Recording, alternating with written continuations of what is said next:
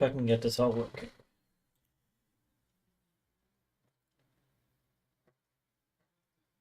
Settings, sound. I don't know why, but loading onto BT6, it did not have the update stuff pop up. You know, the update screen. But I can see this new stuff, so I know the update has happened.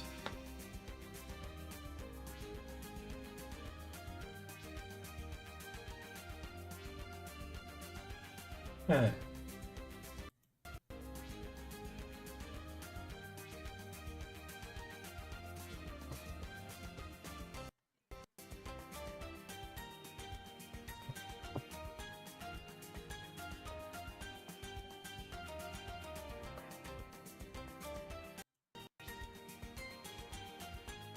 Let me make sure that things are working here.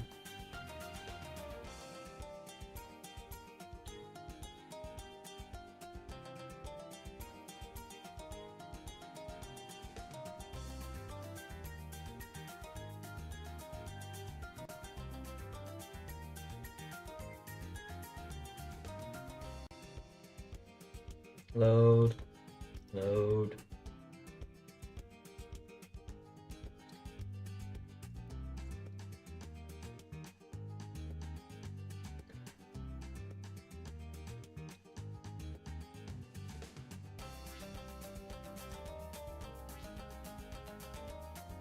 Okay, good, there we go.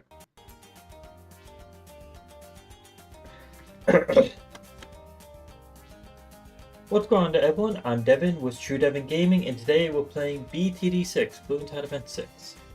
We have update 50 from what you can see.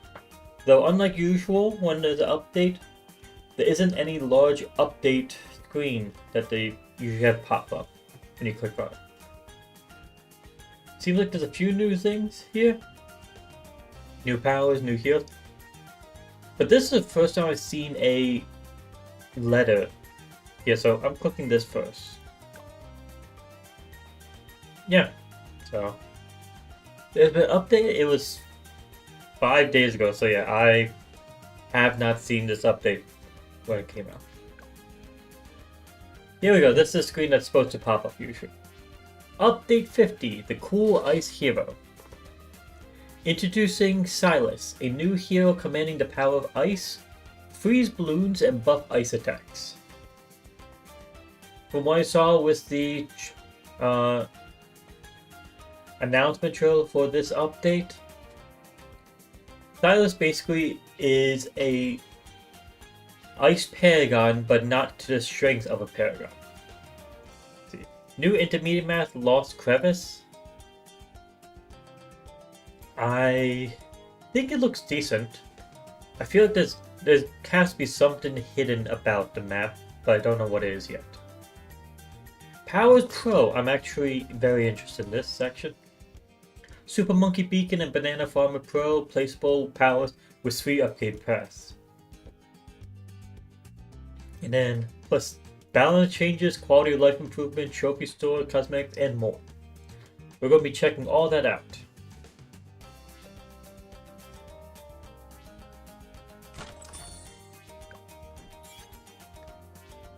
Hey guys, that's a cash shop. Starting off with, I want to see this new hero. 5,000 monkey money to get ourselves Silas. Base form? It's okay.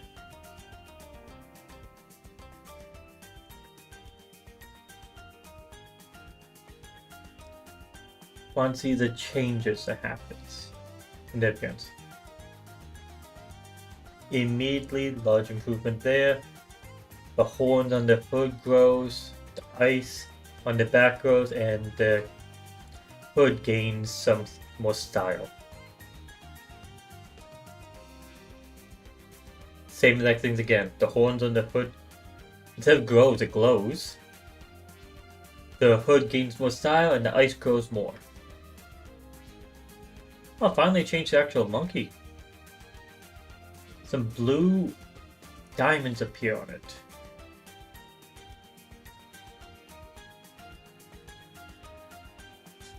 It'd be amusing if the only thing that changed for Silas the entire time when they level up in appearance would be just their hood. They stay the same, and all the power actually is focused in their hood.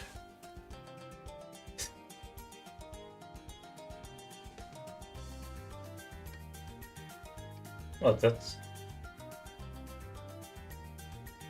Okay, and looks like the hair grows slightly in this one. Hair grows slightly, diamonds change color, the pupils change color, the hood change color, the horns grow again. Appearance-wise, I like it. It is different.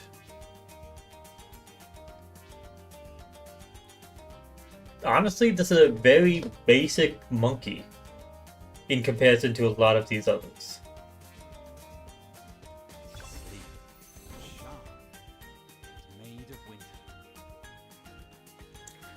Silas the Ice Shaper.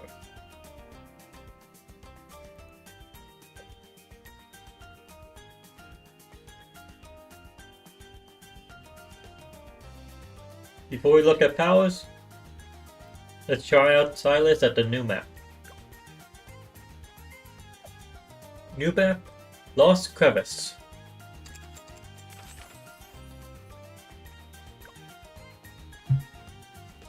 Like usual, whenever there's an update, we're going to be doing the new map on easy difficulty. Seeing how that goes.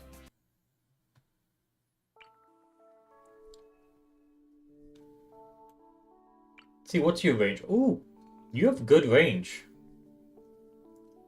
I don't know your attack speed though. I feel like this would honestly be a great spot for you. Also this. Let's go right here.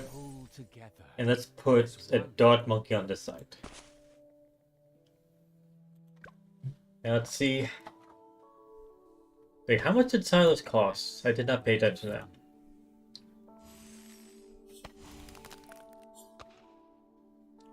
It took you 2 attacks. The dog monkey's dealing with most of the red balloons. Took him 2 attacks to take out a red balloon. It slows them first and then pops them. Hello, Sarah. How are you doing today? Oh, its attack ricochet off of some of the balloons.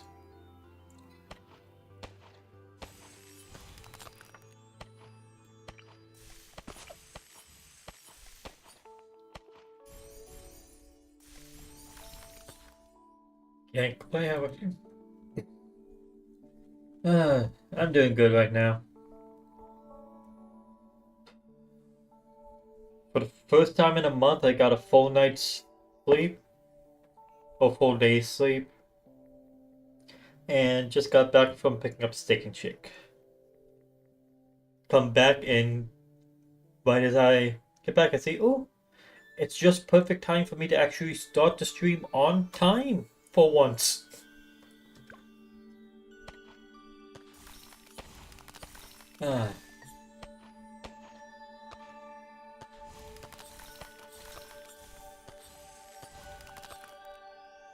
I feel like this right now the hero is looking somewhat similar to an ice monkey, but also somewhat similar to a boomerang. With the way that its attacks ricochet from one balloon to another.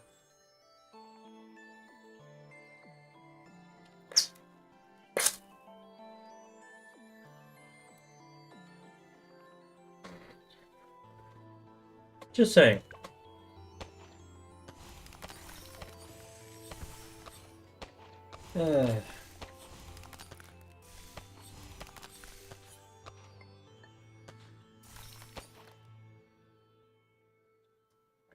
Oh, they have ability now. Let's have a bit of fun.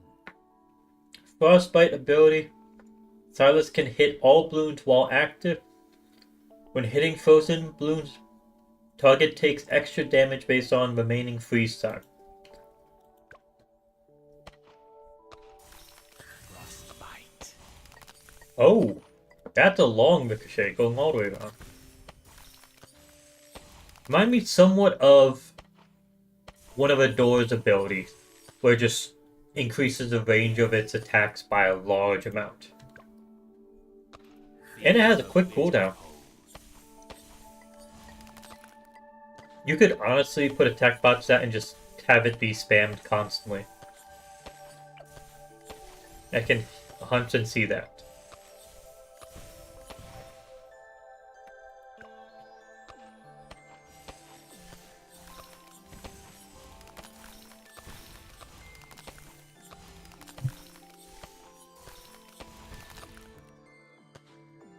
Okay. So, I know where the issue with this hero is going to be going. I'm here. That's going to be when the white and zebra boons pop up. Yes. Because, well, they're immune to ice. And we finally have a second tower that has ice ability, so those boons are finally going to have something else that they can go through. Does any of these say that they can start dealing with those boons?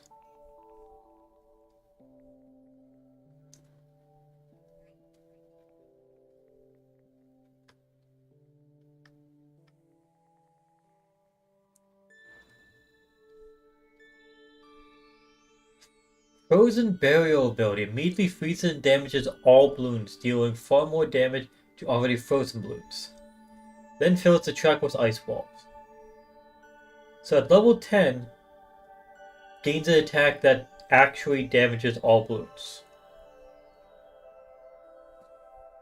Level 7, Frozen Cascade ability creates a shattering blast of ice around Silas, Ben, and other ice monkeys, spreading out from Silas.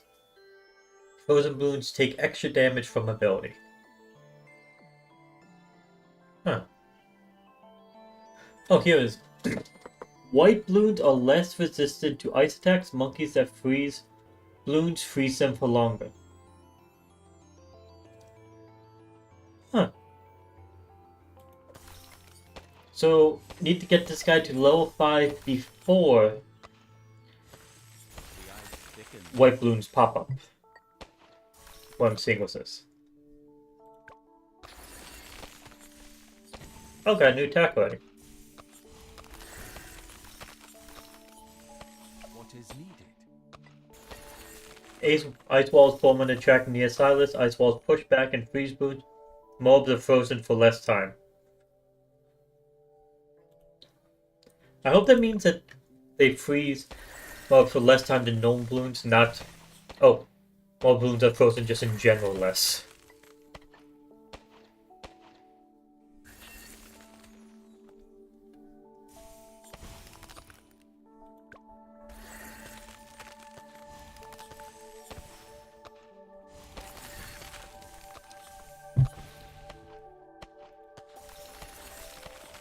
I forgot to do this earlier, so let's try now. Sniper! Okay, so the ice walls it forms do not become obstacles. But all these crystals are obstacles. You can place towers over here.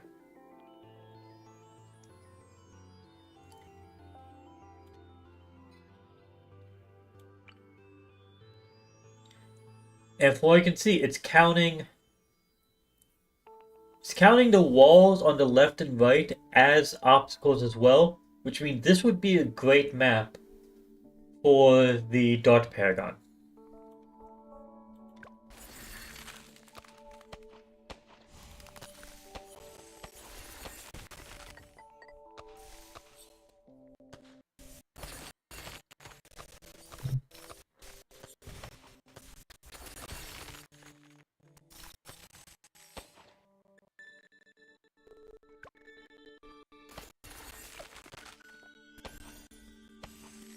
I know we're taking this quite slow here, but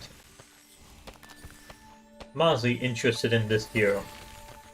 The past few heroes I have not cared for, had much interest in. Corvus, Rosalia. I did not care. I did not have much interest in that. This one, it has a style I like, it has an attack type I like. It is actually interesting.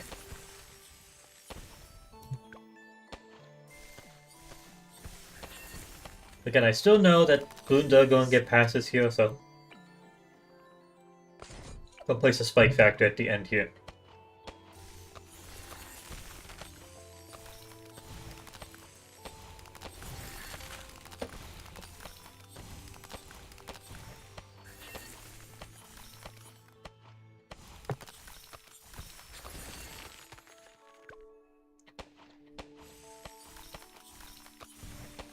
Can Silas pop lead balloons? That is a question.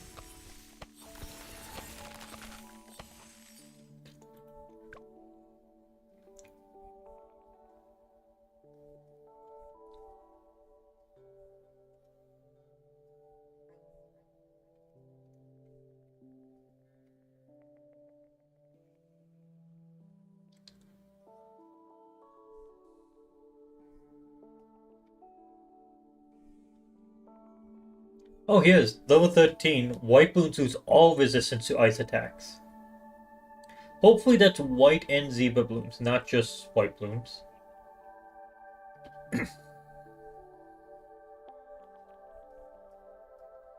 Oh, it says in 13 as well.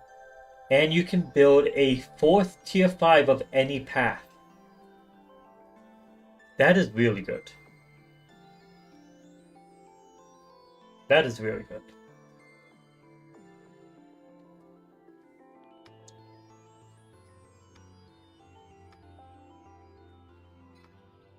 I see the word explosion used quite a few times throughout this, but I don't see... what do you want to call it? I see the word explosion punch, but I don't see anything that actually mentions lead balloons. Or camel balloons. So I don't know how Silas will handle this stuff.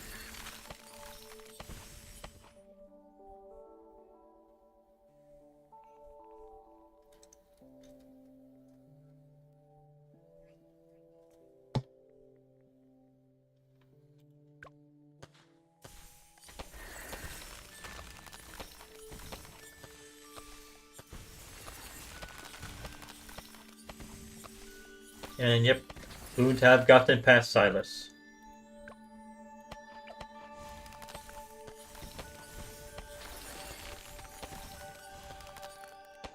Particularly white balloons there.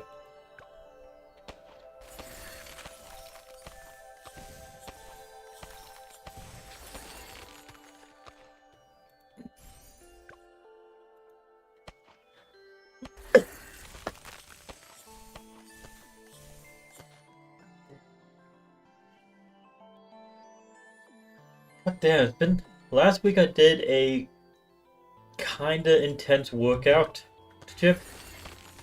And now it's been a full week, I'm still fucking sore from it. It hurts to just fucking move my arms up and down because it's just hurting my chest, mainly. Even colder. Ah.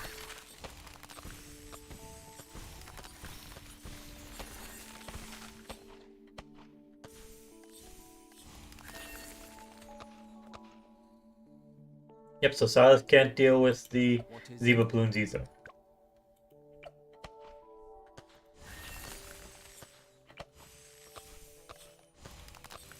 Okay, so we know this one can deal with the leads on this side. And I'm going to place a sniper over here, deal with the leads that appear on this side.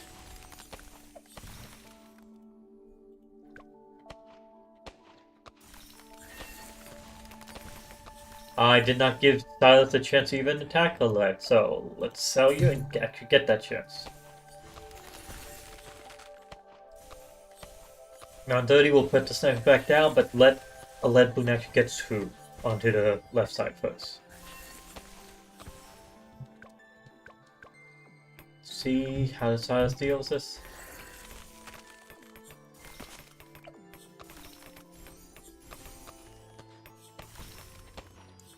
Okay, so Silas can pop lead balloons. Silas can do it.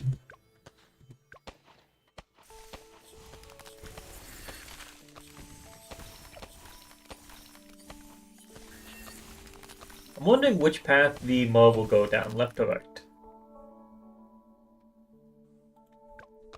I'm hoping going the left path.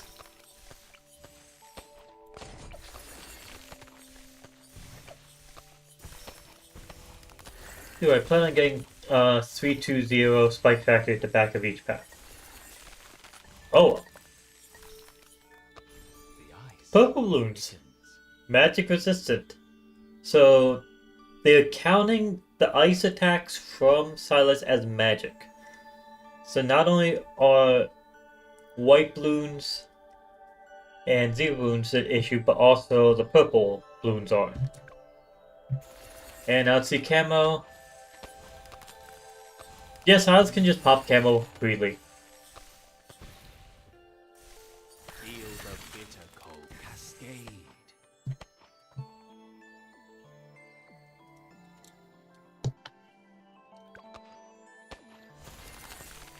We're doing the boss there? Yep. I plan on looking at the stuff from the update first and then going to the boss. You want to join?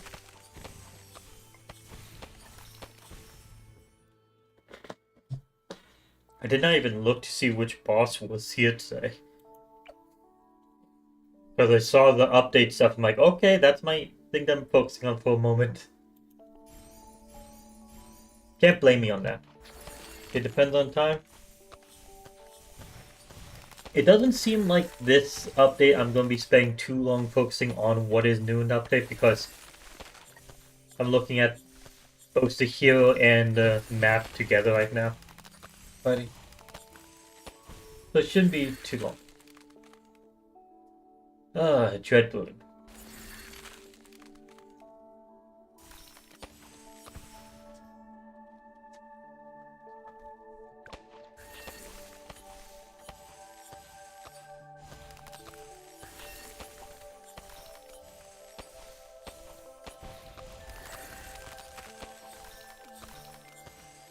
Question will be an easy Dreadbloon, or will they add something to make it difficult?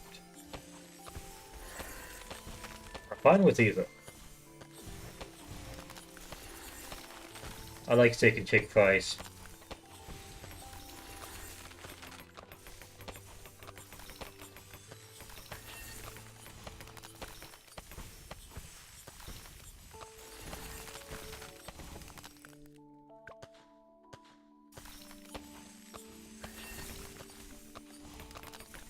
My power is frostbite. Okay, yeah, so its first attack freezes balloons, its second attack will pop the frozen balloons. That is what I'm seeing with Silas. And that applies to camel balloons, lead balloons, all balloons, basically. Except for white and zebra and purple. But it's supposed to gain that ability against the white and zebra. Oh no, the white balloons at least. I don't know about the zebra or the purple yet.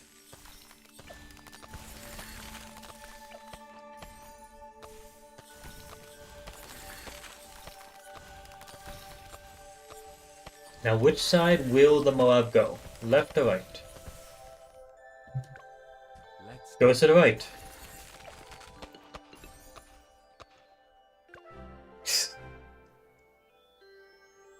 I am a bit confused.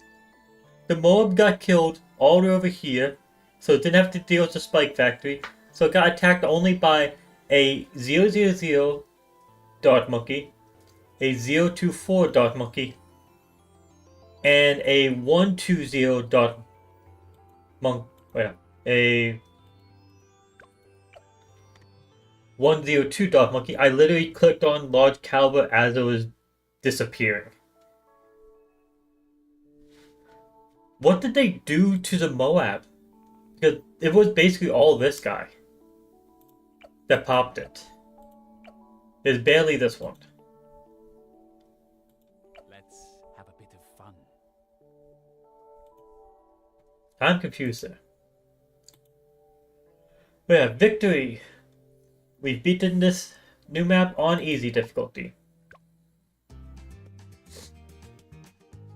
The other things to check before we go to Dreadbloon. Let's see, what's the new power system like?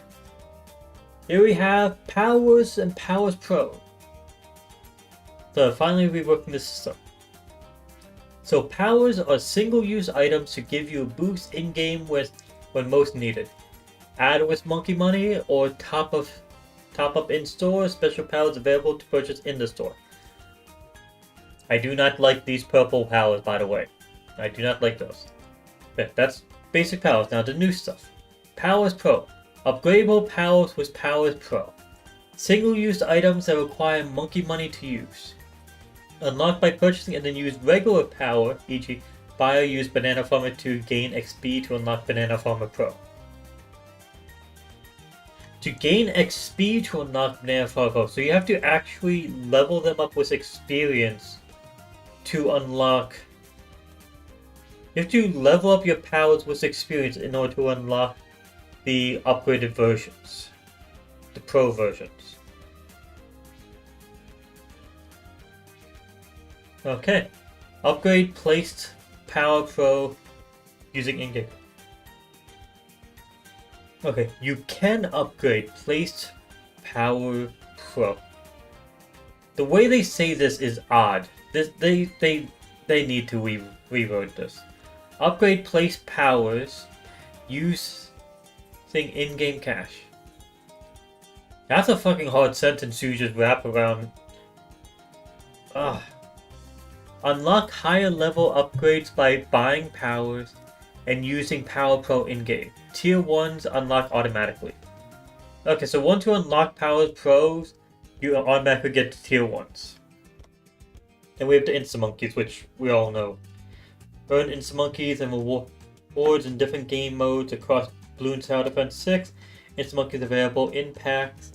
In the store, collect Insta-Monkeys and fill your collection. Insta-Monkeys will remain visible in your collection even after use.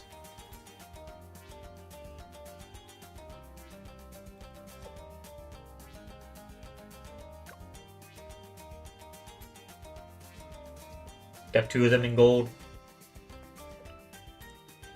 Yeah, we have 2 new ones. First one. Pro Banana Farmer. Farms bananas like a pro with increased range and collection speed. You need 10,000 experience with a Banana Farmer to unlock this. Then, a placeable Super Monkey Beacon with a Beacon of Storm ability on a long cooldown. You need 12,500 experience with the Super Monkey Storm to unlock this.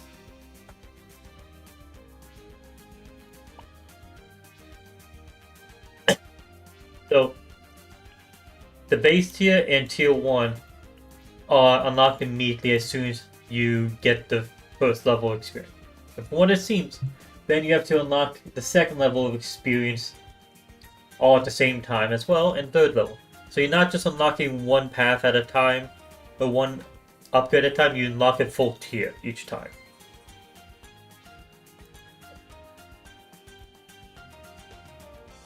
Look at this one first. Banana Farmer. Tier 1, Banana Farmer has more range and collect bananas faster. That's good. Camel Bananas. Banana Farmer can see previously unseen camel bananas. What the fuck does that mean? What do you mean by previously unseen camel bananas? That does not fucking make sense. Additional adaptive banana farms increase sell value of banana farms in radius. Okay, that actually might be really good. That could be really fucking good. I know you can only do one path when it comes to upgrading these. You cannot do all 3, you cannot do 2, only one path. So once you go like top path, middle and bottom are completely locked off. So the question is, what's this one?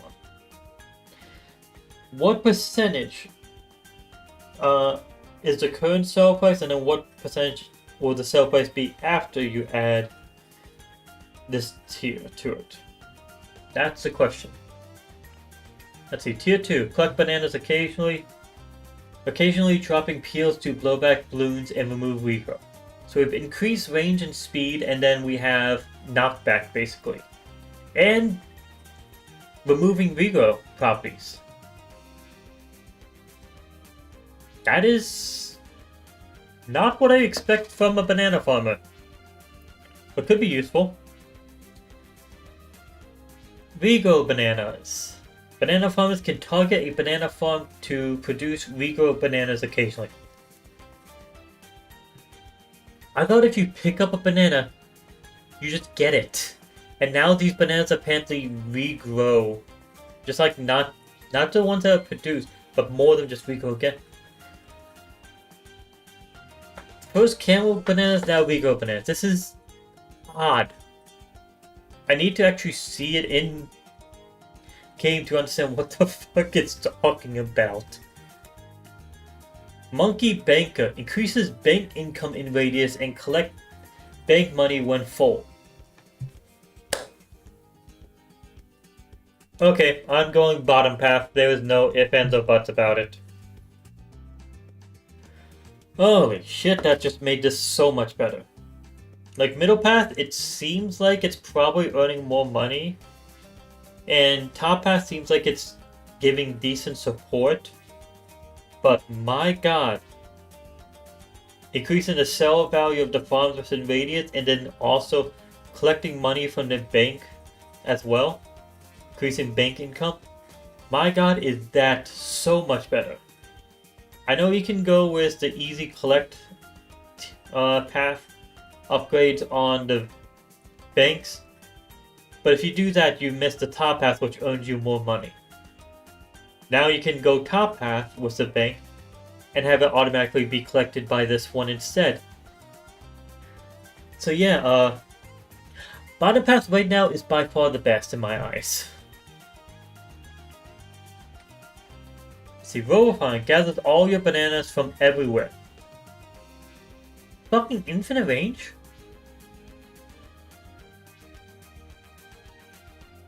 Infinite range.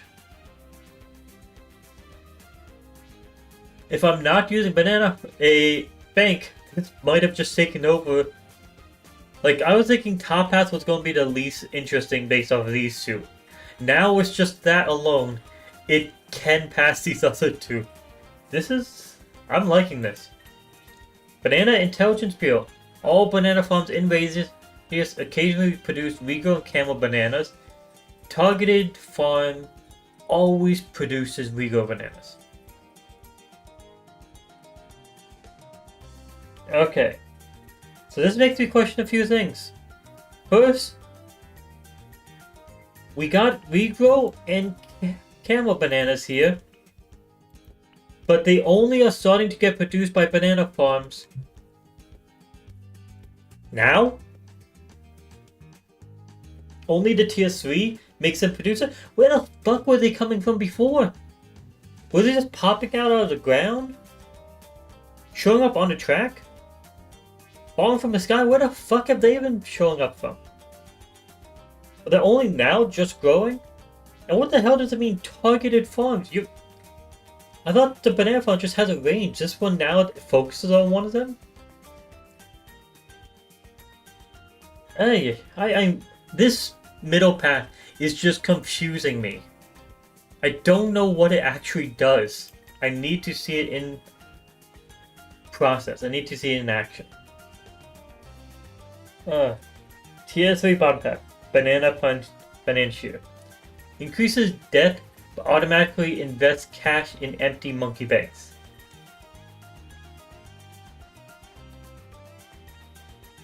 I am not sure on this one. Depends on how much it actually invests, because when I'm not sure. I have to see this one in process, because the bank system is already something that bank and debt and investments in this game is always something that's very complex. So let's say it automatically collects money, but it invests all that money immediately back in. Then wouldn't that just fill it up and automatically collect again, just do an infinite loop of just auto fill, auto collect, auto fill, auto collect? So I assume it's not putting all the money back in.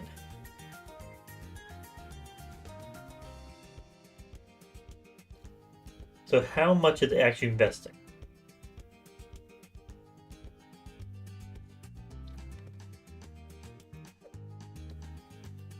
So yeah, Banana Farm, very interesting. Super Monkey Beacon. Let's see the tier 1s.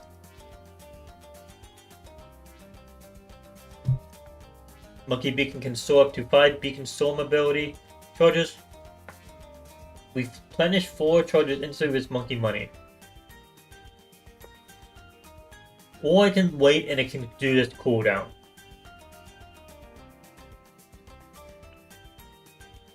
How many can it store? I think it just stores 1 base and then it has 5 with this upgrade. Beacon Storm ability cooldown is much faster but does less damage. Hello Squirrel, how are you doing today?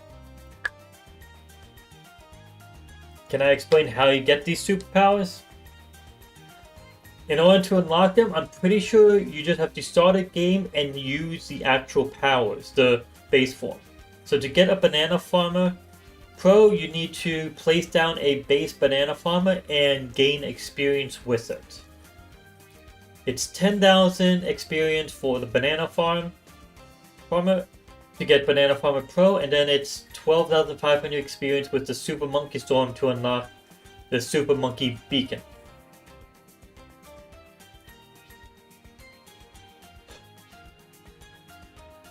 As far as I will say, the Banana Farm, you place it once and it's going to be collecting experience over time.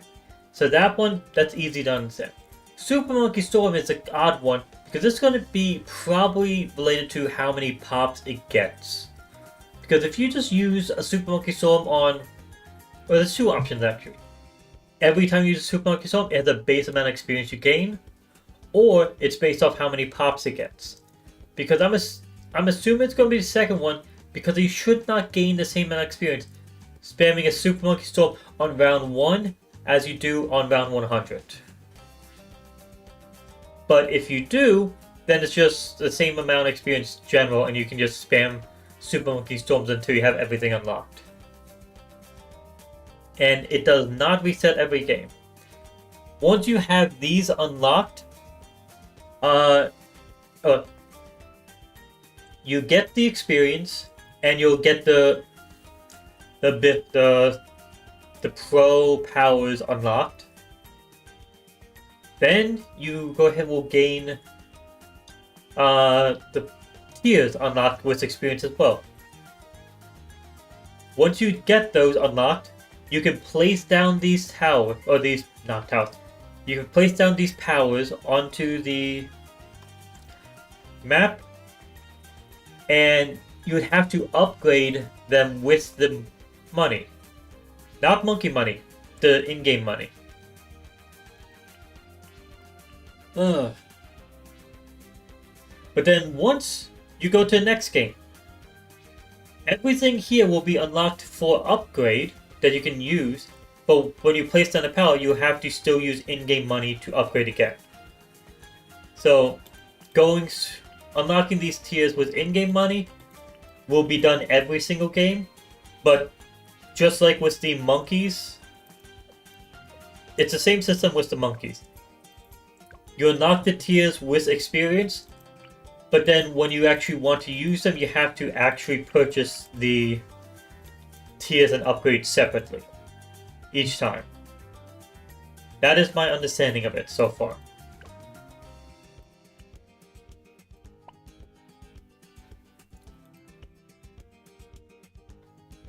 Okay.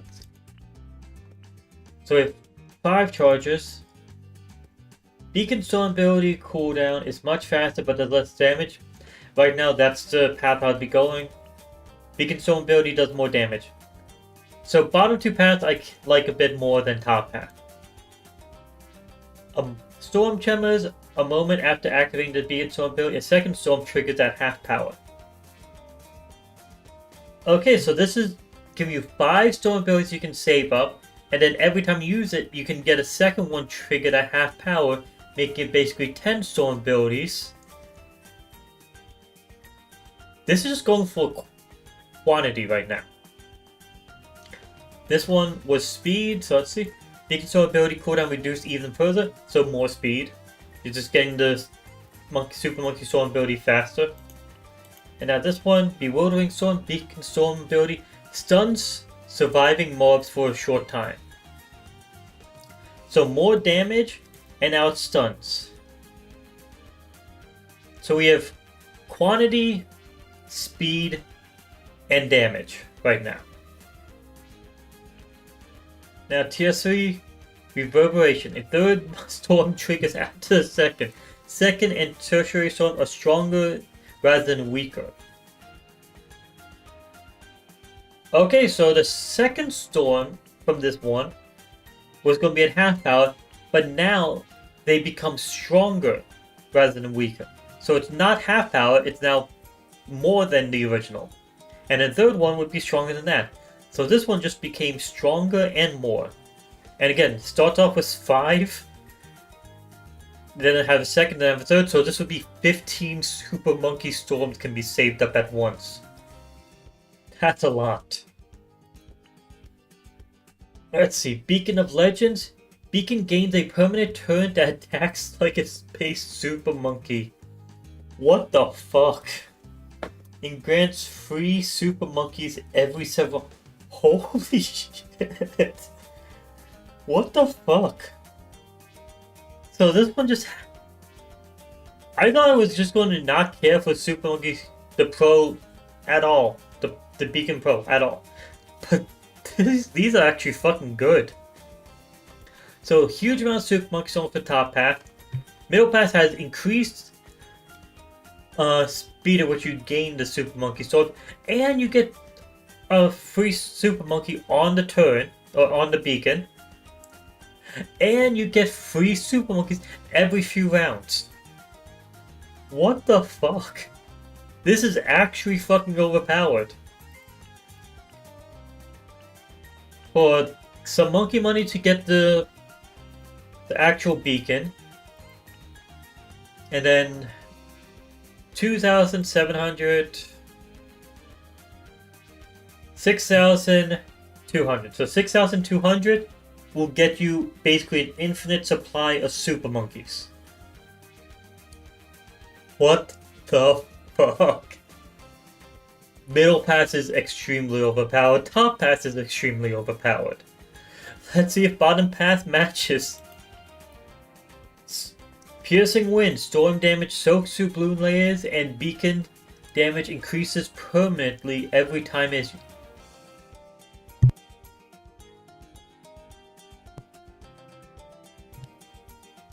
Beacon's damage increases permanently every time it is used. Okay, so we had increased damage, stuns everything, and now more damage, and more damage, and more, just keep on getting more. There has to be limits, obviously. There has to be certain limits on these, but if they don't have a limit,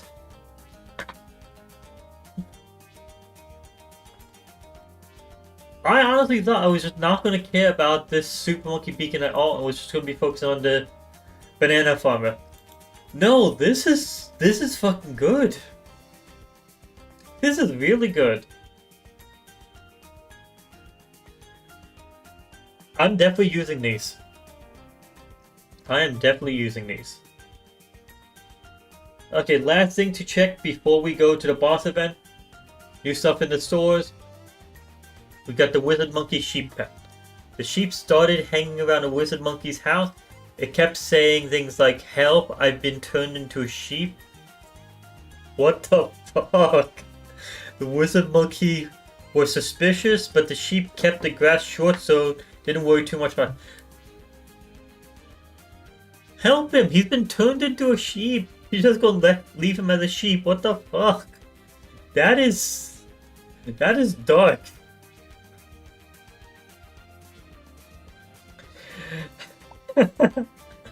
That is dark. Dream Sheep Banner. Magical sheep can always count on themselves when they want to dance across the sky. Eh?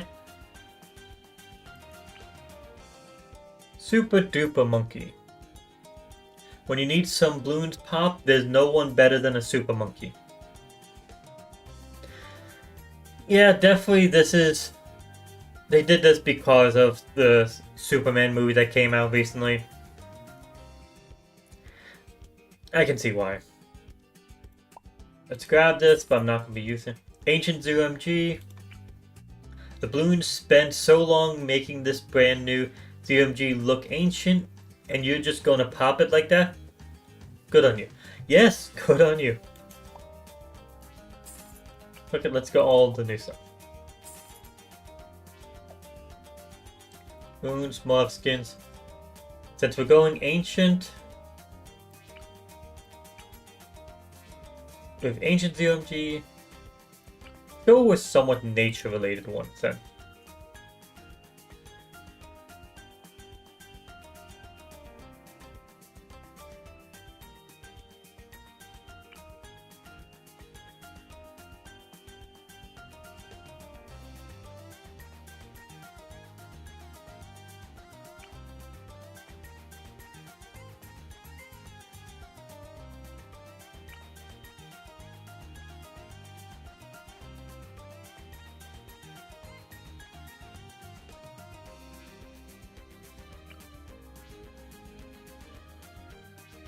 The BFB don't have too many.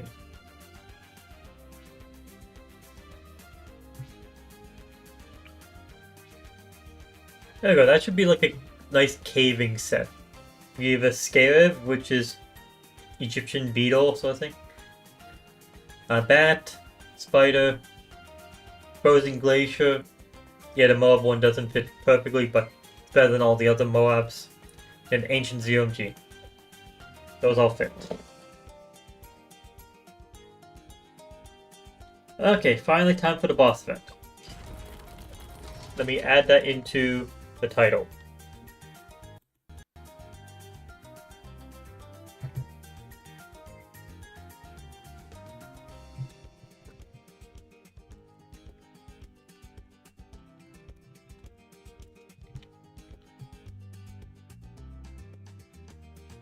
There we go. Add it to the title. Yeah, so currently I'm liking this update. So, this week's boss event is the Dreadbloon on Tinkerton. Medium difficulty, starting lives 200, starting cash 650. We have standard set rewards.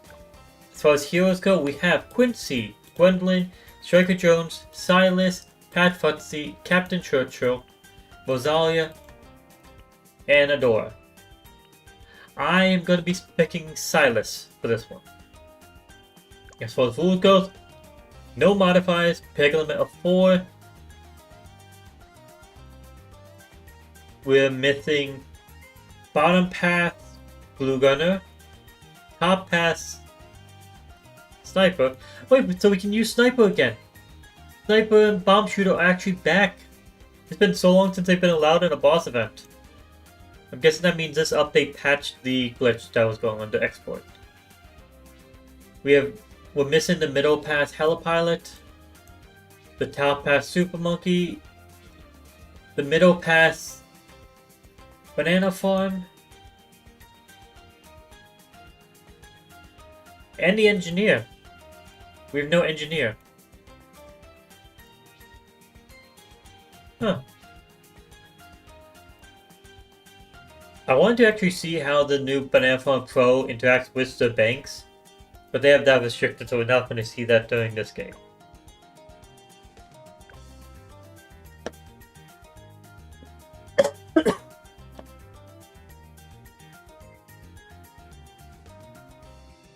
Ow. It just hurts.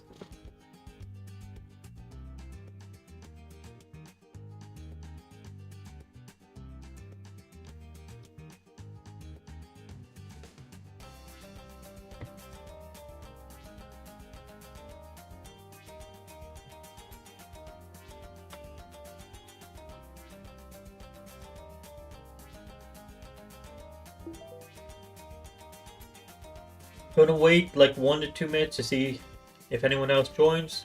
Currently we have Sarah joining. Also go and call Sean to see if he wants to join. Since he joined the past 2 weeks, so there's a chance.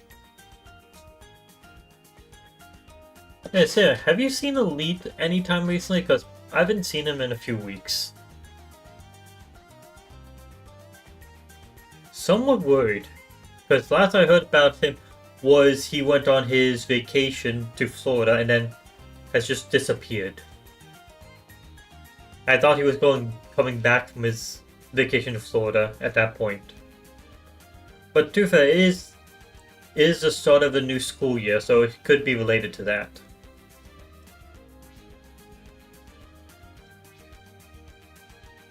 But don't want to hear that he went and fell victim to Florida Man. I'm in Florida, I know how dangerous that is. He's still out of town? How fucking long a vacation can he go on? God damn.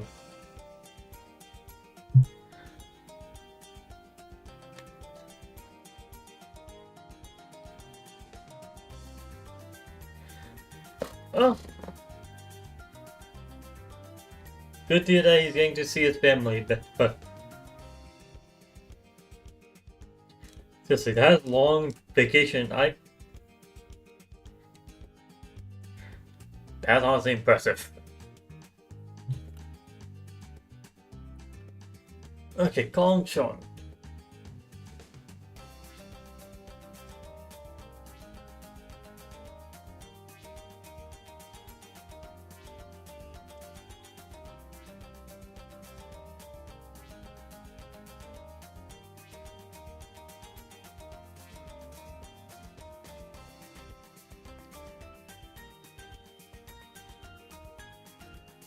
Okay, that did not. He did not answer. I'm under the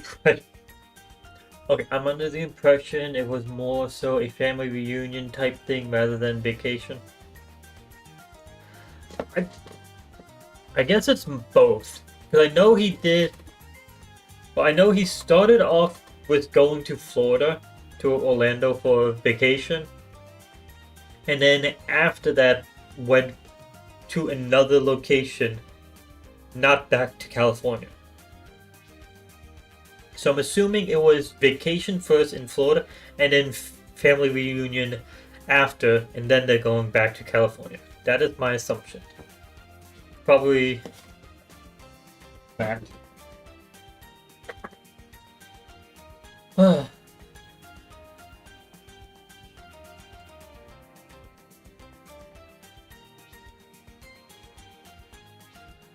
Okay, very first thing we're placing down in this event, 100% is going to be Banana Farmer and a farm. I need to see how much experience we're gaining every round with one of them.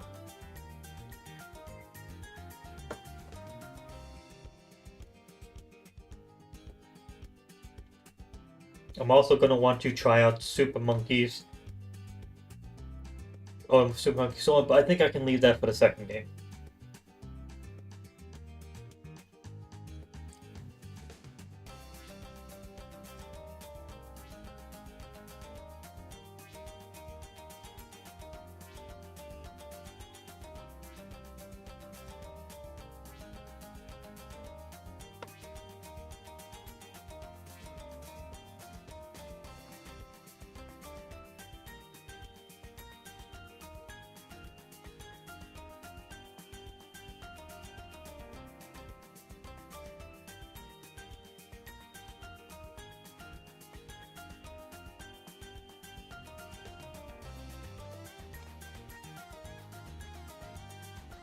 Oh yeah, one other piece of news for me.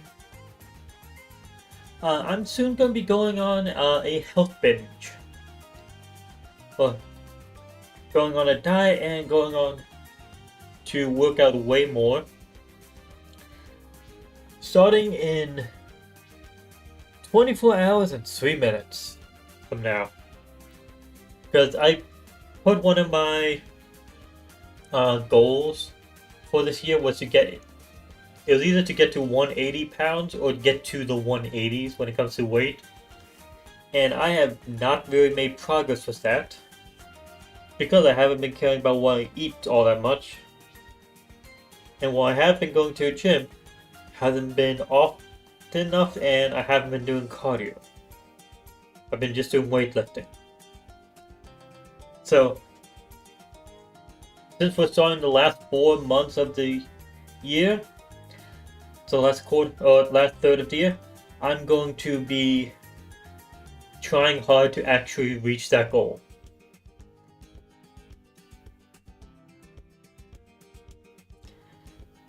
Which is why I'm hoping to go ahead and get my sleep schedule back to a normal state again before trying that, because I've been staying awake until like 2 to 3 p.m. every day and I haven't been getting enough sleep. That's what happens when the interview and application processes require you to be places at 1 p.m. or 2 p.m. It doesn't really work out well for people with night shift to go ahead and do that. Okay. I think I have enough time waiting for people. No one else seems to be joining, so it's just gonna be me and Sarah for this one. Gonna turn off auto start.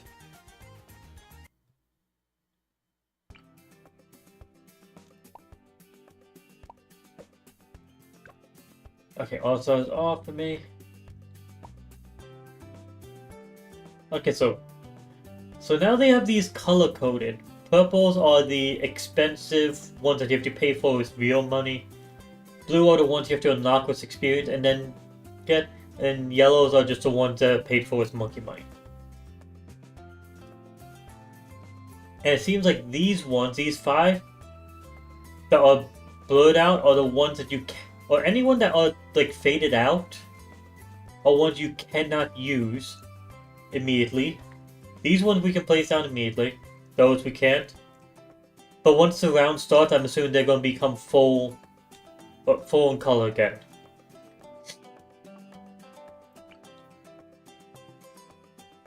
Okay, that's a new screen. We have all the tiers available to us.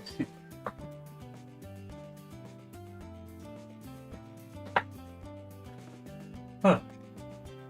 But let me see one that I have a lot more. That's covering the entire fucking screen, basically.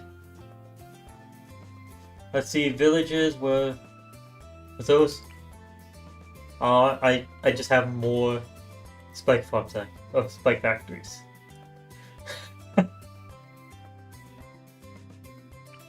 If I approve of this, this lets it be way easier to actually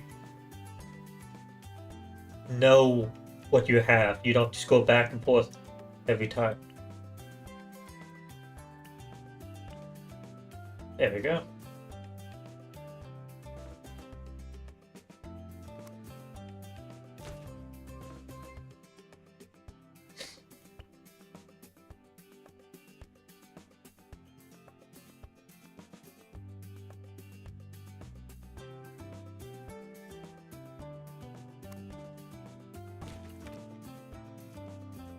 I'm just grabbing 3 farms.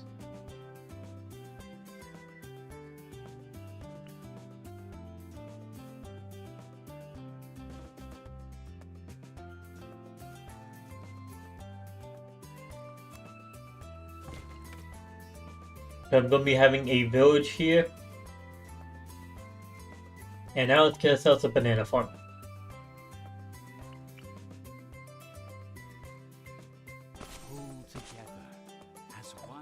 Banana farmer. Currently, we have 100 experience for placing down a banana farmer.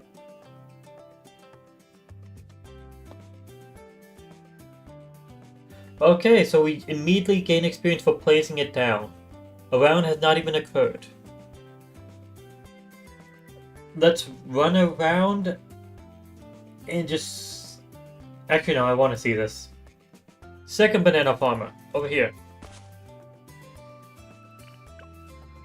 200, so every time you place down a banana farmer, you gain experience. Selling it, does that do anything? No, it doesn't. Okay, let's run one round.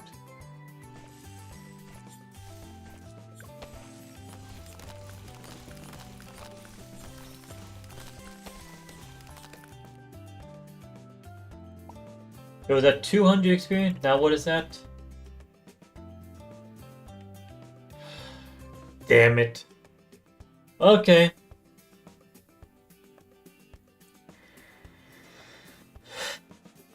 So it looks like in order to actually unlock the pro version of these, the experience you gain is just from placing them. Just from using the abilities. So it seems like it's 100 experience per placing them.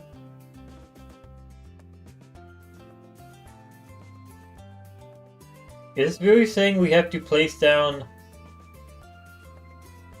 What the fuck?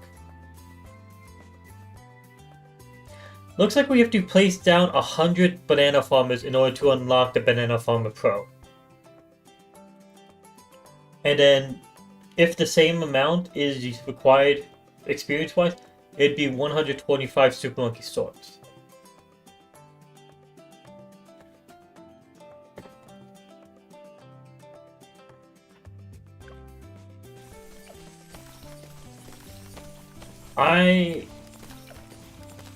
That is disappointing.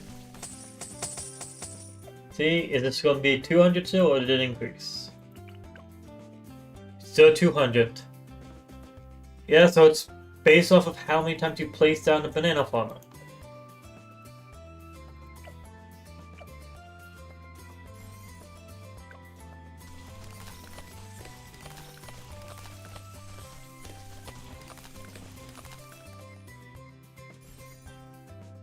So if I want to unlock the Banana Farmer Pro, I have to spam down the banana farmers.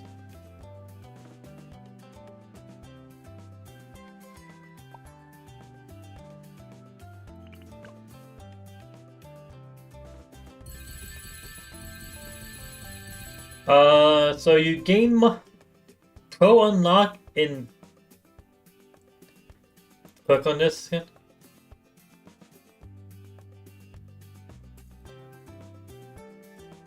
Ninja Kiwi, what the fuck? 54? 5,400 experience? Let's buy one. 5,800? You gain 400 experience every time you buy a banana farmer.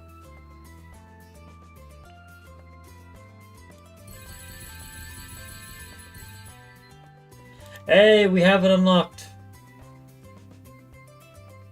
And now we have 200.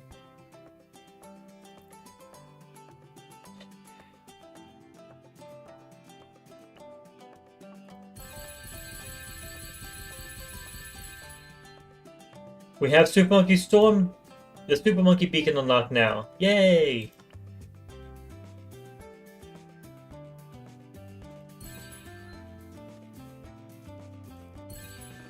Okay, so every one of the banana farmers, though, is a lot more experienced than the Banana Farmer Pros are a lot more experienced than the base banana farmers.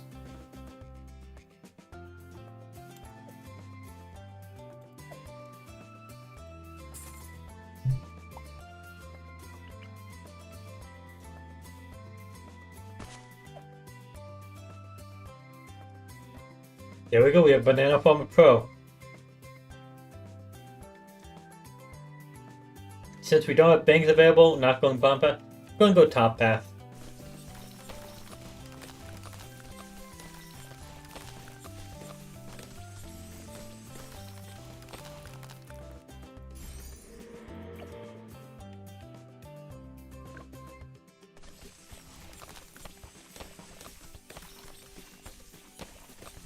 Buys are good.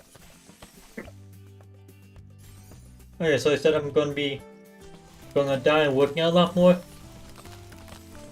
So yeah, that means I'm gonna be cutting out completely chocolate, candy, milk, ice cream, in general, anything unhealthy. I've already cut out soda. I've cut that out for pretty much this entire year already, so that one I don't have to cut out again. It's already gone. I'm going to pretty much cut out a lot of stuff. Pretty much all of Steak and Shake is going to be cut out from my diet. I'm going to allow myself to start chili from there. Milk. While drinking milk is very hard to actually burn fat because of its nutritional setup.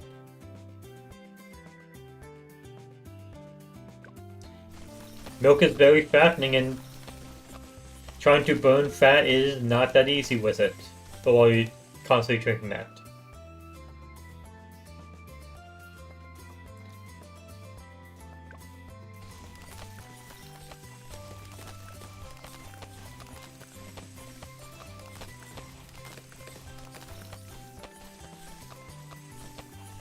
Pretty much the only things I'll be allowing myself to drink will be water, occasionally strawberry, not strawberry, apple juice or orange juice. And then some lemonade and strawberry smoothies that I make, because strawberry smoothies I make aren't that bad. They're literally just lemonade and frozen strawberries. I make one of those and it's like, oh, this just feels healthy. Probably has a bit too much sugar in the lemonade.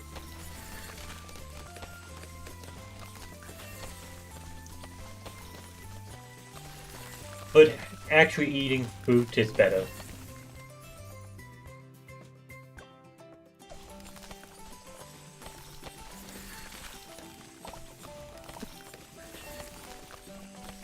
Okay, yeah, I'm unlocking this fully.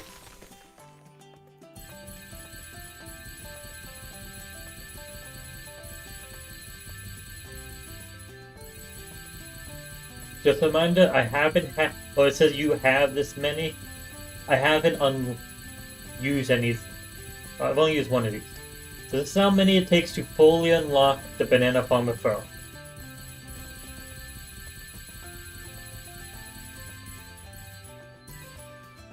To fully unlock the Banana Farmer Pro, you'll have to buy 125 Banana Farmer Pros.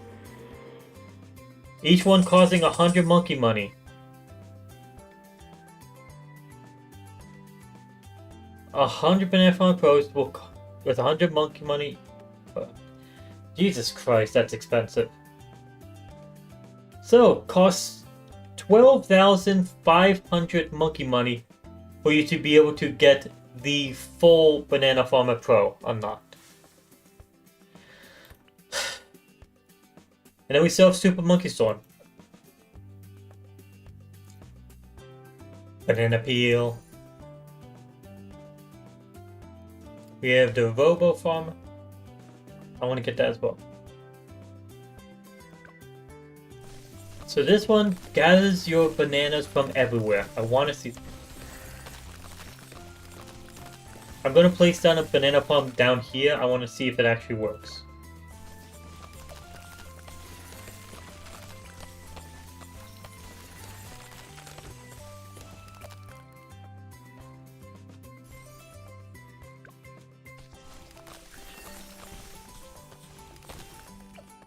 Yeah, it works. This guy picks up bananas from everywhere.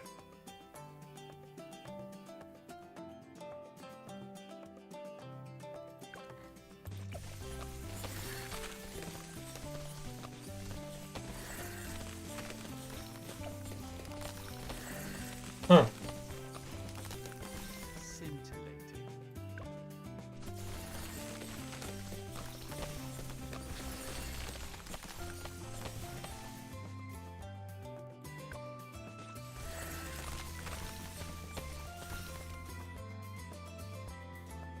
The main thing with my diet isn't really going to be the controlling what I eat, but more of I'm going to be paying more attention to how much I eat. That's the reason why most diets actually work. Is because while everyone's like, okay, we're going low carb this, low calories this, low fat this. No, the main thing is for once people are focusing on what they are eating, and so they are actually having control of it. They're paying attention. You're not just eating away. Having control of it is the important part.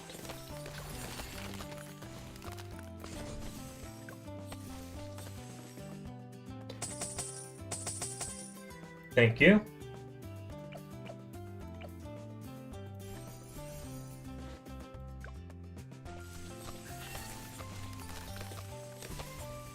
Just randomly seeing a banana pop up right here because it's being pulled over so quickly. Actually, I'm going to run this next round slow. I want to see the banana. Yeah, it's getting flung across so quickly.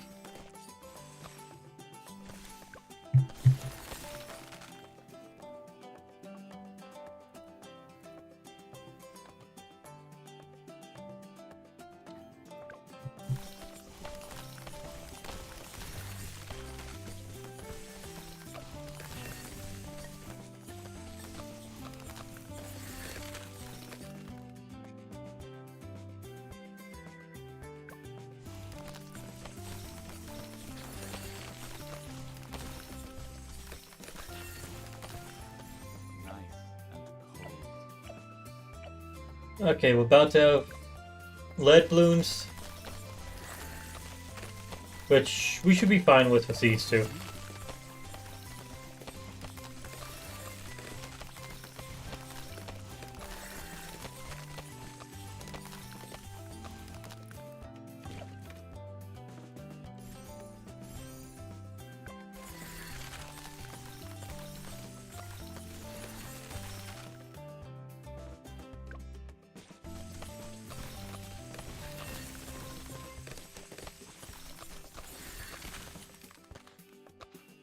Oh yeah, Sarah, how much monkey money do you have saved up?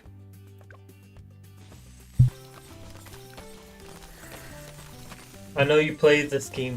Oh, I played this game a lot, so I feel like it should be a decent amount. I want to know if you're actually able to get the Banana Farmer Pro or the Super Monkey Beacon immediately as well. I was not expecting it to cost that much. 12,500 monkey money to unlock it. Or not to unlock it, but to get all the tiers. To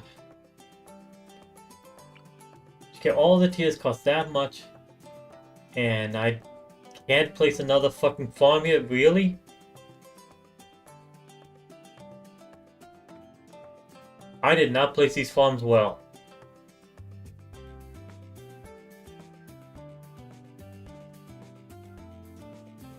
That is disappointing, oh my god. You have enough? Okay. I did not expect it to cost as much as it did. I probably have enough to get the Super Monkey Beacon as well, but then I will have... I might actually run very low on...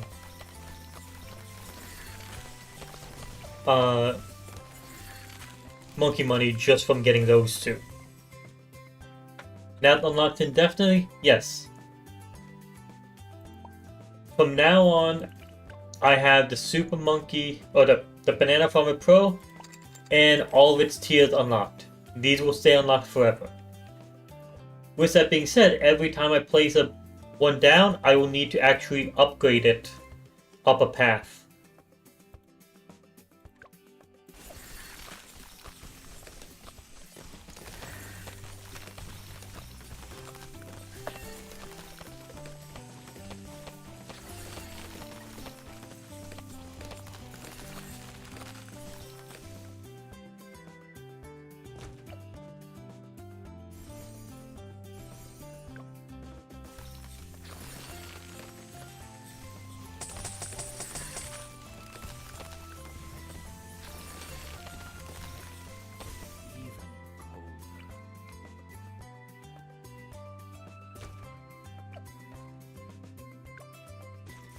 At around 35, I'll stop buying stuff for economy and just focus entirely on saving up for popping power, like usual.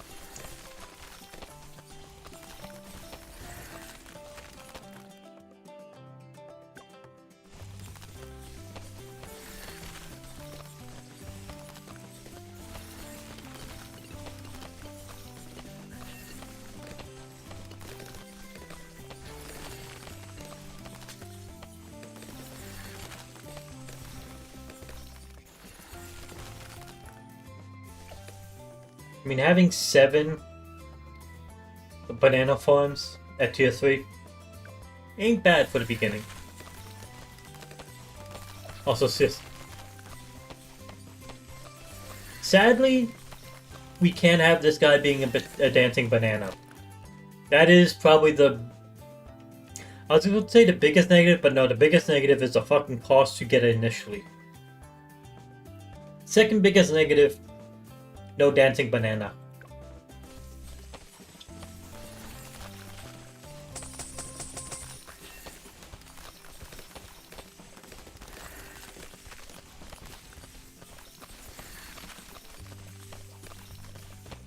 You mind upgrading your glue gunner?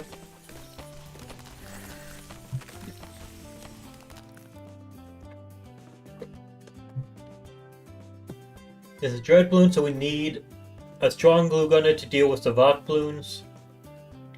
And then we need non-primary popping power in the front. And then a different type of popping power in the back. Well, not the back, but yeah. So first thing first.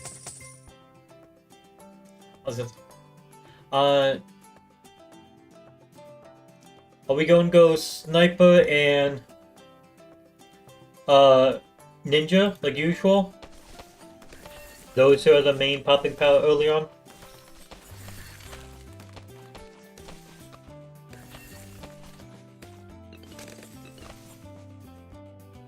Alright. Thank you for deleting the spam, by the way.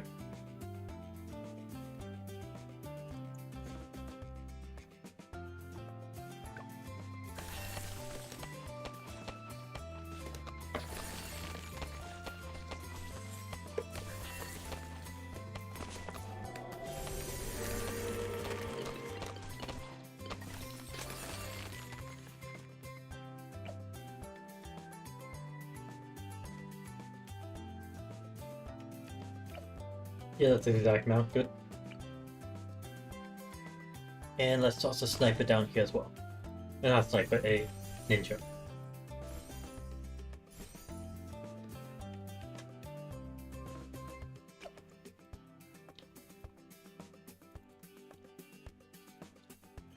This should be enough popping power. Glue gunner to deal with the rock balloons, and then a ninja and a sniper to deal with the Dreadbloon.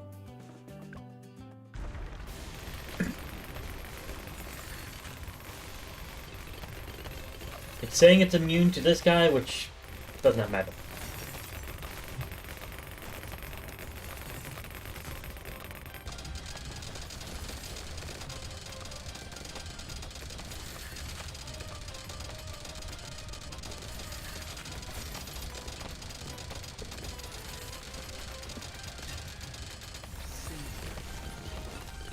So far, so good.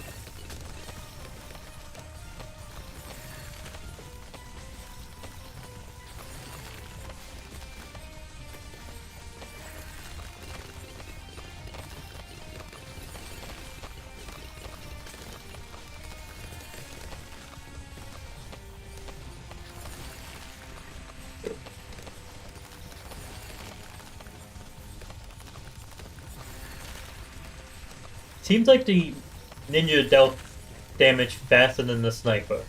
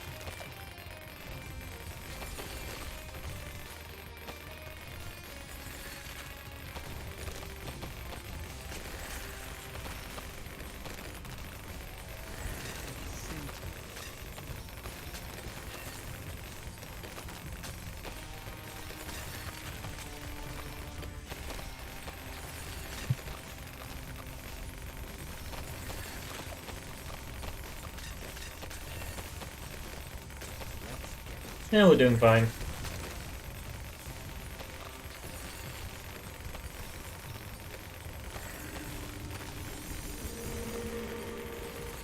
And there we go, now it's getting crushed quicker.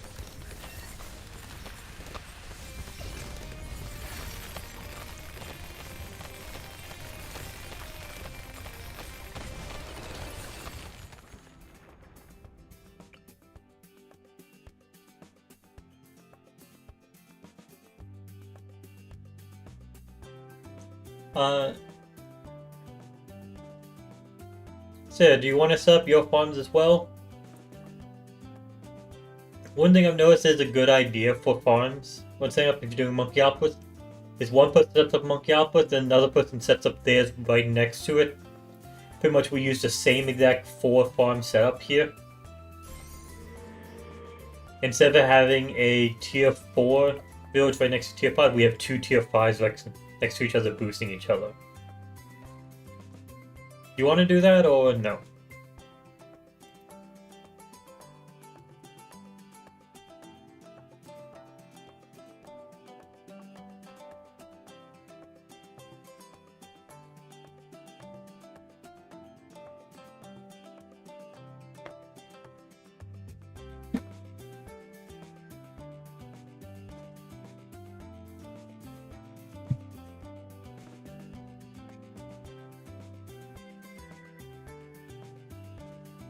Yeah, I'll take the silence as a no.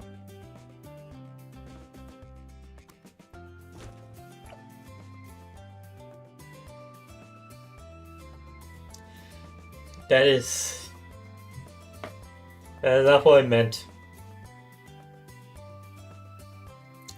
What I meant is, when doing co-op, or when doing solo, often we'll go tier 4, a monkey city, next to a monkeyopolis to boost the money produced by a monkeyopolis. But when in co-op, it's often better to just place 2 monkey cities next to each other. One picks up all the farms the first time, then the second one will pick up all the farms the second time, and then they boost each other. So we don't need a monkey city, we just have 2 monkeyopolises next to each other.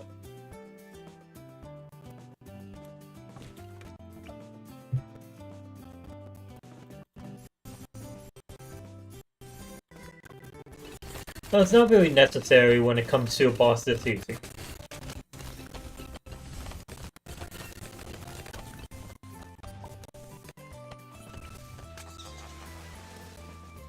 Hey, let's see, how much experience did that give me? 500! Okay. So, using a Super Monkey Storm gives you 500 experience.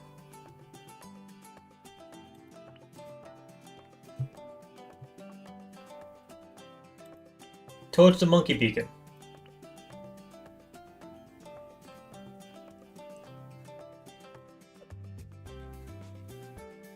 So I will say, probably not worth your time even using them, because let's see how much experience you gain for just pressing this button once.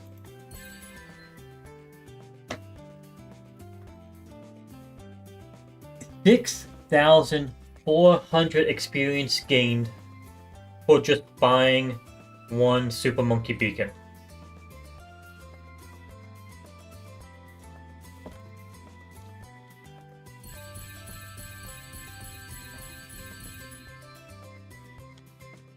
Hey, got unlocked.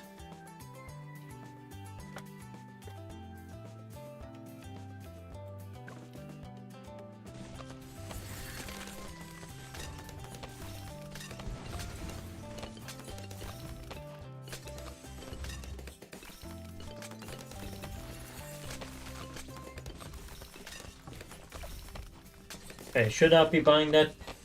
We only have a few rounds before the next boss comes out. Gotta save up money. Send you money. Oh, never mind, you have enough for it already.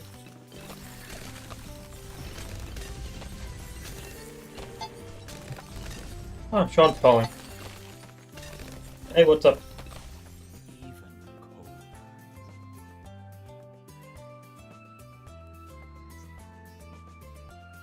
Alright.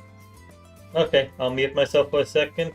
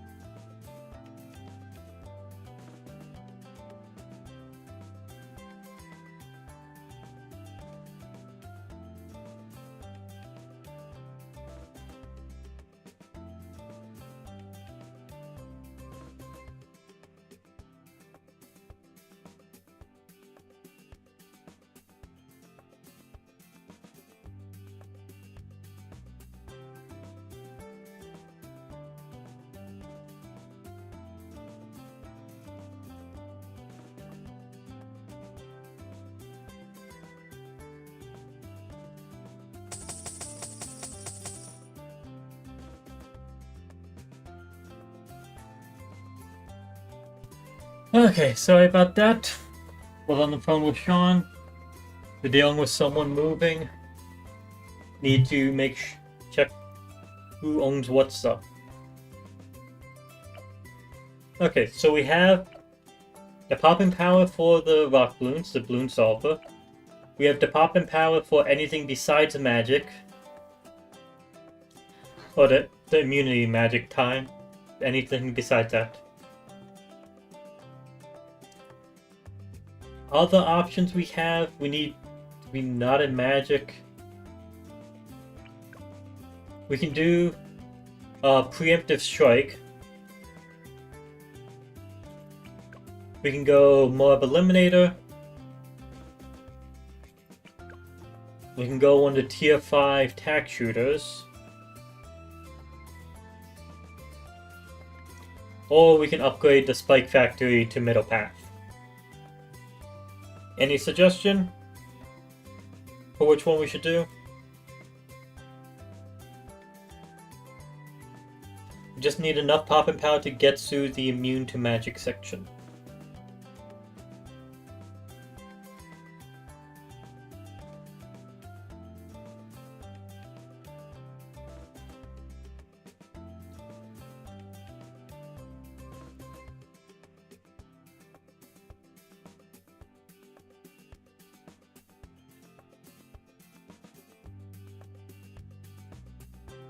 Either attack or spike factor you pick.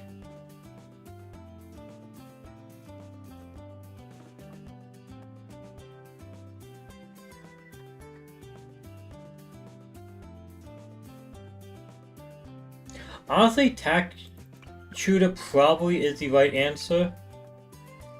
Because we'll be going through the immune to primary immediately. So it would have the most effect. While by the time we can afford by the time we get the Spike Factory and need it, we'll be just getting it for one section, the immune to magic, and then it'd be immediately back to being useless. So I'd probably say attack a Spike, or top pass tack shooter towards the front.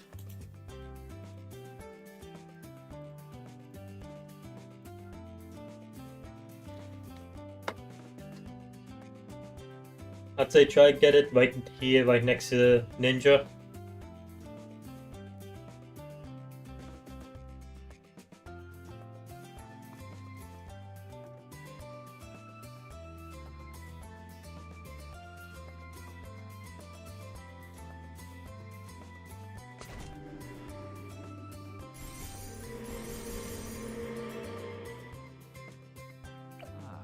It's time. Okay. 45,500. I'll be sending money over as often as I can.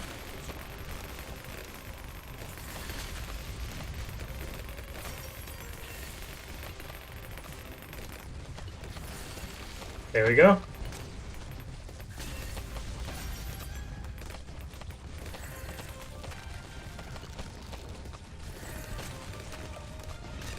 We have enough for it.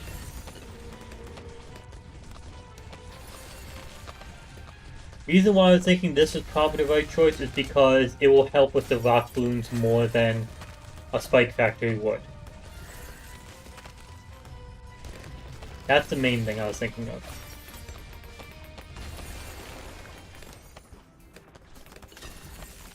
And I guess this also means we have 3 options for what Paragon to go for here.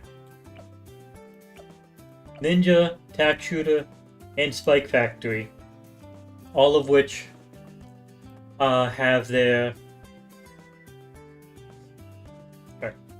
fit in. I do not have good placement with these right this second. Okay.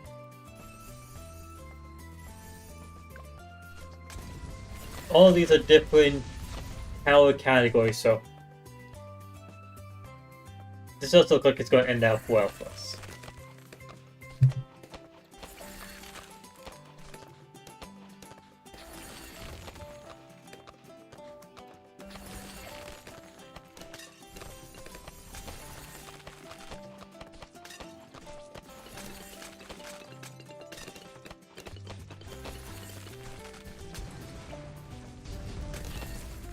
I am going to be saving up for Banana Central.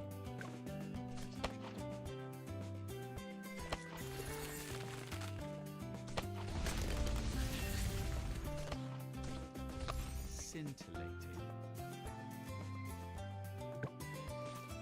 Let's get this one.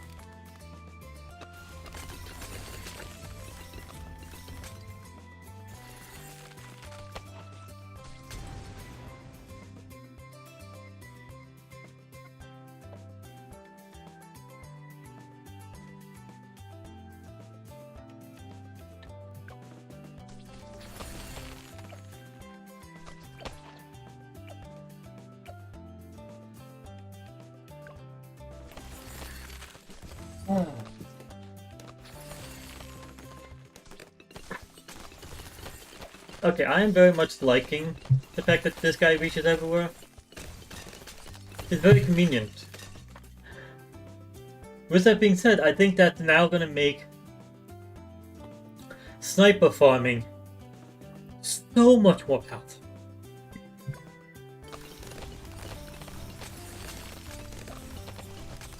Just saying. Pepper farming is going to be way better now with this. Wait, I didn't even check if he actually picks up the snipers. There we go, elite sniper. Let's see if he actually picks up the ability. If he picks up the cash drop. Because I know it says pick up bananas. That doesn't 100% guarantee you'll pick up a cash drop. It should. But just want to make sure.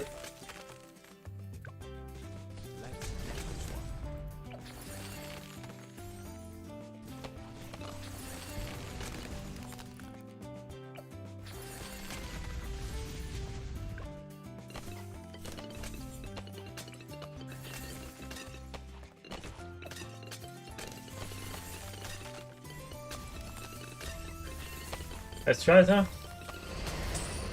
Yeah. So, Banana Farmer Pro does pick up the cash shop, so that is a viable option for just farming by spamming snipers everywhere.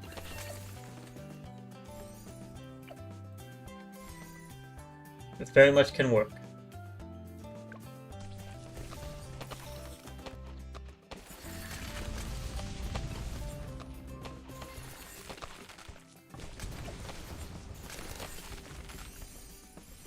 Okay, I feel like I've done enough farming. I'll just be saving money to save up a bit. The ice thickens. Let's get this one.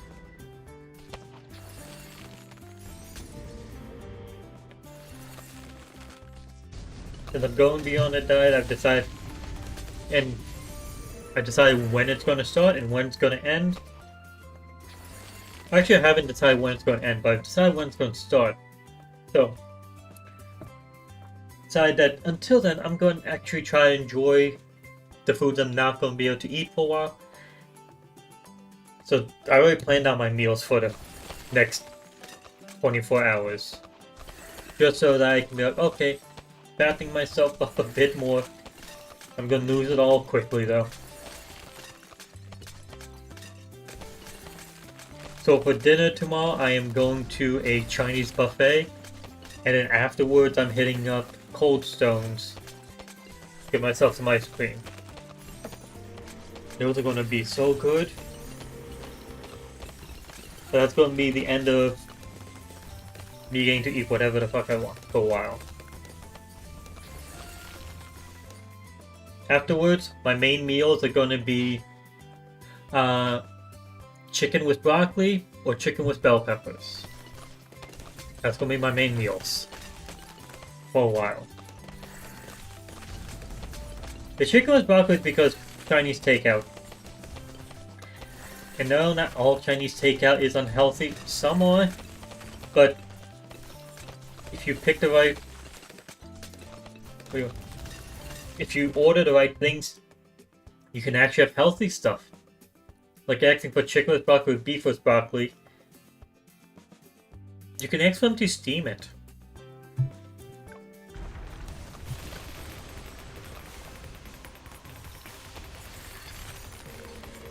Sean's calling again.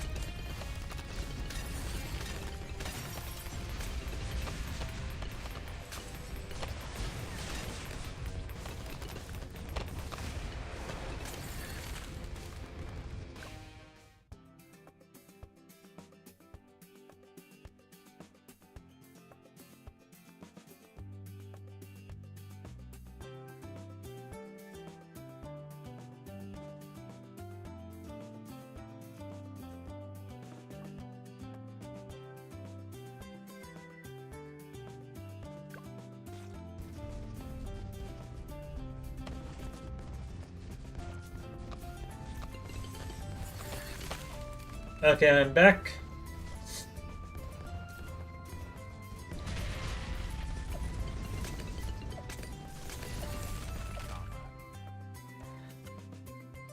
Okay, I should get myself my...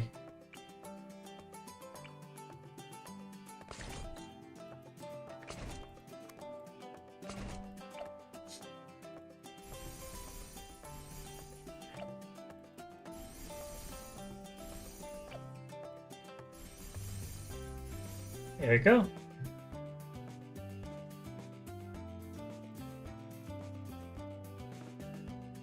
How much does it cost? 200 up? Okay.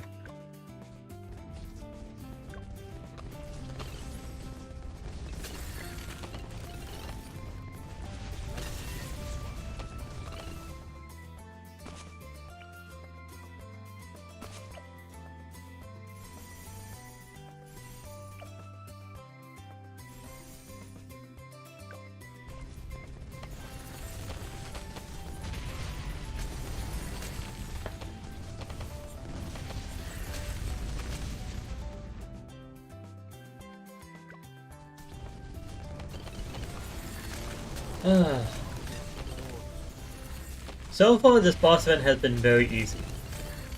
And this update has got a bunch of nice stuff, so I'm liking this.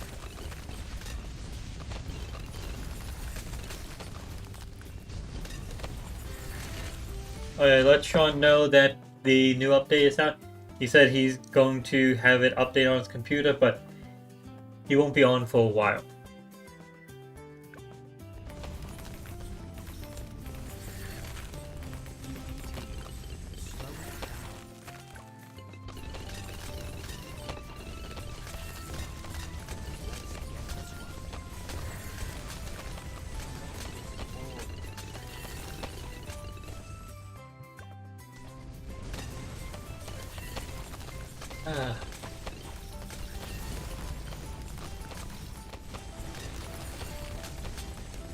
So far, so good.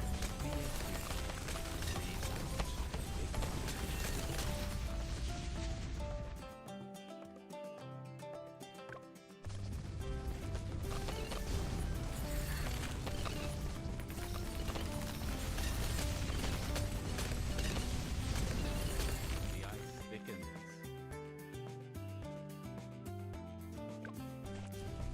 Let's get this one.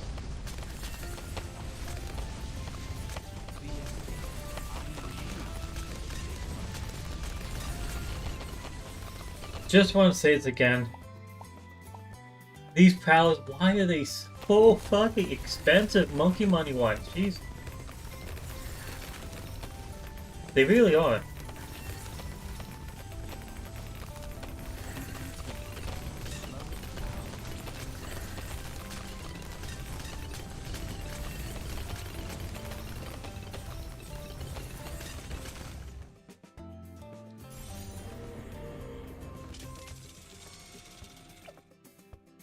Huh.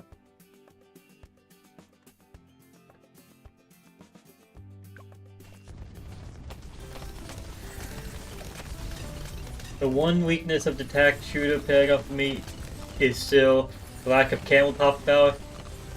The second we have the ninja, there we go, it has camo. Just like that. So, going for the ninja paragon next.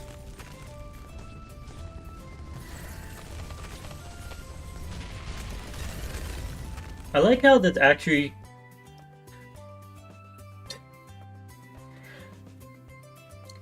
There is 3 towers, or 3 paragons that you can use to boost attack shooter paragon. So if there's 4 paragons available, you can literally go with attack shooter and boost, just spend your time boosting it. Spike paragon definitely helps too. Oh, 100%.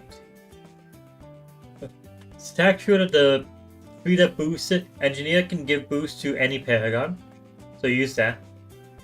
Ninja gives the spike or the attack shooter camo detection, and then boomerang gives a buff to all primary towers, including the attack shooter paragon. So if we get those, if we had those 3, we'd just be boosting up the attack shooter completely. And still with that, the spike factor would probably be better. Alright, Sarah, do you mind getting your ninjas down?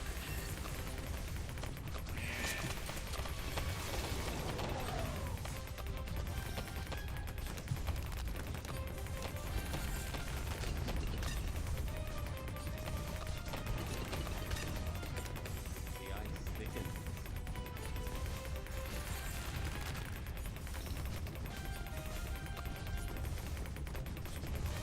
Let's get this one. BTD. Slow down.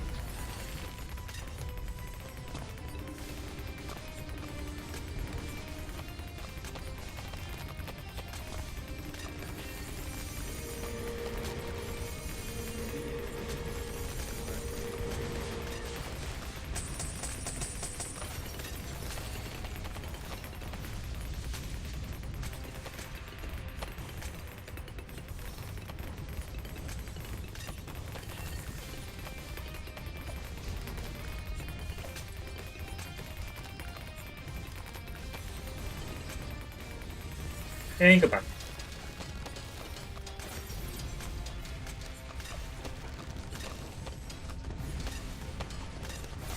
This guy is no longer needed.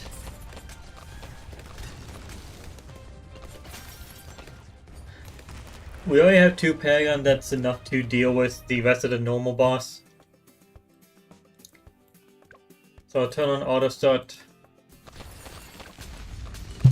Sarah, if there's any Paragon you want us to get still, or any other tower, just place down a tower and we'll focus on getting all of that.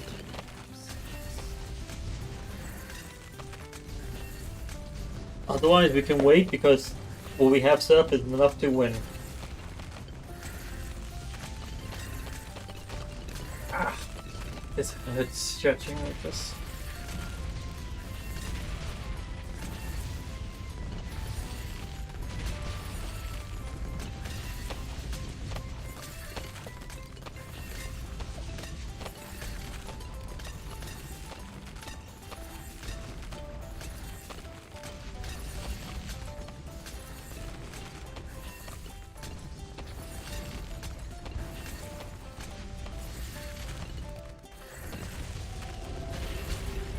Oh, Buccaneer? Okay.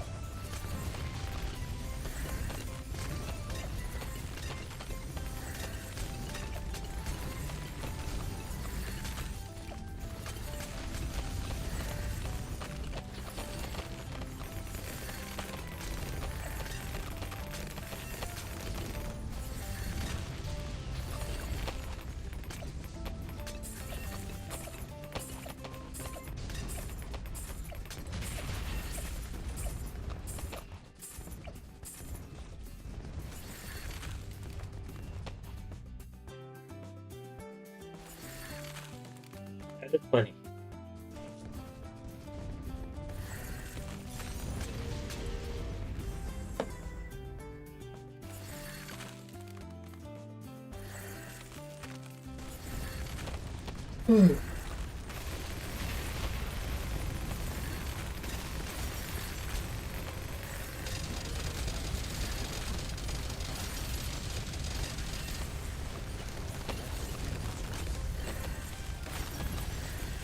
Was Dreadbloon want to get Paragons of different categories each time? It is nice how much synergy there actually is between some of the Paragons of different categories. That is honestly a nice thing. Okay. I got Monkey Finance Shear for generating the most amount of cash. Sarah got Pop Master for popping the most amount of balloons. My main popping tower was the Ninja Paragon. Sarah's was the Tech Shooter Paragon. Rewards: 125 Monkey Money, 25 trophies, 1 Tech Bot Power, a normal Dreadbloon Medal, and a 302 Boomerang Monkey Insta Monkey.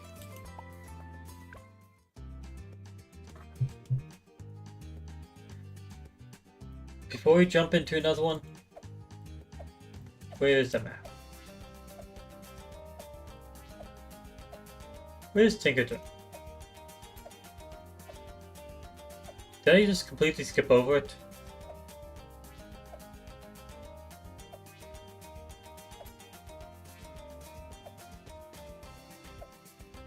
Where is Tinkerton?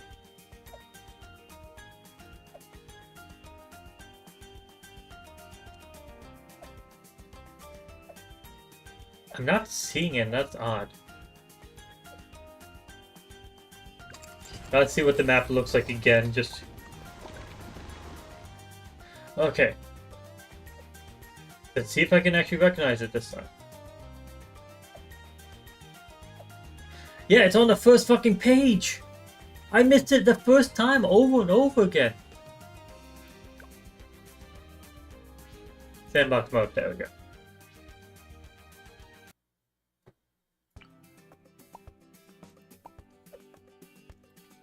Just want to see placement I can do for banana farms. So I had this, I had this.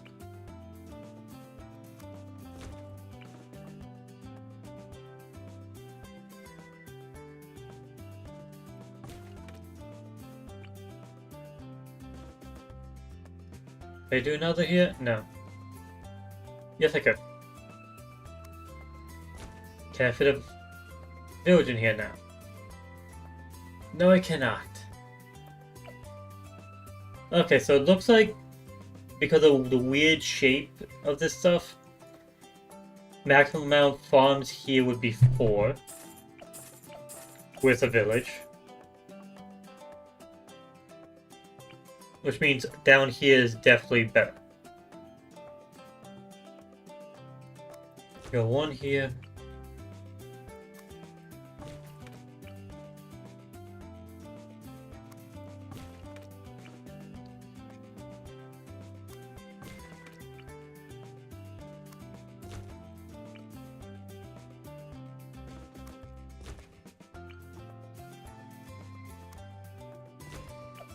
Yeah, this one we can get at least 6 this way.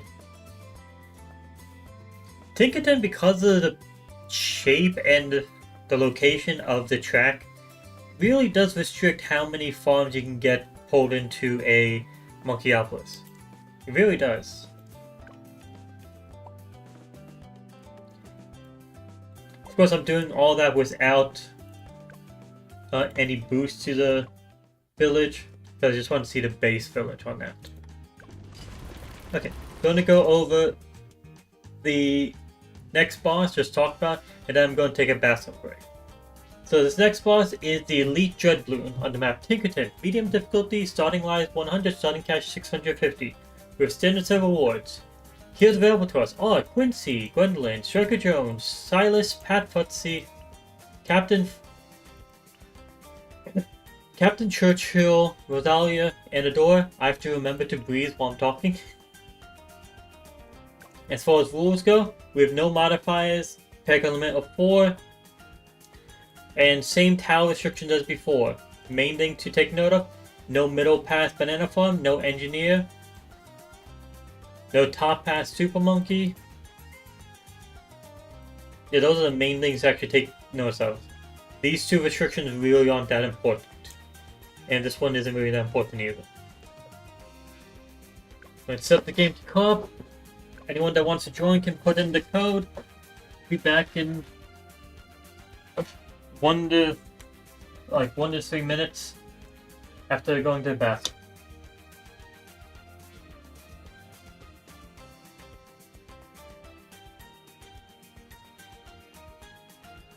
I was going to mute the mic.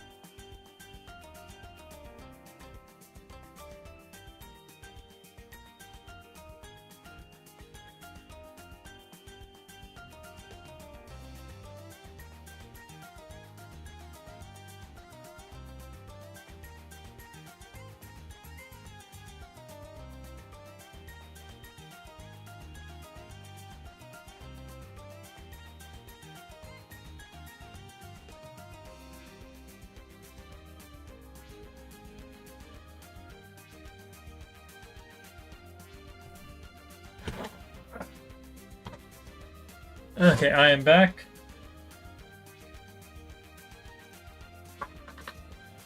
Purple Dolphin 2 is in, and doesn't seem like Sarah's in. There's no Sarah said depends on how fast we were, so.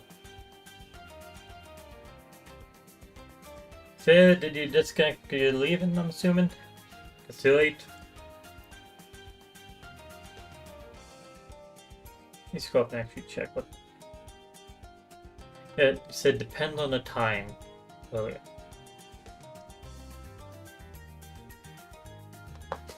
I'll wait one more minute in case anyone else wants to join.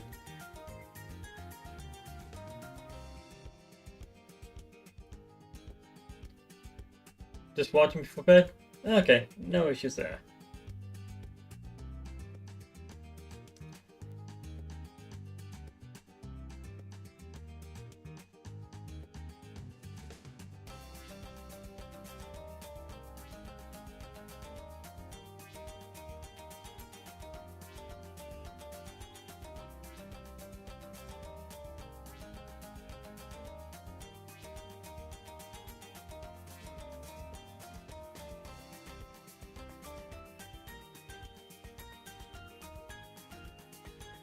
This time, I'm going to be trying out the Super Monkey Beacon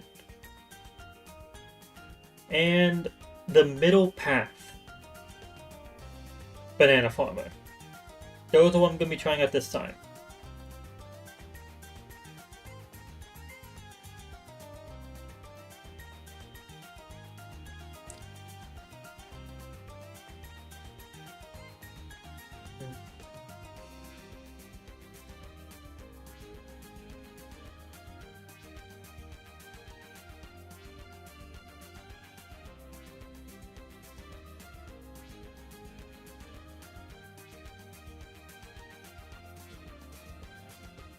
Let's see, say, I am Purple Dolphin 2.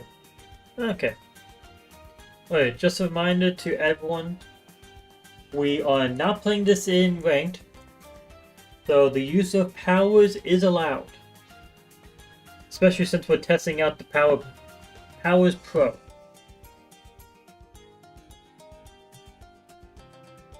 Also, auto start should be turned off.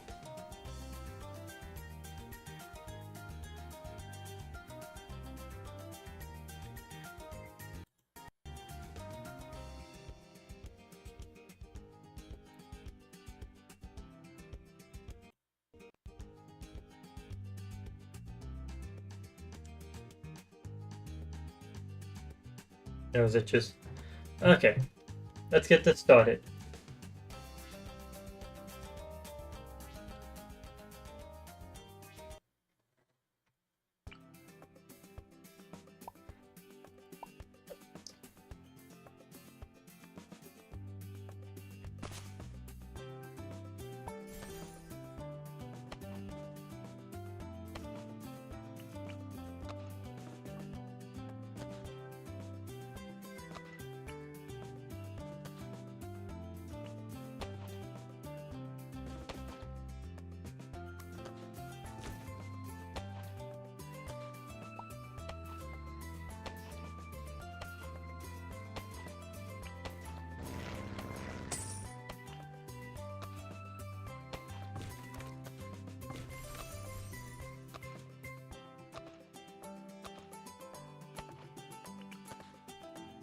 The one Banana Farmer Pro here. Keep it slow for a moment, so it's setting up.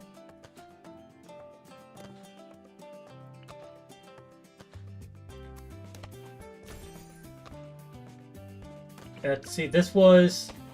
We're at 7,300 experience. How much do we get for actually placing one of these?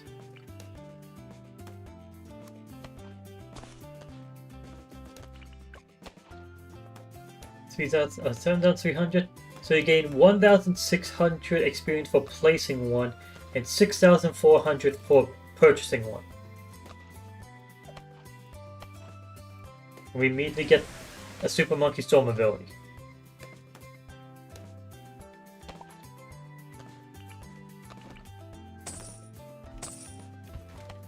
Okay. Now, finally, Middle path. Camel bananas, regrowth bananas, banana connect. Okay, let's see what happens when we connect this. And Banana Intelligence Bureau. So that's a regrowth banana. And okay, so they are collected and then immediately start to regrow from where they were.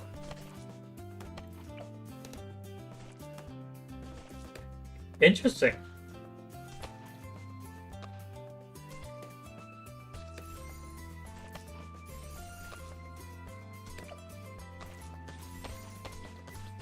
And this is mainly applying just to this one because I connected it with the Banana Farmer Pro.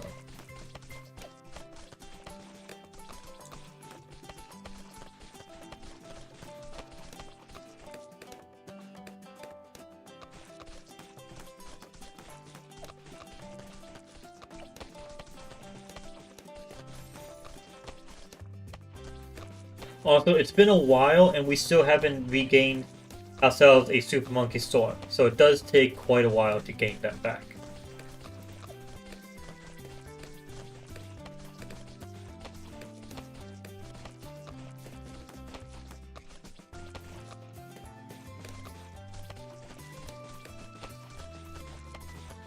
Yeah, we need more money, I can agree with that.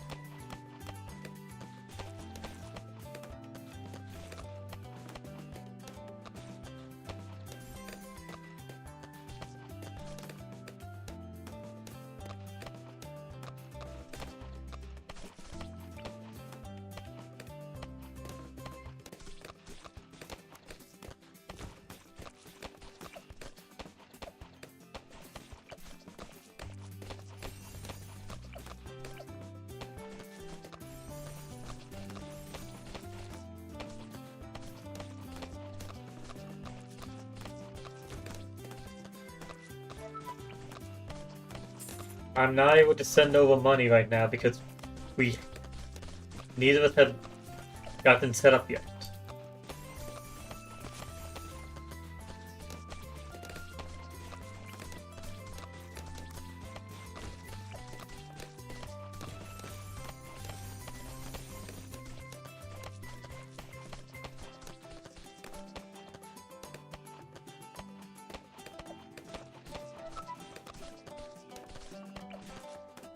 It does seem like this one is producing way more than the others because of being connected to with the Banana Farmer Pro.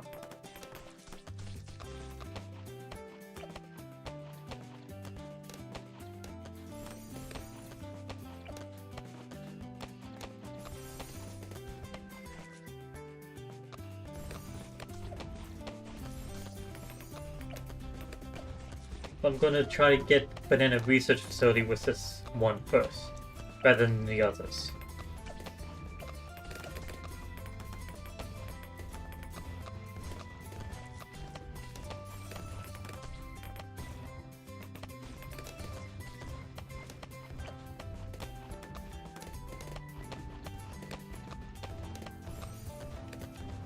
See, so I usually toss it out boxes, so do those become regrowths? No, it seems like the regrowths are still banana shaped.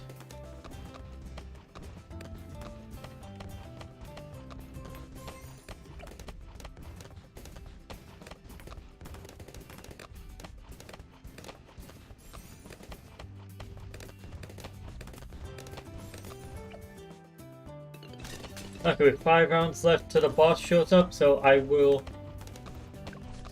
turn off auto start because I'm the fucking idiot that had auto start on this entire time. I did not I thought I had it off, but I forgot I turned it back on. That's on me. That is on me. Holy shit, am I stupid. Ah!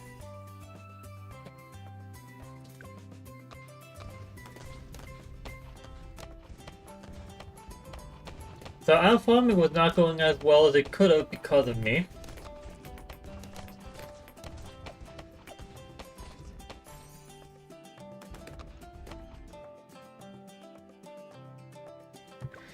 I'm just gonna save up money for popping power now.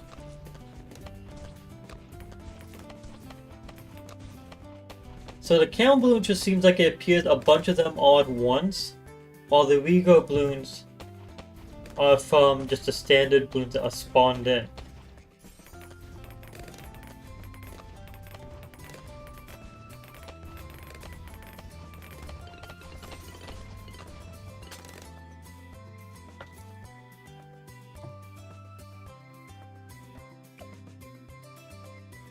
I'm going to send you some money. Can you put this towards your glue gunner? Make it like a 520, so we can deal with the rock bloons. That is not... Whatever.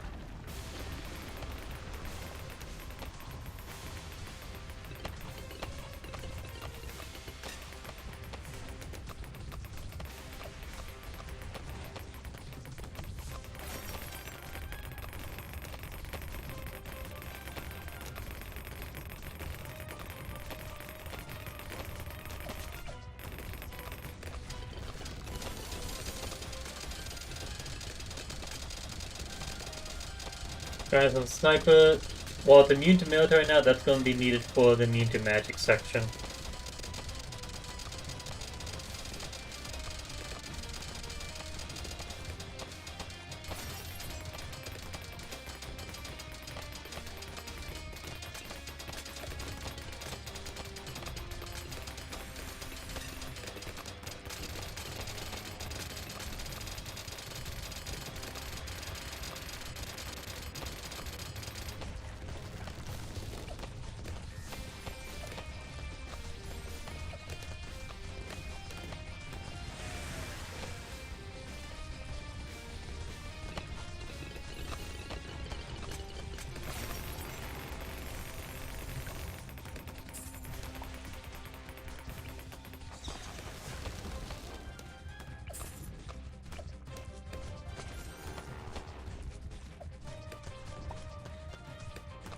Okay, having him target camel bloons first.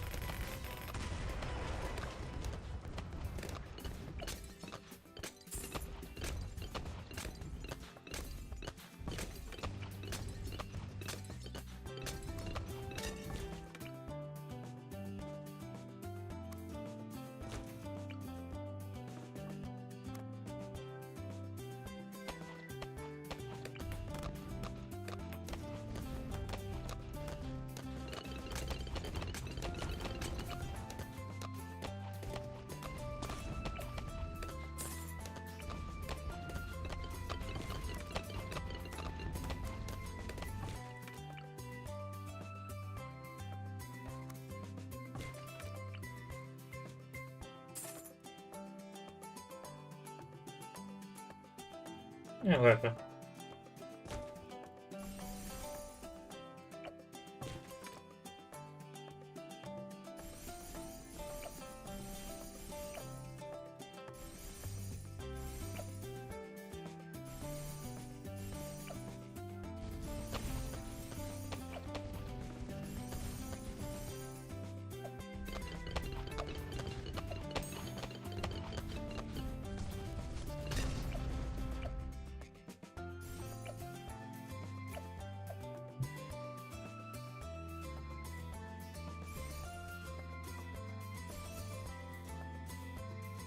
There you go. Upgraded the Super Monkey Beacon, Tier 2 middle pack.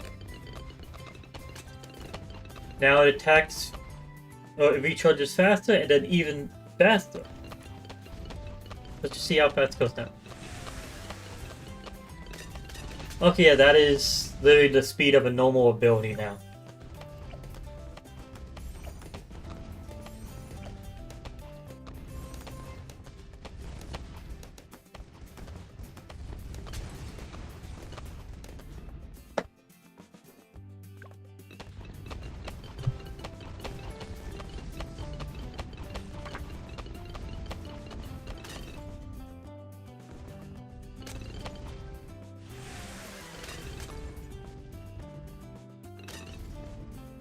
Hello, Dreadbloon Gamer. How are you doing today?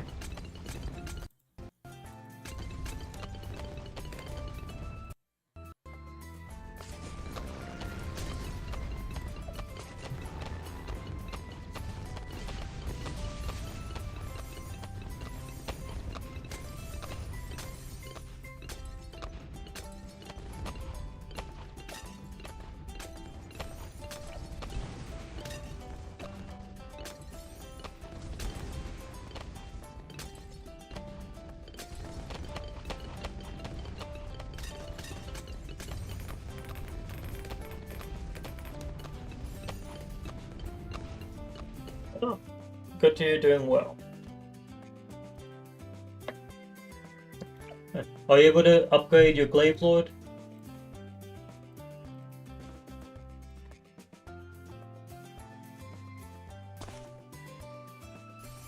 What? We have magic popping power already. We don't need that. Not yet. We need popping power that's not magic.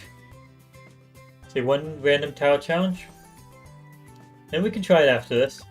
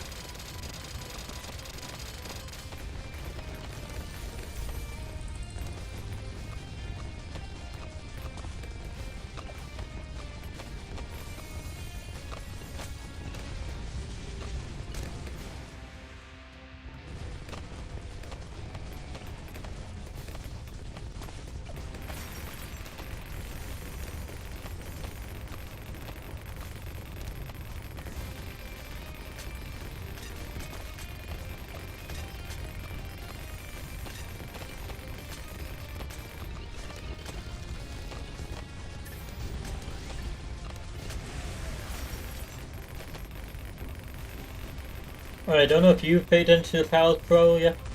I like them. They're too expensive to initially get, though. That's my opinion right now.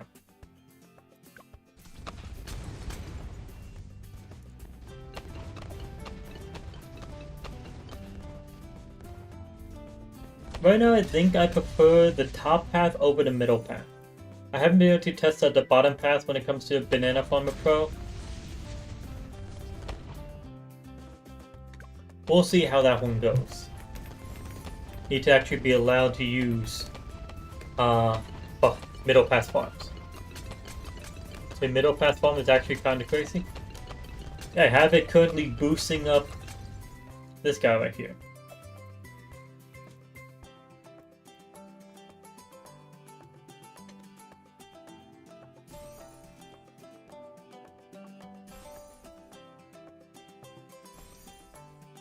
There's so much more income.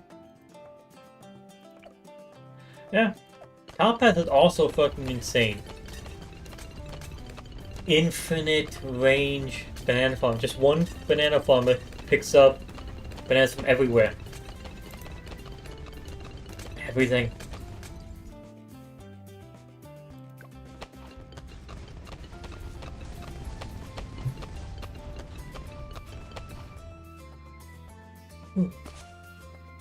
Yeah.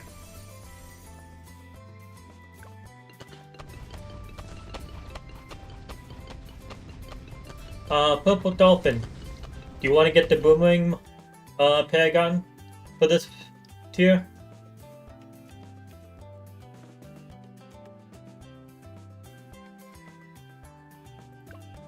Just gotta get down your tier 5s. I'd say we used your Glaive Flow to become a Glaive Dominant, so.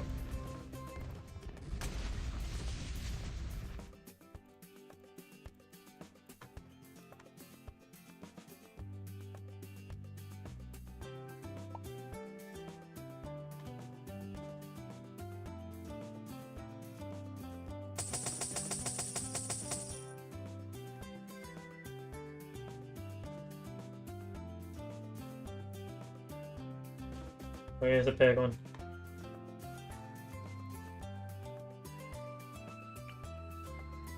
Get your boomerang.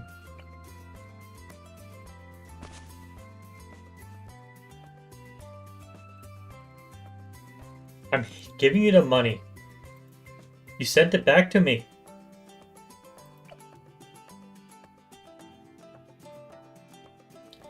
Get down your tier 5s.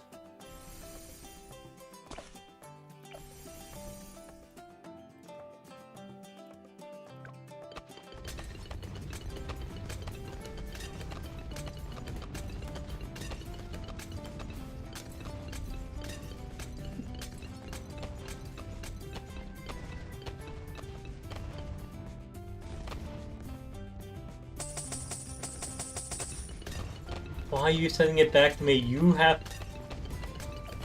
the boomerang in the perfect position for it. You should be the one that... You should be the one to get it.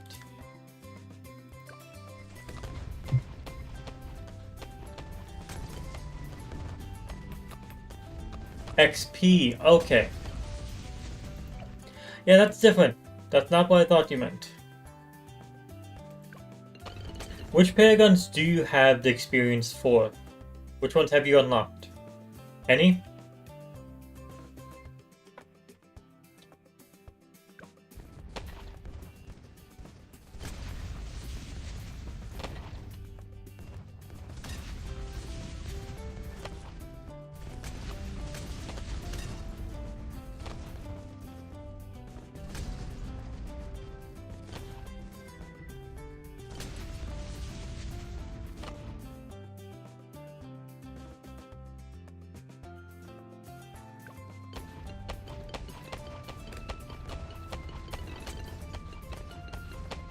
Only the ninja?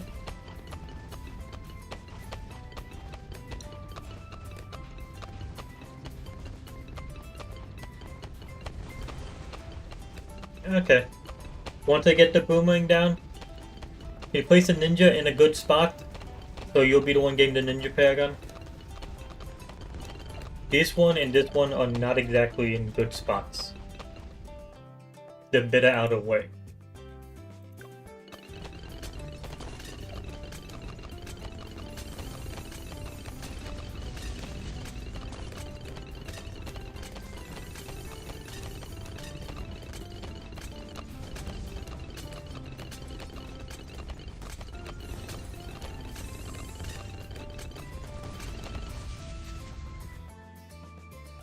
I know you need more. We're not getting the ninja immediately.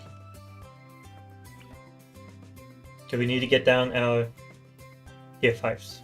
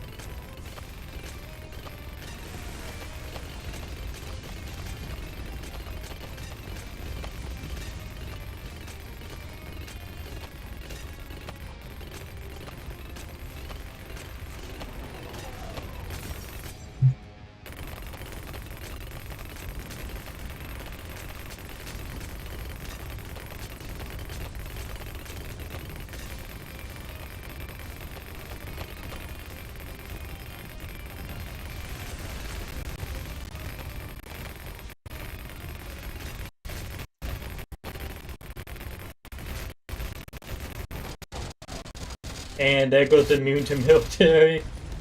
There goes immune to magic. There goes immune to support. Oh, it took so long to get to immune to primer and then just gone.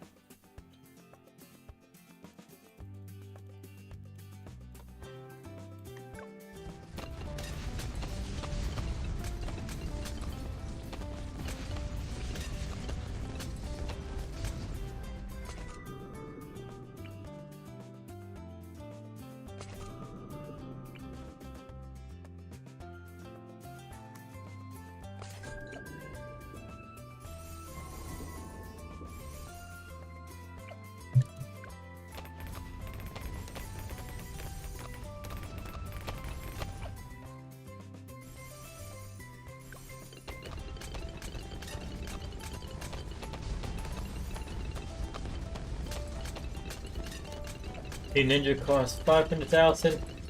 Do not buy it immediately. We want to put more money into it than just the base. I'll send you money on round 100, like round 95, so that we'll have a decent amount extra.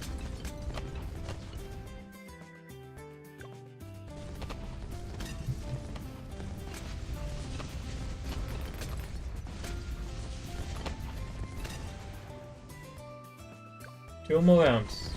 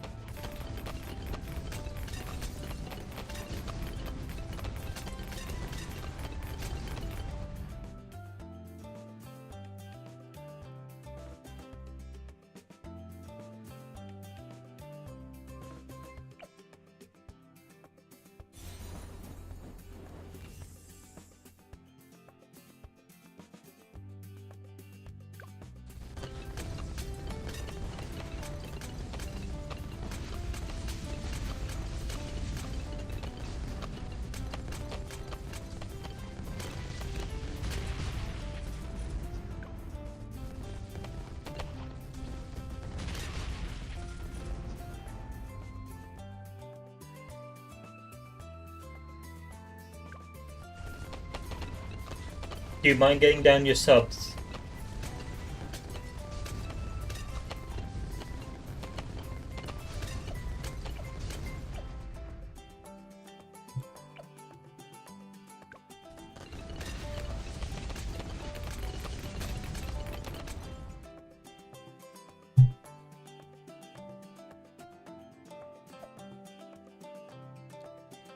$1.8 million.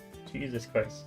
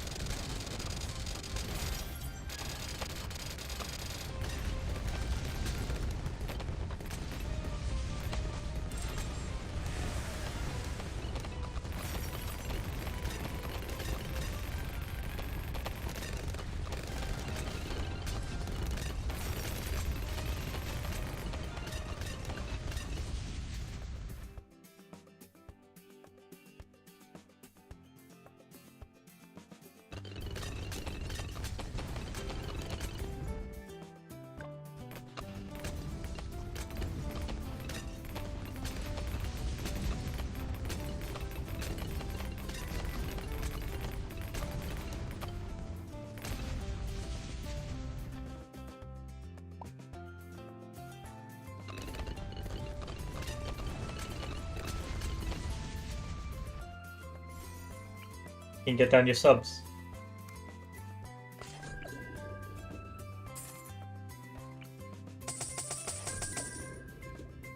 Oh, get down your tier 5s, I mean.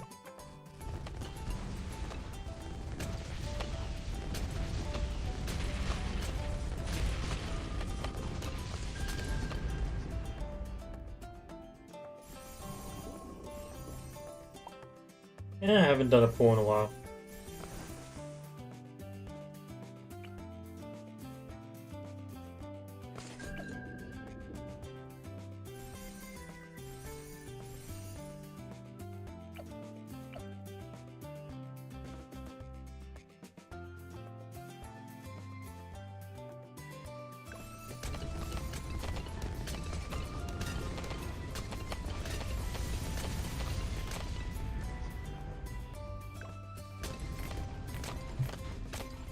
Good. We'll have 3 paragons. That should be enough.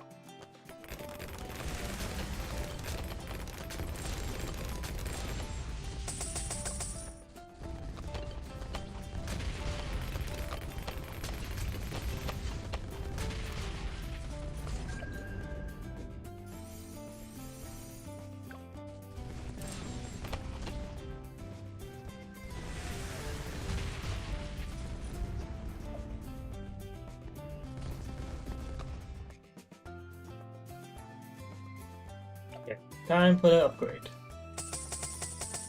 Actually, let me this way.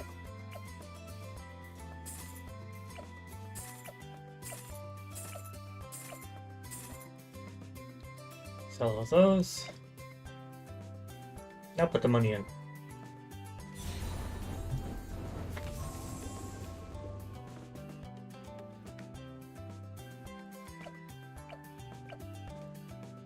Okay, this should go quite easy.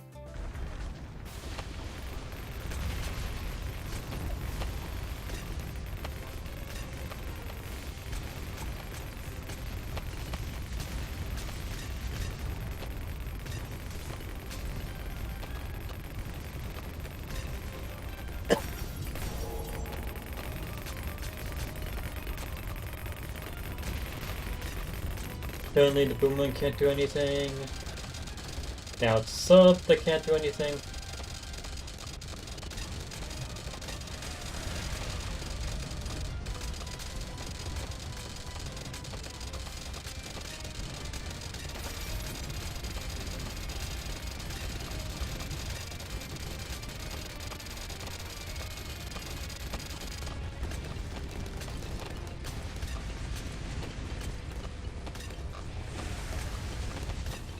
Okay, I've just thought something. Is it possible to beat round 100 with just a Super Monkey Beacon?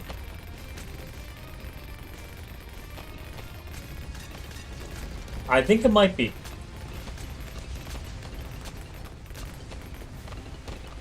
I think it might be. Did one? No. No, I think just one. One middle path Super Monkey Beacon is what I'm thinking.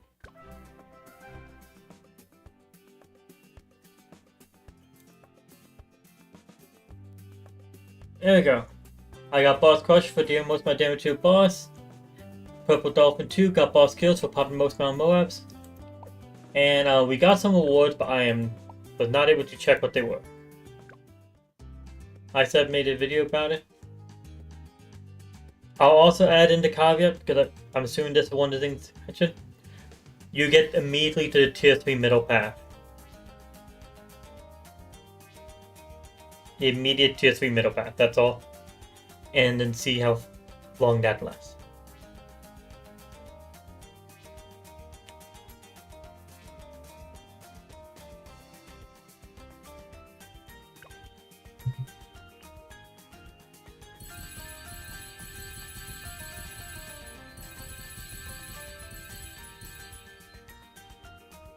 Yay, I spent all my monkey money just in trying to unlock these two.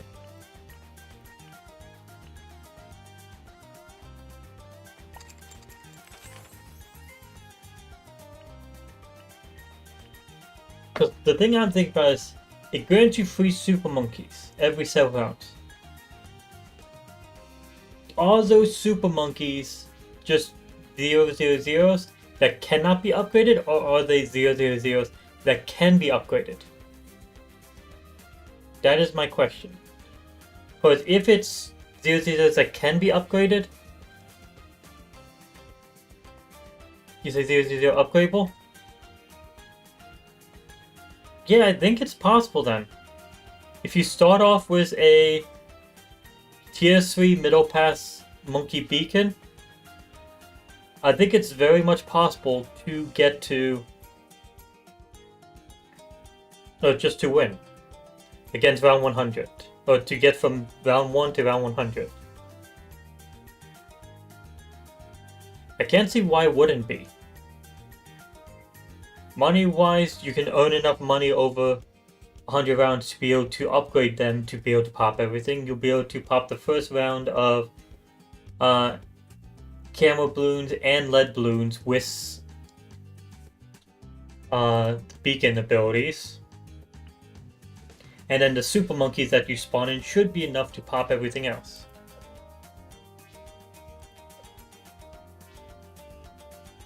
It feels like that should be possible.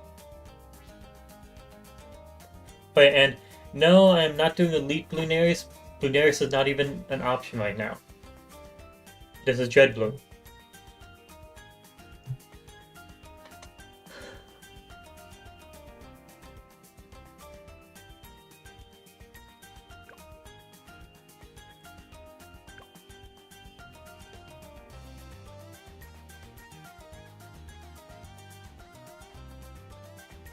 And I need to change some settings actually.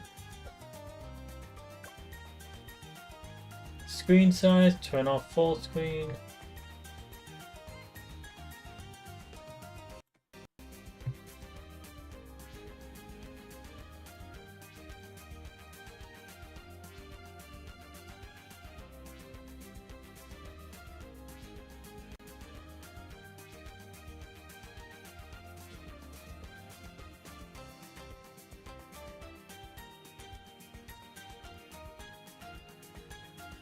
Getting the spinner set up.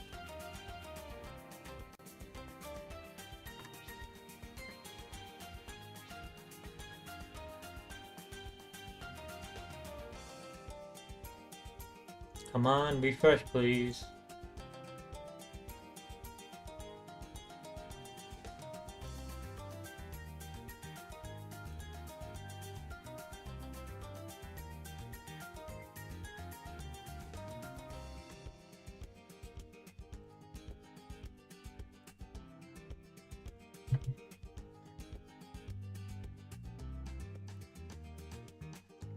Oh, my internet can't be bad right now, right?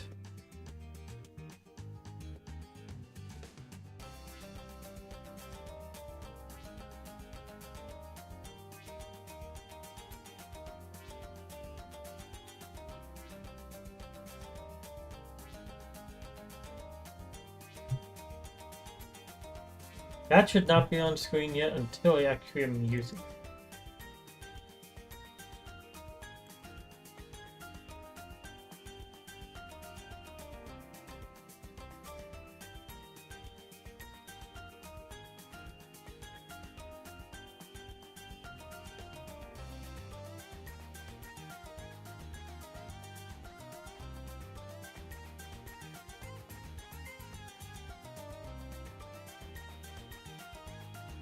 I don't like all this extra stuff being on my screens.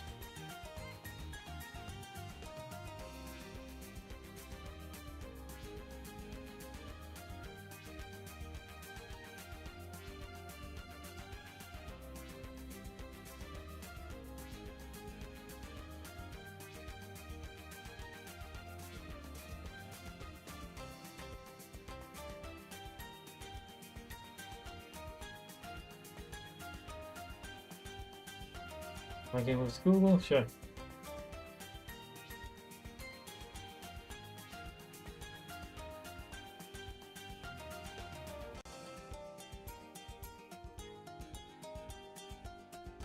I don't know why, but that page was not working whatsoever.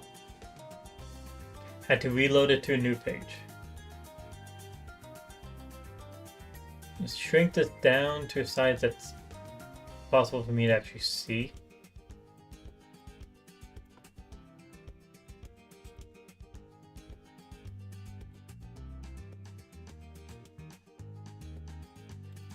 Make this side disappear.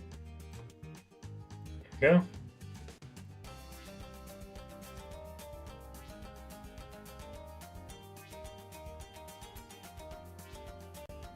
That's not what I meant to do.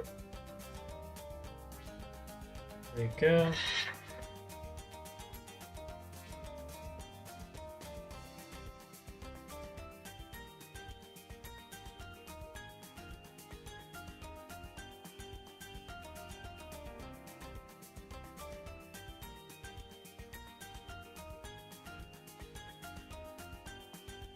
There we go.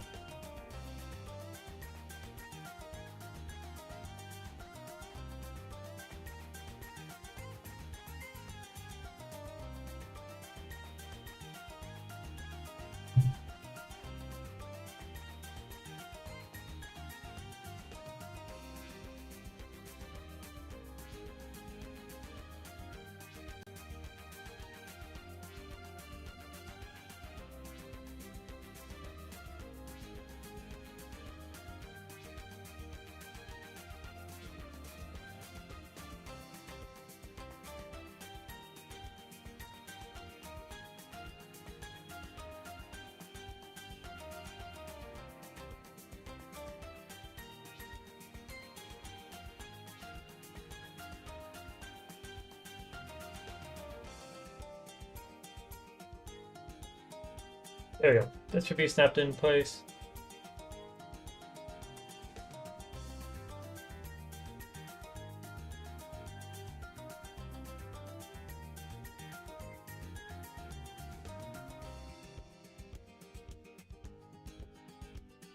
Okay.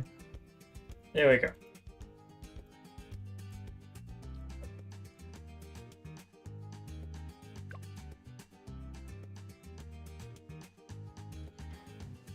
We're doing one more game as Dreadbloon requested, Random Tower Challenge. I will say the spinner does not have heroes on it. Because I've been way too busy to actually deal with that. So, I'll say the first time either of us land on a duplicate tower, we can place down a hero. That's what I'll count as the rule for heroes.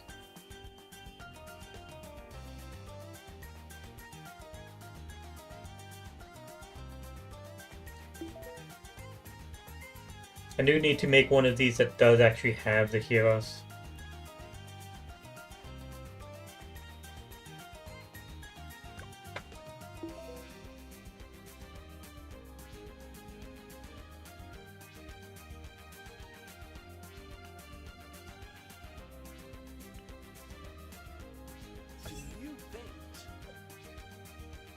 Okay. As a reminder for the rules of this, you're not allowed to place down any powers or instant monkeys. Besides a... Can we get different map? Yes, I will go ahead and switch to different map. But we're not allowed to place down any instant monkeys. We're not allowed to place down any powers, excluding pontoons, pools, tech bots, and the normal Banana Farmer, not the Banana Farmer Pro. That is not allowed. We don't get to place down any tower we want. The tower that we get to place down is based off what the spinner allows. So on the first round, we'll spin the spinner once per person. Whatever farm or whatever tower it lands on is the tower that the person has to get. They cannot say, "Nah, I don't want it." It's the next tower they have to get. They can get that tower once. They don't get to place it a bunch of times. They only get to get it once per time the spinner is spun. And then it will be spun again in 10 rounds. So it's going to be doing on the first round, then round 11, round 21, round 31, 41, 51, 61, 71, 81, and then 91 will be the last round we spin it for. If the spinner lands on a tower that is impossible to place down, like let's say a Buccaneer on a map that has no water, then it counts as a skip and you just get no tower whatsoever for that turn. If you spin on a tower and it lands on, let's say, Super Monkey, and you cannot afford it, you have to save up in order to get it. You cannot buy another tower until you have the Super Monkey, and you cannot purchase any upgrades until you got that Super Monkey. So let's say you have like 5 Dart Monkeys down and you land on Super Monkey, you have to get the Super Monkey before you can upgrade any Dart Monkeys. And let's say you're waiting for the Super Monkey and you spin again. And land on another tower, you still have to get the Super Monkey before you can get the next tower. I think that should cover pretty much everything, except for this one-time rule. The second time you land on a tower, you have the choice of taking that tower or going with a hero. Because I don't have heroes on this spinner right now.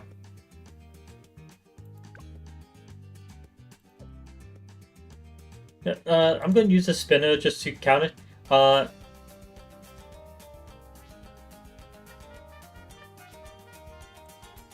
Starting with Dart Monkey, 1, 2, 3, 4, 5, 6, 7, 8, 9, 10, 11, 12, 13, 14. The 14th map. 6. Oh, okay. 12. Candy Falls. That's not hard enough. Candy Falls is not hard enough. So other way to counter would be the second category. So intermediate. Let's see, 7th map on that. That would be Koi. That one's better. We'll go with Koi.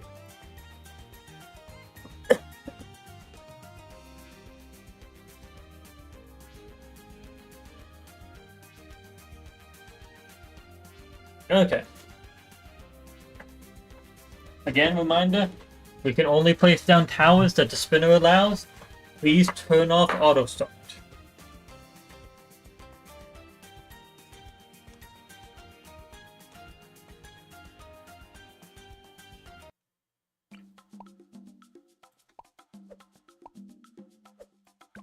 Auto starts off.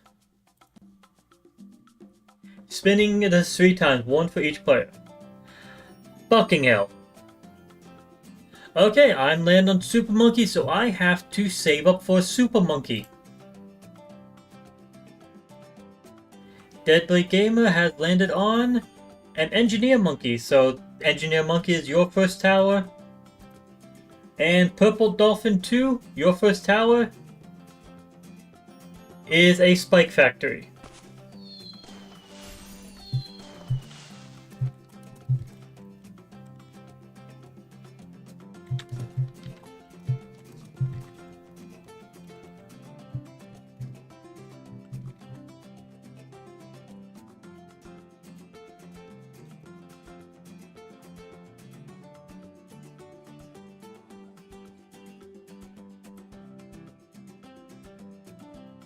I need to make sure that that is actually typed and sent to both.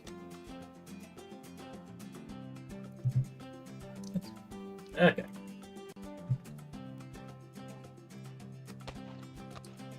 So I'm saving up 3,000. Nope, actually I'm sending money to Purple Dolphin. Please get the Spike Factory first, because it's going to be a while before I can get the Super Monkey. So that was round 6 we started on. Round 11 is the second round we get towers on. And it's going to be every 10 rounds after that. Hello G55, how are you doing today?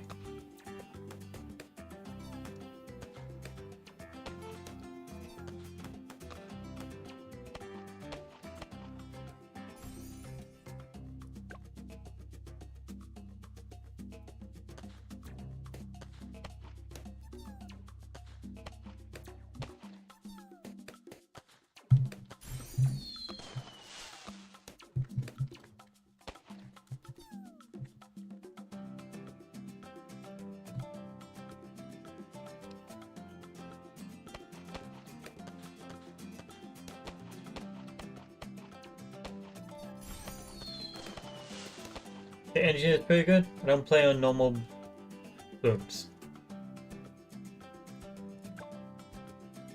Ah.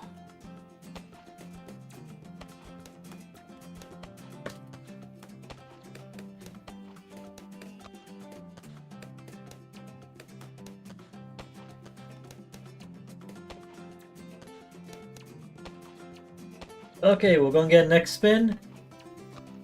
Remember, until you get whatever tower we land on now, we can't purchase it. So I have to get the Super Monkey, then the Beast Handler.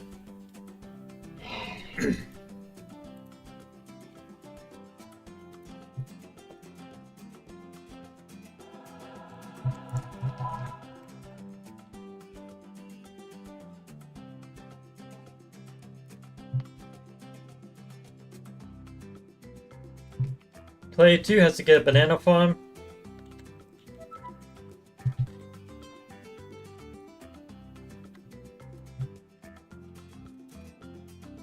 I'm trying to keep track of this stuff.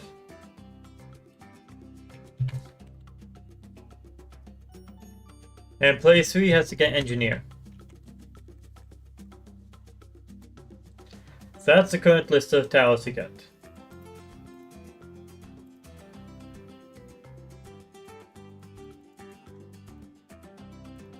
Remember, you cannot purchase an upgrade to the towers you have currently until you purchase the towers that the spinner gave you. So Dreadbloon Gamer can't upgrade his engineer until you get Banana Farm, and you can't upgrade your Spike Factory till you get your engineer. And I can't do shit until I get a Super Monkey and a Beast Handler. I know you need more. No one has money.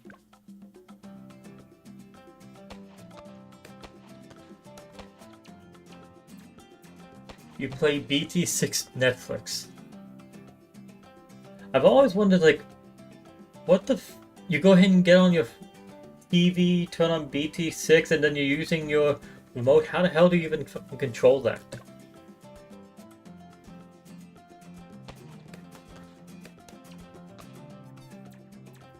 Can I believe in you? Honestly, it more depends on everyone else than me right now. Because I'm just stuck here waiting.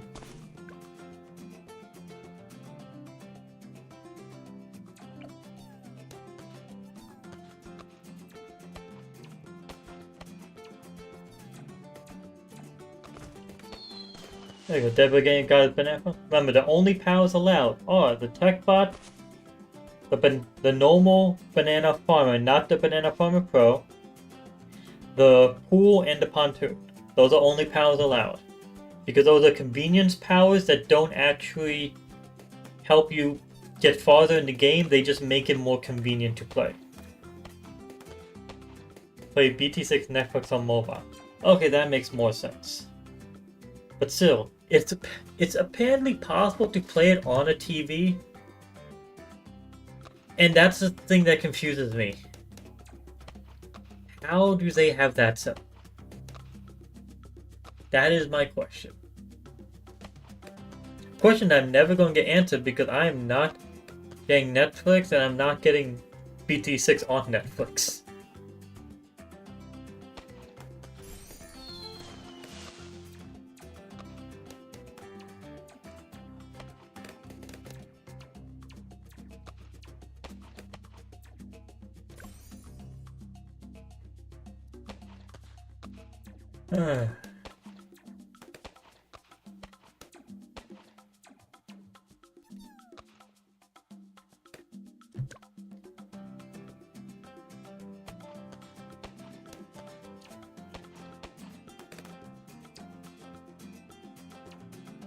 And we have a next spin. Who pressed play? Okay, I got Moon Monkey.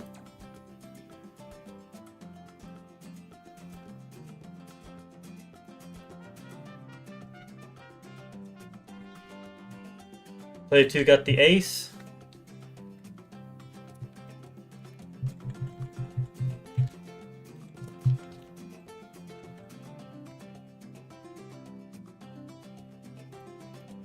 Let's see, player 3.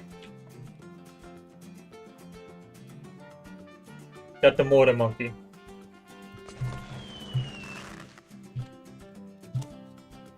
There we go. I have 3 towers in the queue waiting to be purchased now. Dreadbloon Gaming needs to get an Ace, and they got it already. Purple Dolphin needs to get a Mortar. I need to get way too fucking much. Luckily, once we have the mortar down, we will have lead popping power. We already have camel popping power.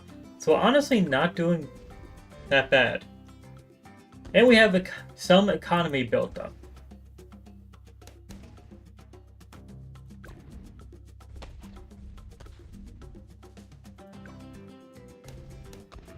Only thing that we're really missing right now is actual popping power. Because right now, this is not much.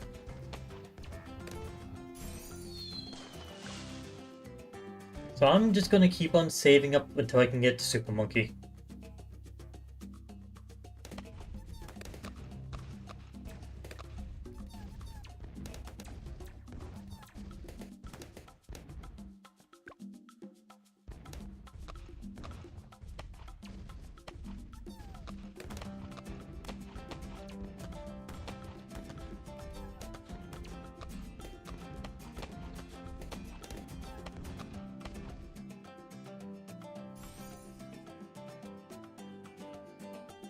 You have everything on BT6?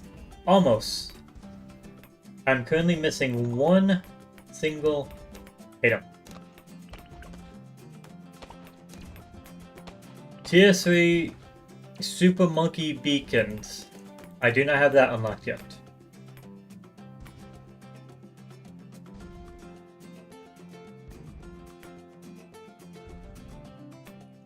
And there we go. Okay, we managed to pop all of them.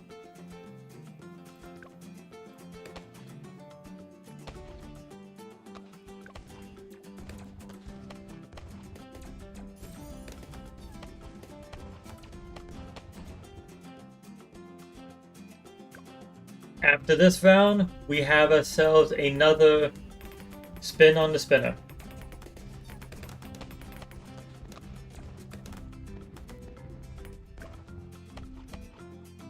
And that's the last of our road spikes at the end. Who presses play? We have to spin first.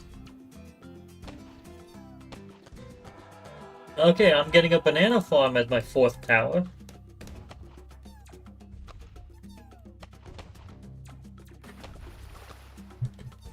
Deadboy Gamer needs to get down a Mermonkey.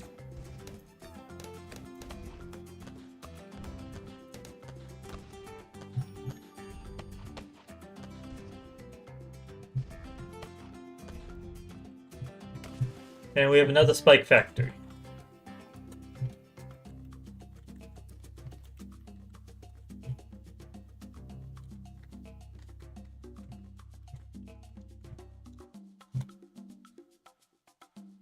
There we go.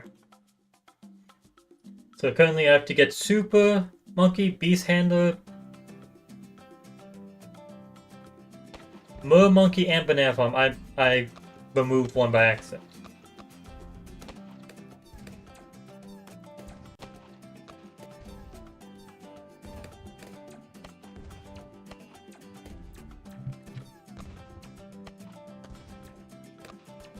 There we go. My list is fucking long at this point.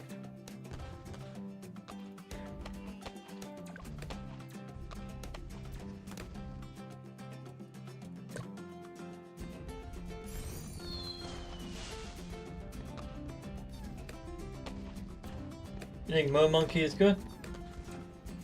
Yeah, but I'm not sure about it on this map. This isn't exactly an ideal map.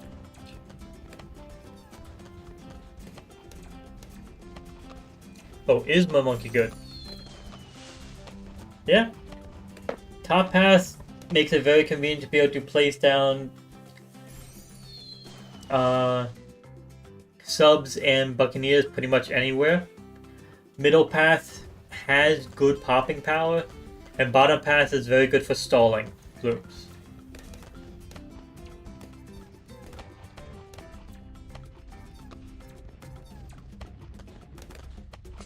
Don't have my monkey yet? Give it time. Oh yeah. So that list of towers that we have, the ones we currently have out, and the ones that we still haven't purchased, is all the towers we're getting for the first Moab. I am placing down a Super Monkey. No fucking doubt on that. Basically dead center. Now I need Beast Handler, just 300. You can go over here. Now I need a Mermonkey.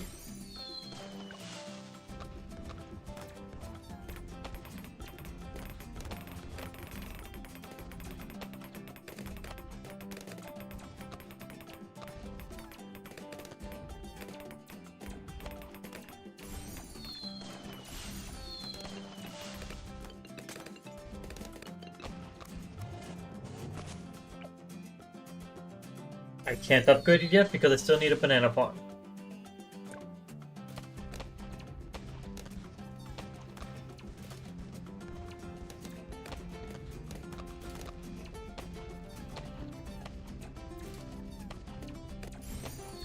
You have the Outlaw Desperado? Okay. Here we go. Round 40, we'll be able to handle the first Moab.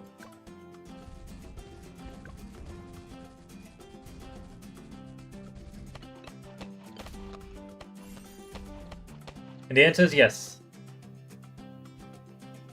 Okay, next spin.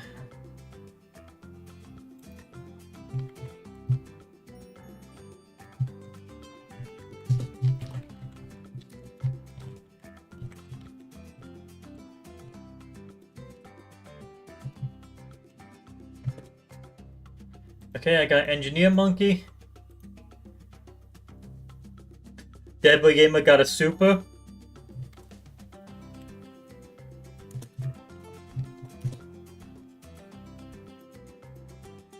And Purple Dolphin got a Banana Farm. Game mode, do you think is the hardest? Half cash.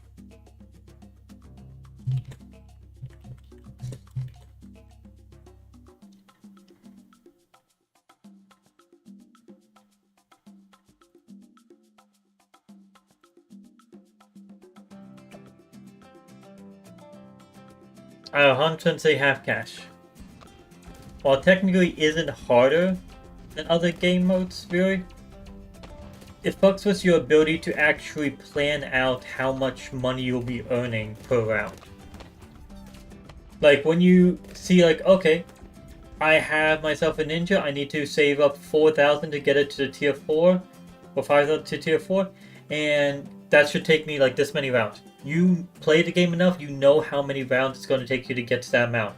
Half cash makes it extremely difficult to actually know that, because the amount you earn each round is different than normal. And we lost. I do not have the monkey money to press continue. So, yeah. We lost to camel balloons. And there was literally nothing I could fucking do at any point about that. I still haven't gotten to my queue of towers.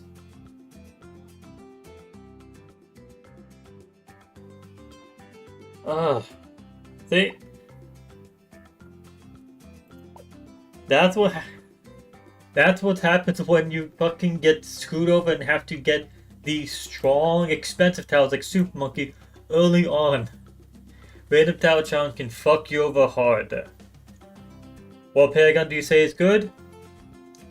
All of them are good for certain uses. I would say the best one to start off with is definitely Dart Monkey, because one, it's the cheapest. Two, it is... you can get 4 tier 5s with, if you have the monkey knowledge for it, allowing you to get a decent pack or decent level of it. And 3, it just has... it's good all around.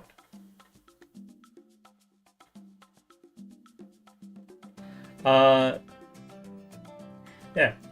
That would be the one I'd first suggest getting. Boomerang is definitely an early one I'd suggest getting. It's another good all-arounder. Not too expensive. Tack Shooter is also not that expensive. Very easy to get. One issue, it does not have camel popping power. You have to give it camel popping power in order for it to pop DDTs or camel balloons. Let's see. Next one, Sub. 2 issues. Actually, 3 issues. 1, you have to place in water. 2, its range is based off of other towers. And then 3, its ability, when you have it as a Paragon, don't ever use. Never. It's better to just leave it attacking steadily than ever to use its ability when it's a Paragon. Yep, the Tack Shooter does have a Paragon now. Right here. Crucible of Steel and Flame. That is one hell of a metal name. Let's see. Next Paragon, Narok of the Seas. My opinion, still the best Paragon there is. If you're not doing a boss event, this is the best Paragon. It completely destroys every single Moab, BFB, DDT, ZOMG immediately. And it has the ability to instant kill bads as well. So, I count this... Oh, and it has infinite range. And it produces money. So it's just an all-around amazing tower. The only issue I say with it is that you have to place it in water. Because it's a boat. When did Attack Shooter 1 come out? There's been a few updates. There's been a few. Like, somewhere between 3 and 4 updates, I think. Probably 3. That's... Next Paragon, Goliath Doomship, the Ace Paragon. The best Paragon for just pure damage against bosses, without a doubt. Requires some micro when you want to actually use its ability. Its main popping power comes from its ability. And it is very expensive. On easy difficulty, 900,000 to buy it. On impossible, like we're playing right now, it's 1,080,000. It's expensive. Next one we have, Wizard. This one is basically a more extreme version of the Ace. It is cheaper and weaker, but it is also more difficult to control and get right. It requires more micro and more control. Next one, Ninja. This one, very good. You just place it down, it works. It's medium when it comes to price for Paragons. Only issue I'll say with it is when you fight against the Blastopopolis Metal boss event. His main attack, the sticky bombs that he throws, will be melted off and don't actually damage the boss. So his main weakness is just that one boss. That is it. Everything else about this Paragon is good. So this one I would actually suggest being your second Paragon you unlock. First one would be Dart, second one would be Ninja.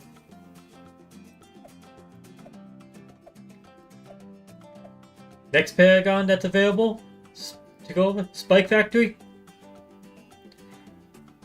It's everything you want from a Spike Factory Paragon. It's very expensive, extremely powerful. I have zero complaint about it. It is great. But again, very expensive. And lastly, Engineer Monkey. This Paragon, it's on the more expensive side when it comes to Paragons. It's above the medium expense, below the higher end ones. As far as popping power goes, it's decent. It's again around middle of the pack when it comes to Paragons in popping power. But it does have infinite range with its 3 different types of turrets that it has. And it has the ability to boost other Paragons. I would not suggest starting out with this as a Paragon. I would say make this like the second or third Paragon you get in a game. So not even like first or second to unlock, but first it's like second or third to buy in a game, because its main features really is improving other Paragons and then having a decent popping power. So that's my view of all the different paragons. What's good about them, what's bad about them. Hope that helps so you can decide what you want to go for first. Okay. See, let's give this a try again. Random Tower Challenge, attempt number 2. Please, no Super Monkey. Thank you. I got an engineer.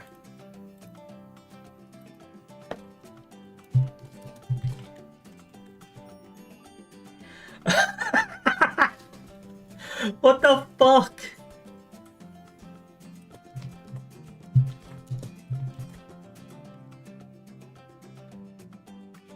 Or at least you have double cash so you can get it earlier. And Purple Dolphin got the ninja.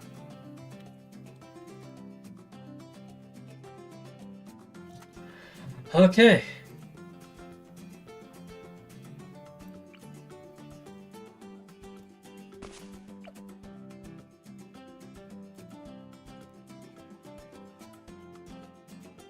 Okay, so I got Engineer, Dreadbloon Gaming got Super, Purple Dolphin got Ninja.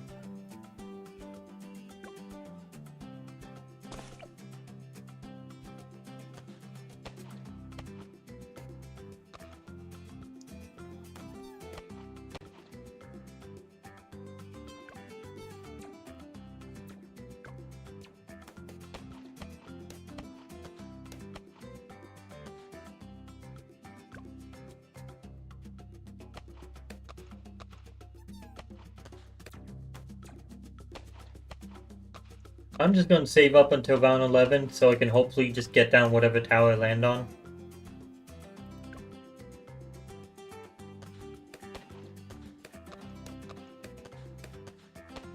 Not having a queue to purchase is very important.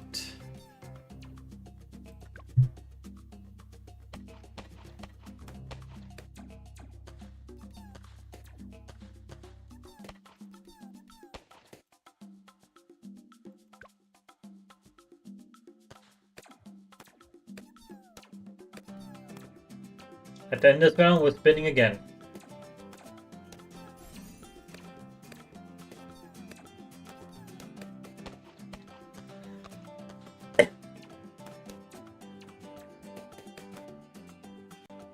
Let's see, what do I get? Oh, Dartling Gunner.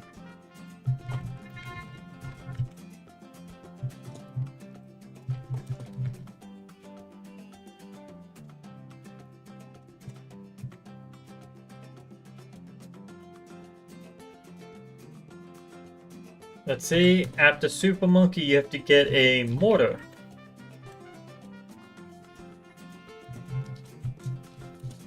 And let's see, Purple Dolphin, what do you have to get? An engineer.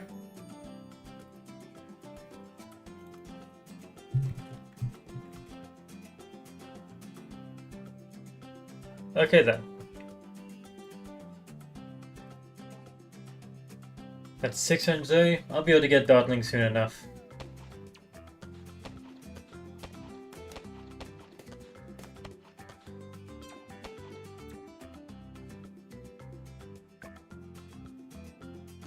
What tower do you say is the best?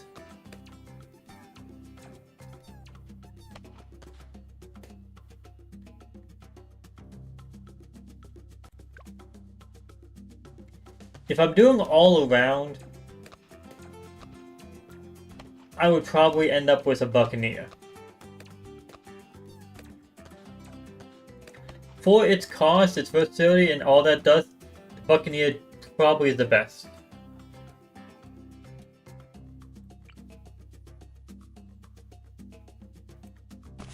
There you go, got my Dartling Gunner.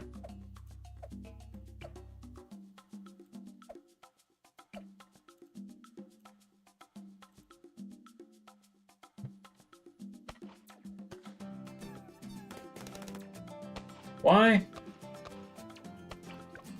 Bottom path gives you camo detection and a way to earn a large amount of money. Middle path gives you honestly good popping power, ability to pop leads, ability to instantly take out Moabs, BFBs, 0MGs, and DDTs. Top Path will go ahead and buff all aces and all water-based towers, give you very fast attack speed and infinite range. And then you have the Paragon, which I said, in my opinion, is the best Paragon.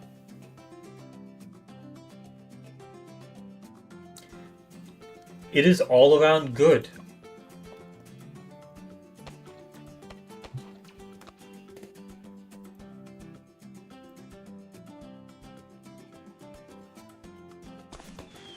Yeah, I was saying that 100. I'm now waiting for you to get another tower added on. We need you to get the Super Monkey down.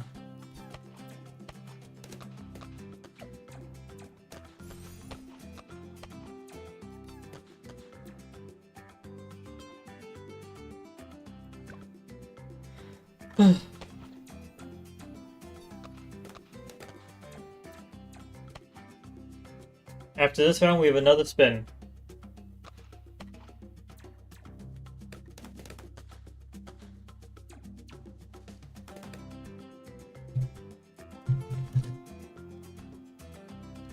Okay, let's see.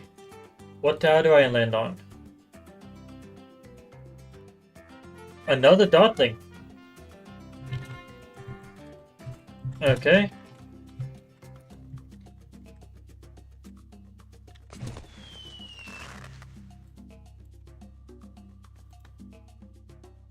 Oh, yeah, I got the mortar. Good. So Dreadbloon needs to get a boomerang.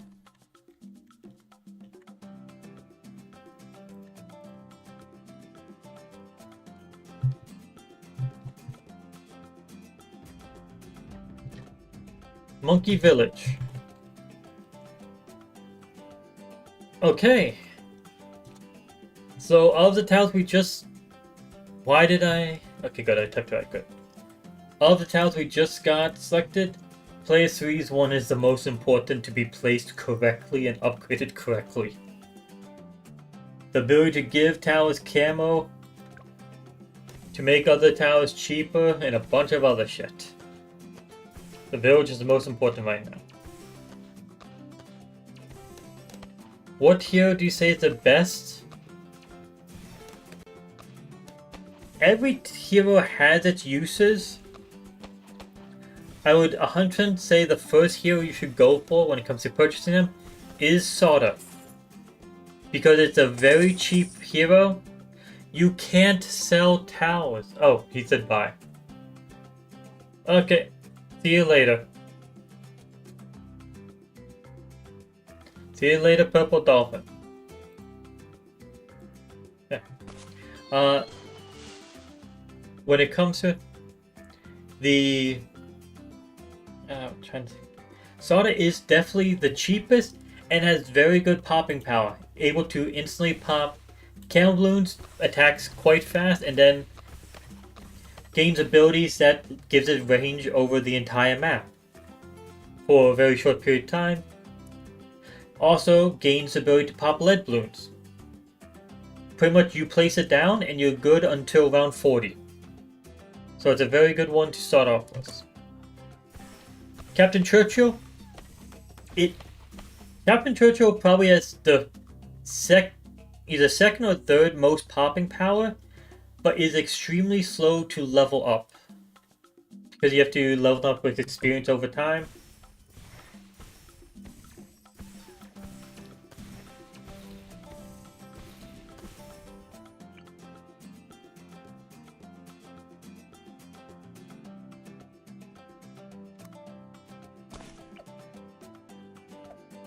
Let me knock this one down. There we go. Now I can actually upgrade.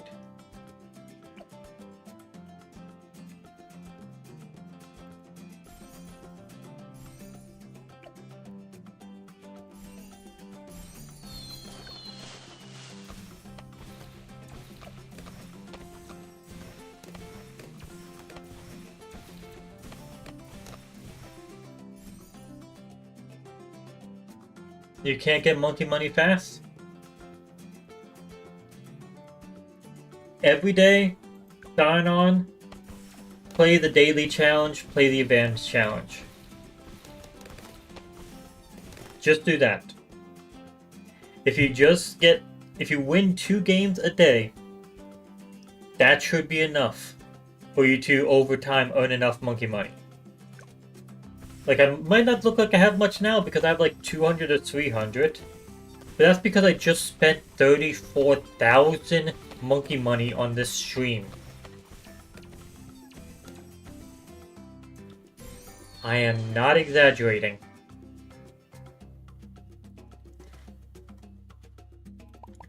That's how much monkey money I spent on Banana Farmer Pro and the Super Monkey Beacons Pro. They're hard? Okay, if you can't do the advanced challenge, the daily challenge is always easy.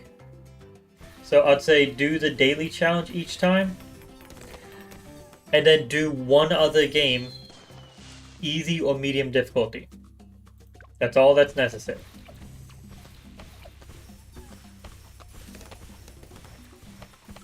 That's all you need to do. One game of easy or medium difficulty, and then the daily challenge.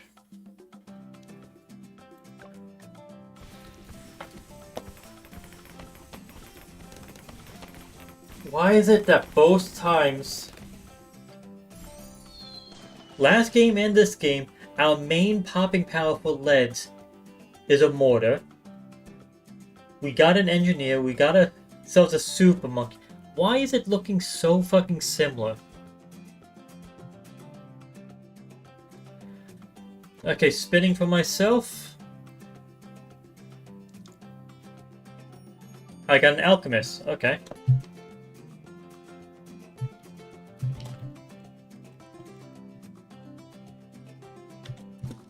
And for Deadbloon Gamer.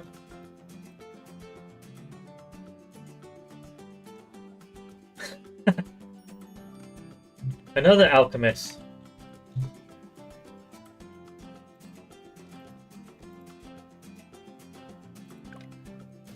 Let's see if Deadbloon Gamer are thinking the same exact thing.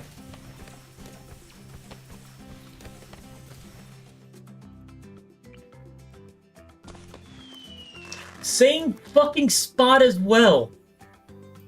I was literally placing it right there. Setting it to strong, and gonna go bottom pass to tier 3, or do we go to tier 4?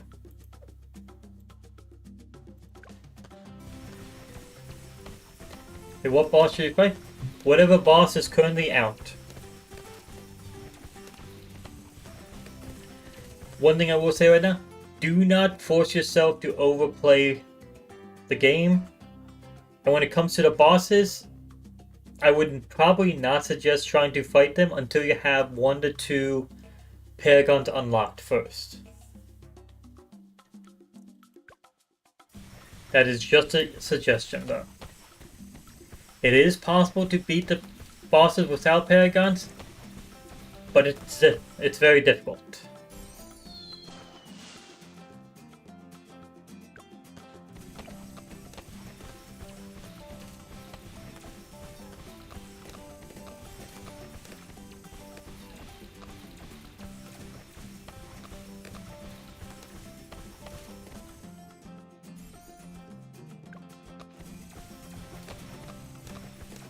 You can fight every boss?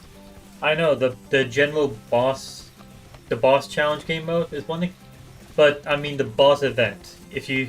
I'd say just see what boss is currently on the boss event, and make an attempt at that one.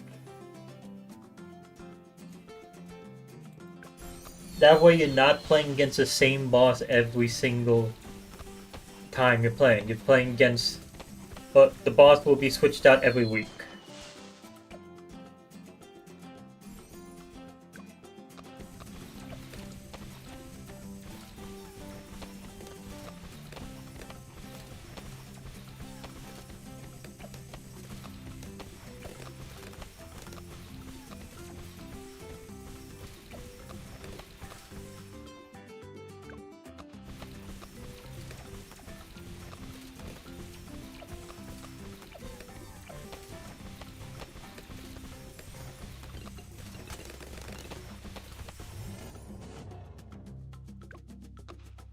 Okay.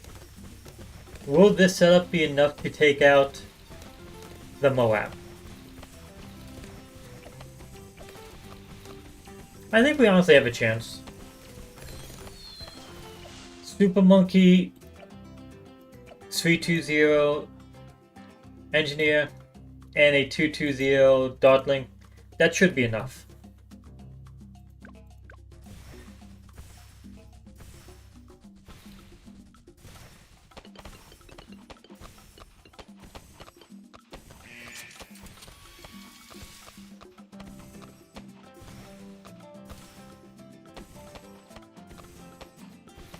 Yeah, we both had to adjust our towers to focus on those. We had enough. Barely, but we have enough. You're gonna use Quincy because nothing gets past his bow. Sure. Okay, so my tower is attack shooter.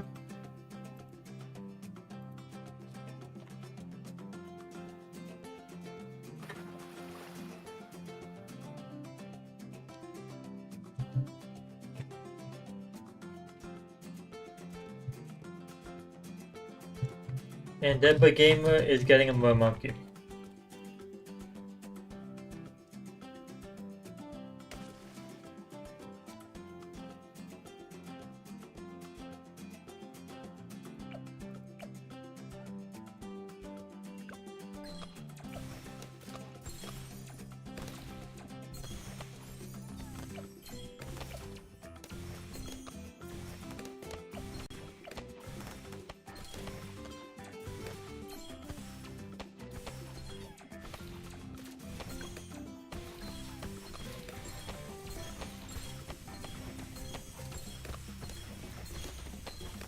I forgot to place on the attack shooter. I'm an idiot.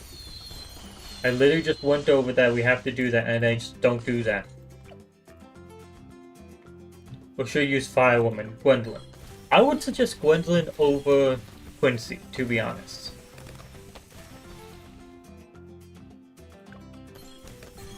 But to be fair, I just don't care for Quincy in general.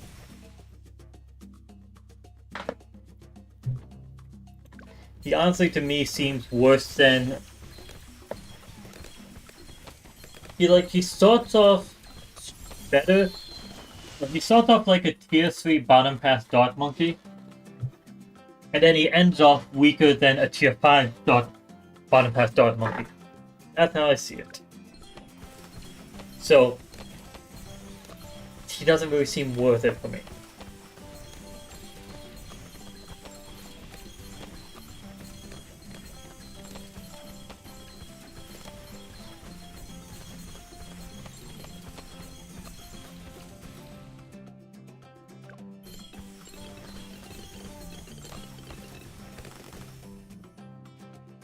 Okay, so we have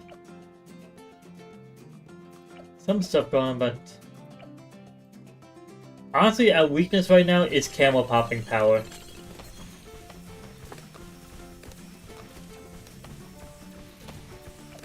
This is what we're currently using, Signal Flare. It's still camel popping power is our weakness.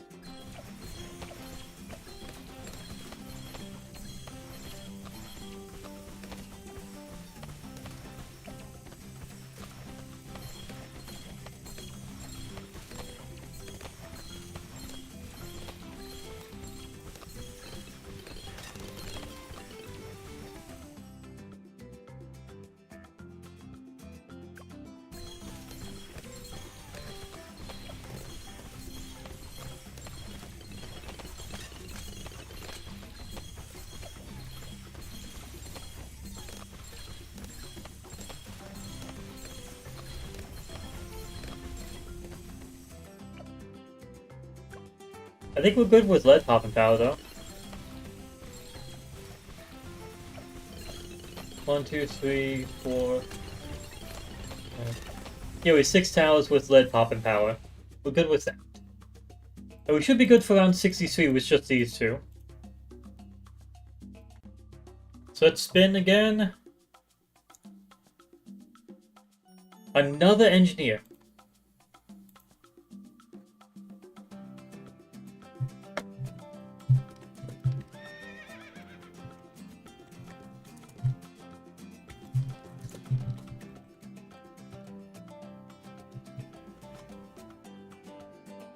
Or should I use Force Man? Open Greenfoot. Okay, I'll say I prefer Open Greenfoot over Gwendolyn, which I prefer over Quincy. That's the rankings of the ones you've mentioned so far. So let's see, I need to grab myself another engineer.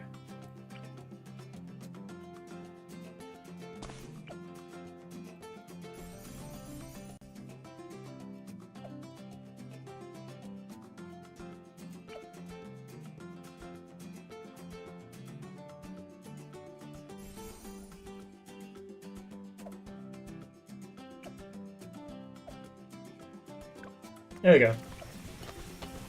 And I immediately went for decamoing, cleansing foam, for the engineer.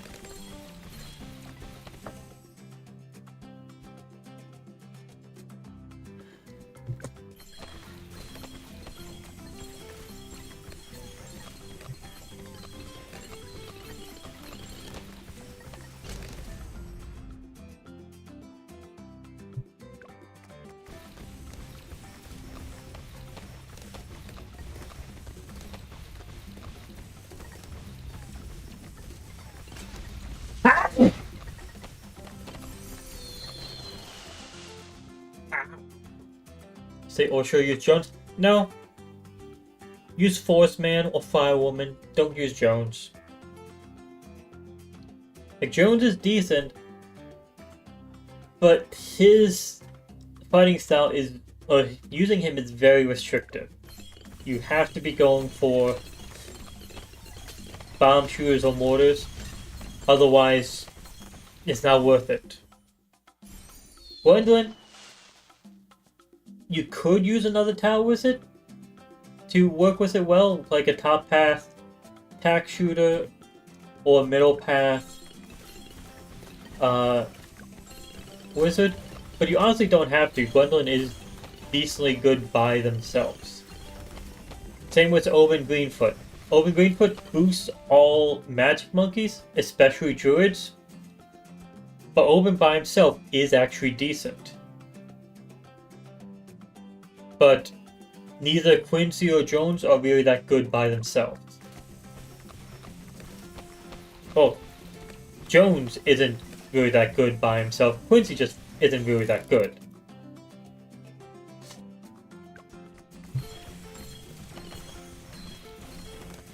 Why not? He's not that strong. He doesn't attack that fast. His attacks do not deal with black balloons or zebra balloons.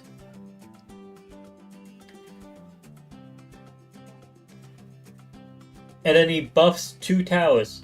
The bomb shooter, which honestly you can buff better with a village. Or the mortar. You're probably not using a mortar. Most people don't choose to use the mortar unless they're going for a challenge.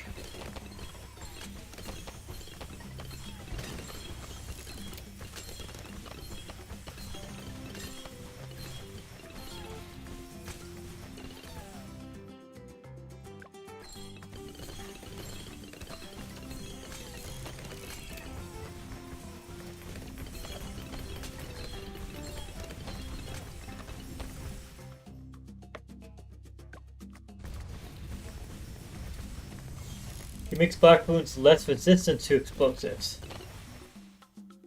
But are they ever completely, or just no longer immune to it? Because, oh, I just saw, with Silas, the new ice hero, they start off by making white balloons are still immune to it. Still immune to ice. Then white balloons are less resistant to ice. And then, at a certain level, white balloons are no longer immune to ice whatsoever. That is good. But then you have Jones, which can't even do that. He makes it less resistant, but never, at no point does it make him no longer immune. No longer resistant. There's still resistance.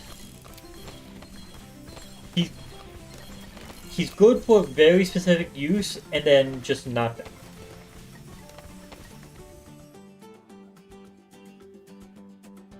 We were supposed to spin. Well, neither of us got any tower. God damn it. Okay, I gotta get Desperado.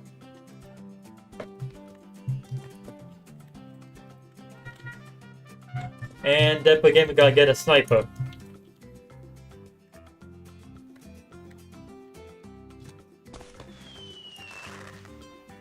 Also, I don't know if the sounds are being picked up from this thing.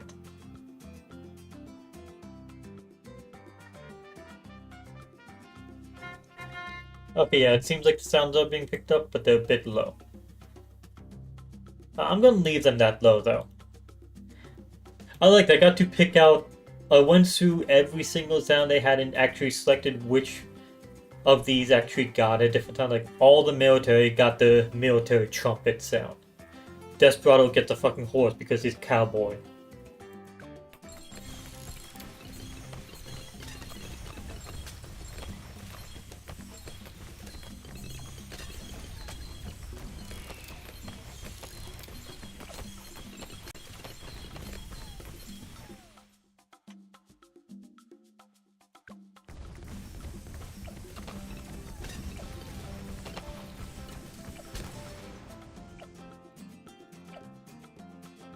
Honestly, since we have Glade Lord, we're still gonna be alive for a while.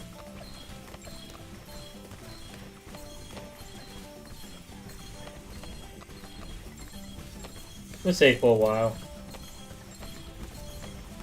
I'm either gonna try to save up for Inferno Ring. Why did I press the spinner again? This does not matter for Atlanta.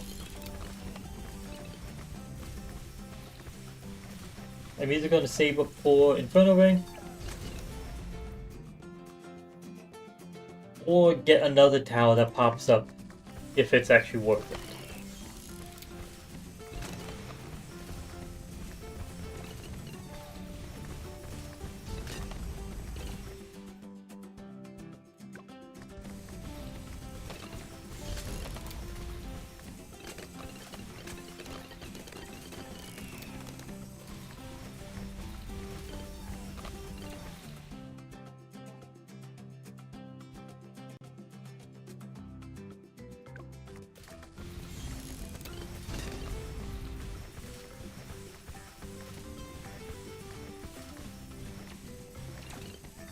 Alright, since you asked about this earlier, I guess I'll talk about heroes.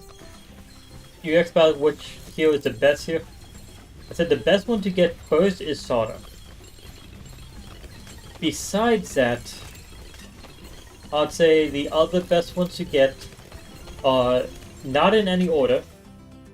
Benjamin, because he earns you money.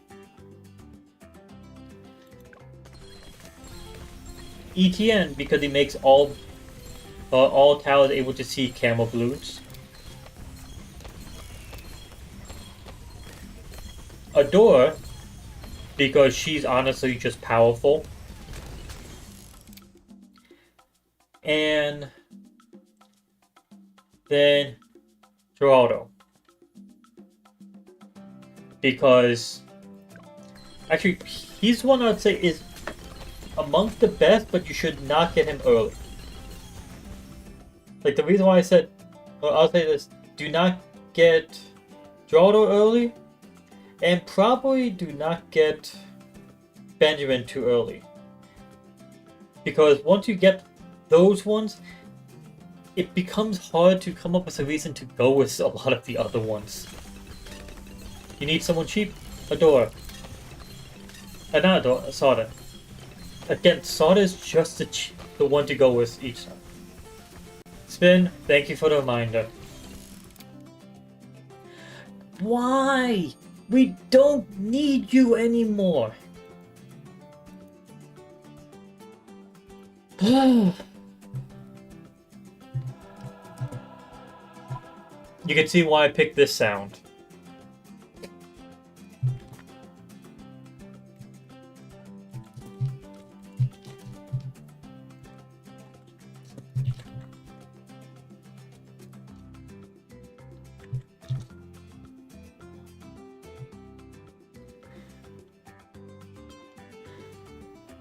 I feel like the choice for sound for banana farm makes perfect sense.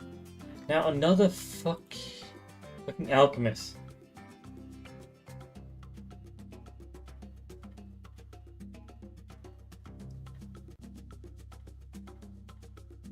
Actually, I'm gonna hold on to it and not upgrade or place anything for a bit.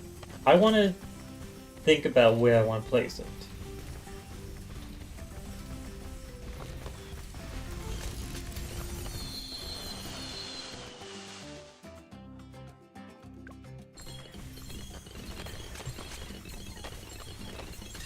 Do I want more rubber to gold in the front, or do I want to use it to boost the tower? I think I will wait to after we beat round 80. Do you need someone who doesn't cost too much monk money? You honestly need to wait. You just gotta play the game until you earn enough to get one. Because all the heroes cost monkey money except for the original 4. Just continue with the original 4 for a while.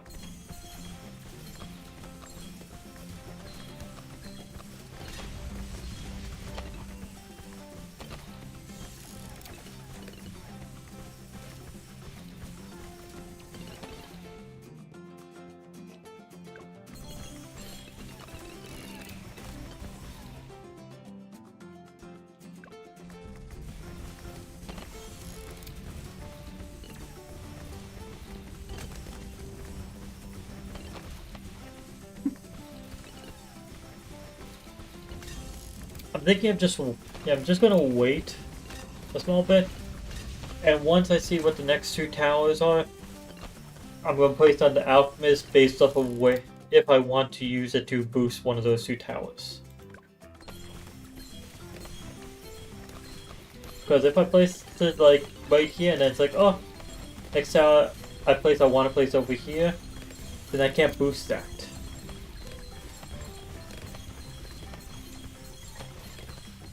Currently I'm thinking I want it to be boosting the Glaive Lord and Ring of Fire, which will eventually be Infernal Ring.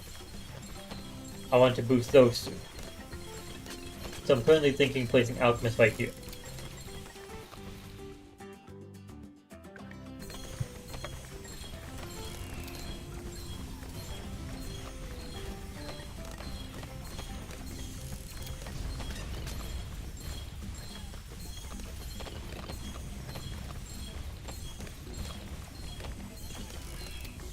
I like how it looks like a huge, dense wave of balloons is just going through, and it just keeps on going, and then when it finally pushes to here, it just all disappears. Because the Glaive Ricochet here. It's from the Glaive Lord.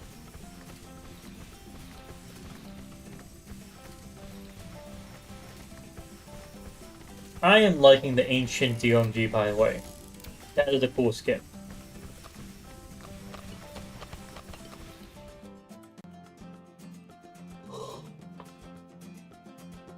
Okay, I got a Super Monkey.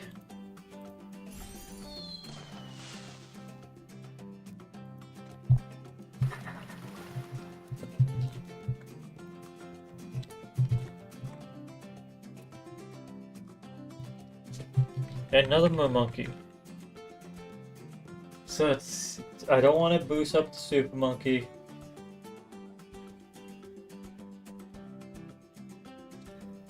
I'll just place it down here.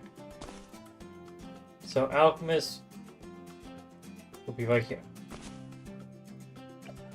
Plan on going Infernal Ring.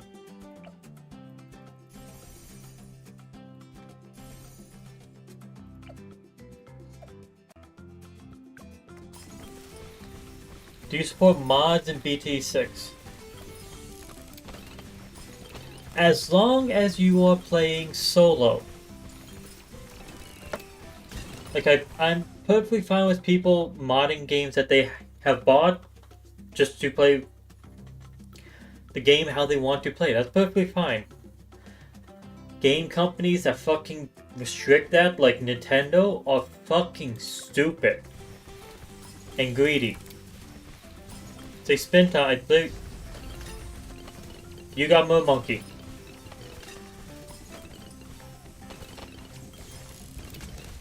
Yeah. You got Mer Monkey. I got Super Monkey. Yeah. I did play some Alchemist. So, yeah. I support people being able to mod their games and enjoy that. But don't go ahead and use the chance to mod to go ahead and hack in or bring in things into a game that make you overpowered and just ruin other people's experience. I don't approve of that. So a lot of the GTA 5 or GTA Online modding, where they just go ahead and immediately just bring in super overpowered things and you're just like, okay, I'm walking out to get blown up. No, that is not what should be happening. That is the type of mod I do not agree with. I mean, it's fun. Oh, don't even say just when they're playing with alone, but when they're only playing with people that want to be playing with the mods. Like hell, Minecraft is a perfect example of how it should be done. Mods exist, people put in mods, and then when they're playing online servers, if mods are there or being used on server, everyone needs to install the mod in order to play on that server. Like think the Pixelmon, when that makes it so that they added Pokemon into Minecraft. You had to install that beforehand before you can play on the server.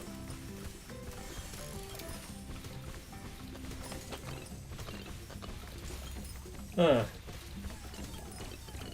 just have to do that. If everyone has to install a mod in order for the mod to actually affect them, that is better. Because it shows that they're consenting to the mod and they're choosing, hey, I don't want to just play the standard game, I want to play with this aspect in it. That I 100% agree with. And then if otherwise, people playing on their own game that they bought, I don't give a shit, they can mod all they want. But people bring mods into co-op or online player versus player games, and only they have the mods, no one else. Nah, ban those people.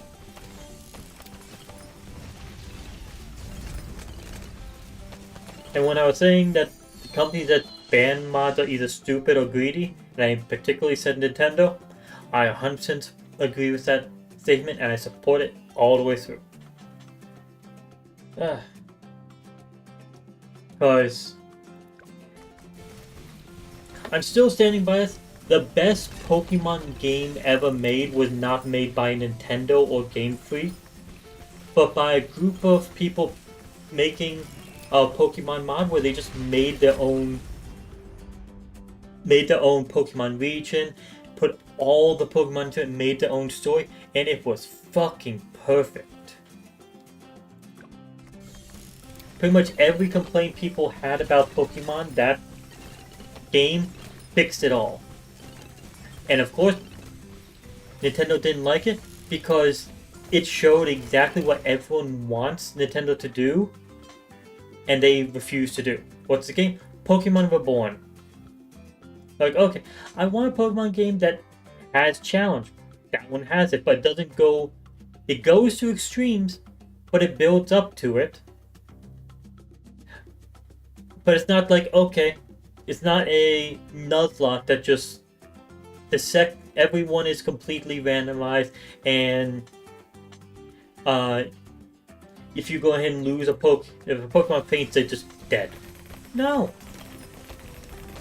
That's fucking hardcore one, and you lose the styling of the gym leaders when they have completely random Pokemon instead of their themes. It's not, you lose part of their character in that. That's not good. While on those, when Pokemon were born, pretty much every single gym leader had a full team of 6 of very strong, pretty much the highest level of your level cap Pokemon of their type every time. Okay, I got Engineer Monkey. Another complaint people had is the stories of the Pokemon games just being all childish, always like, oh, friendship will get you through. That's the thing, and all the major villains end up getting the redemption arc towards the end. Now, okay, that was the last 2 spins. I got Engineer, and Dreadbloon Gamer got the Helipilot.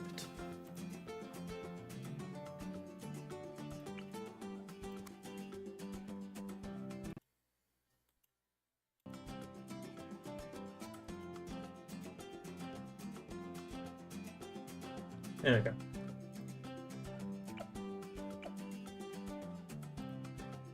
Hey, could I get like 5,000 to get Inferno Ring?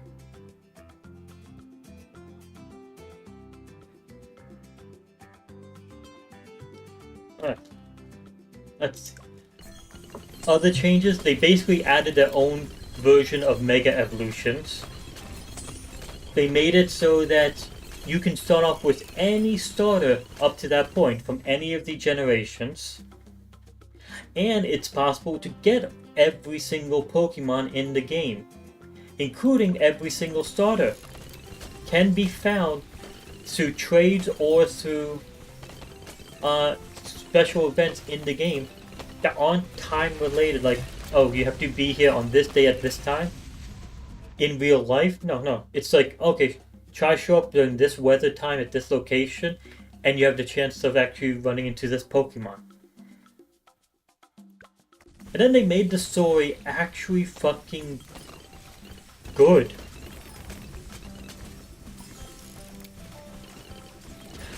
It's like, oh, it wasn't like an all friendship one. It was like, okay, you're playing like a Final Fantasy type story. With criminal organizations that are actually terrorist organizations. They are actually evil. They don't just, oh, we're going to steal this Pokemon and run away. No, like, you gone away. Hey, Survivor, attack the trainer. Yeah, criminal organizations don't fucking follow the rule and actually have them attack people. It's like, that's something we all like, yeah, that's what a criminal organization would fucking do. The bad might be hard.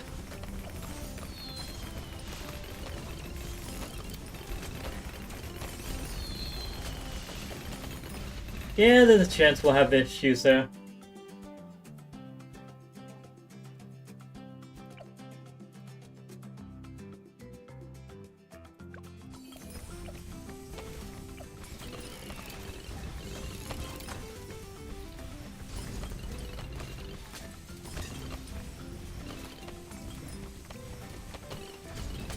I feel like, since we have most of our Pokemon just centralized down here, we have to pop the bad within this area.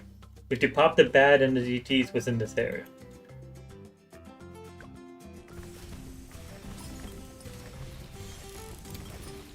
Oh yeah, and another thing, they have their own custom shinies. Oh, actually, own custom shinies that look good. And then the last thing that I should actually mention was it, the amount of gyms. I think it was 18.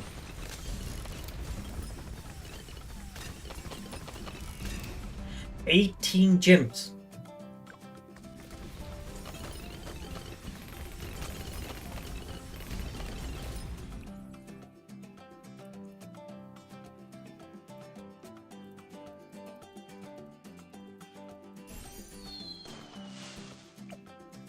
One for every single type of Pokemon, which is like, that's something I've wanted for a long time in most games. Like, I want to actually fight in a game that just allows you to deal with gyms of each type.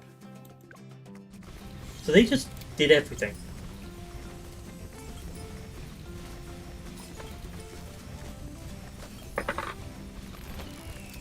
Yeah, we're good.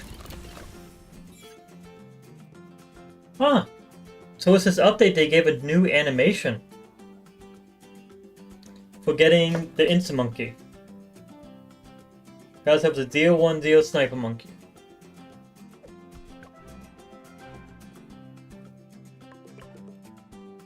Reward 132 Monkey Money. And G55X, what do you think about Power Rangers?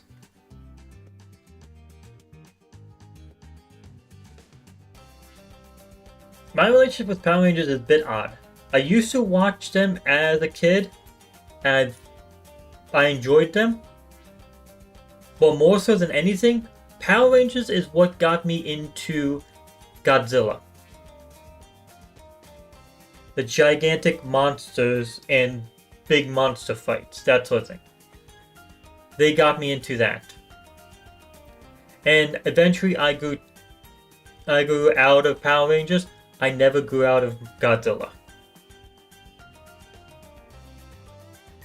So it's Power Rangers like, eh?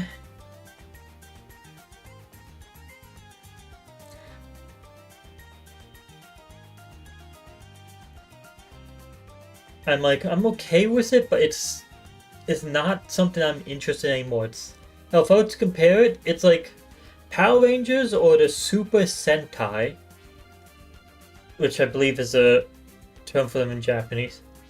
It's basically like the magical girl genre, but for guys.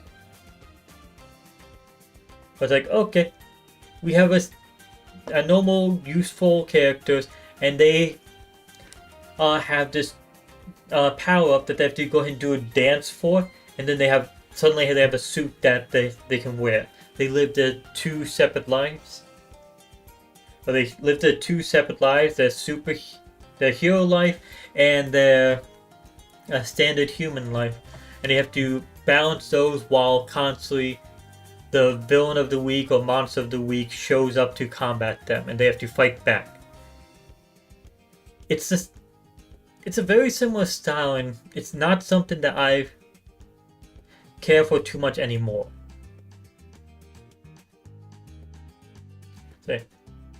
So are you happy Power Rangers exist? Yes.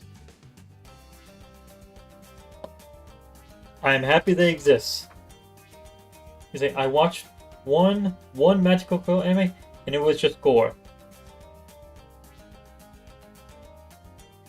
Yeah, that's actually a very common thing at this point. It's a Magical Girl genre. It was basically a lot of, okay, we're going to do dance, we do cutie stuff, cutes, and then it's like, okay, how do we like subvert this genre? Okay, we're gonna make this dark and realistic as well. Oh no, we're gonna make this gory, we're gonna make this brutal, they always do that sort of thing. One example of that, Madoka Magica. The story, that one has been around for a long time, so I'm not worried about spoiling it too much. The story is focused on two characters that have been given the choice to become magical girls, and the purpose of magical girls are to fight witches. It's like, okay, that's fine.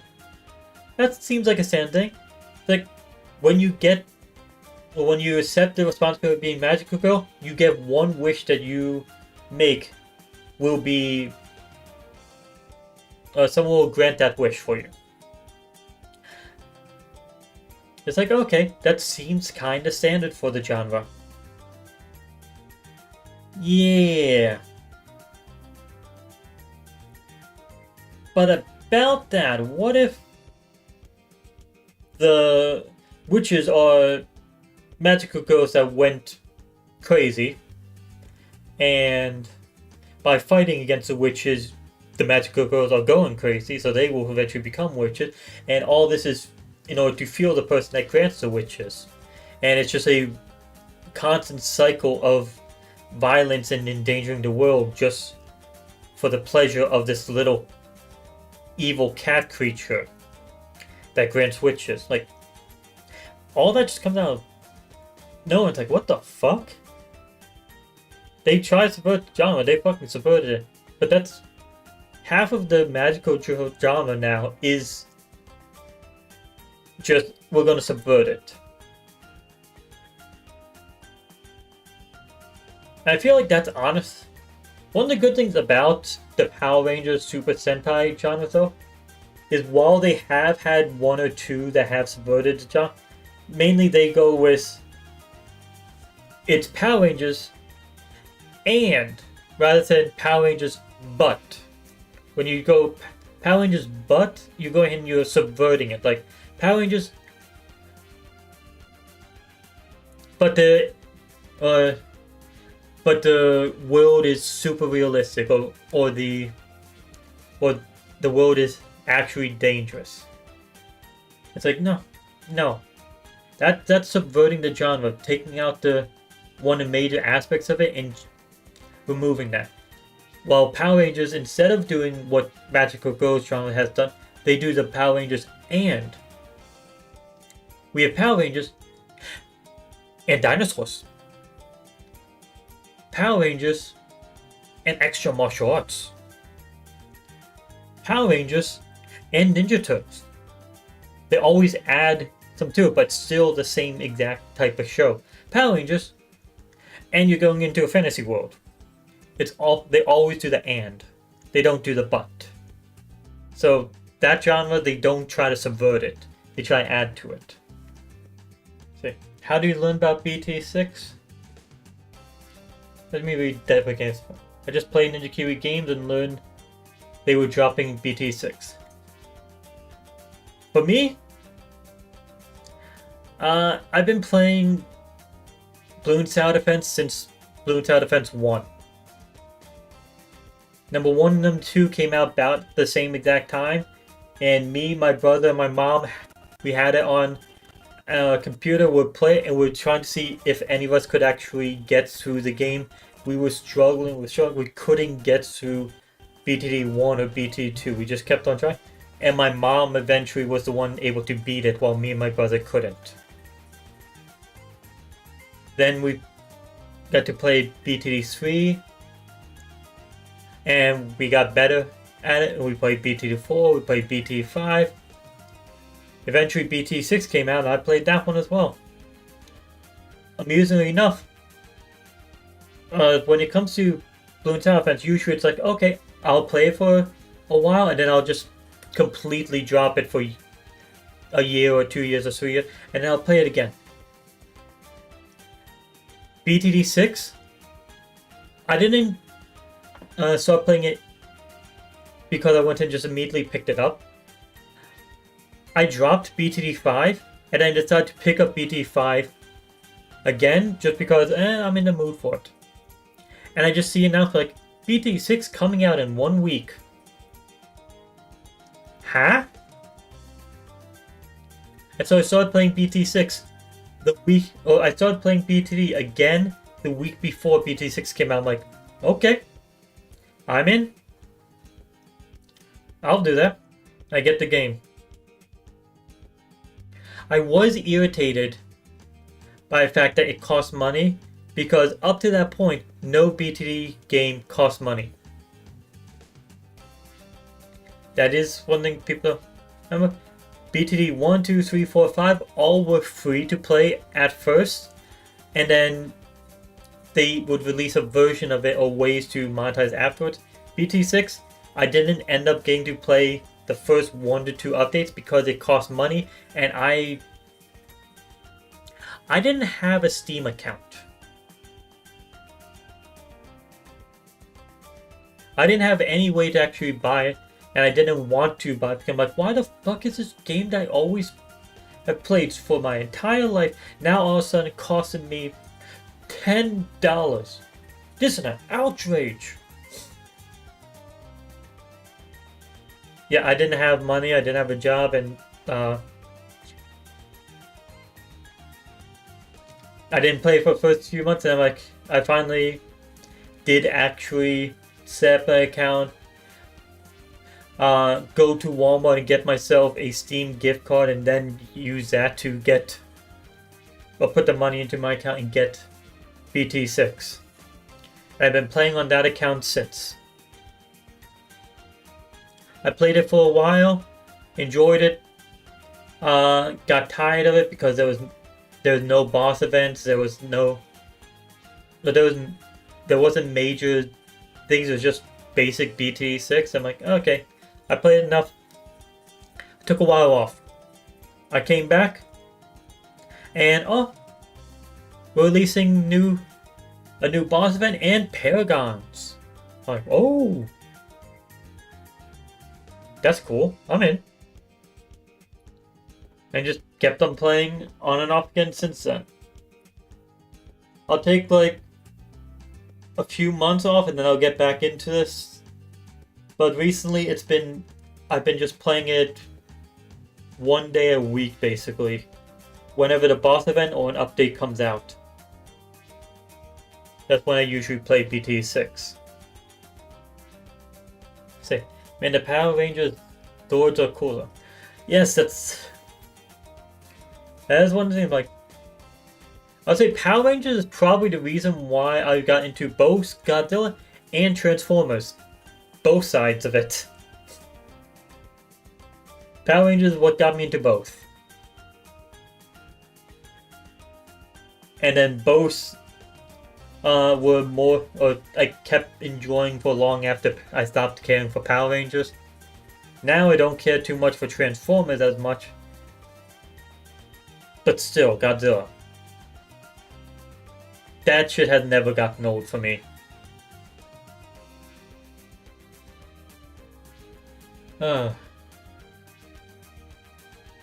Say man, BT7 might just not come on. I know I'm reading these very late, but that's because I was just going on about how I got into BT6. Yeah. I'm still hoping there's going to be BT7. Even if they say there won't be, we will see, because it all just depends on time and money. As time passes by, maybe they'll come up with ideas that they want to do, maybe there'll be ideas that they want to put into a game. And then also, money. If BT6 stops making them enough money to support themselves and they want more, BT7. So basically just time and money. Time for people to change in what they want to do to change. And money to give them a reason to.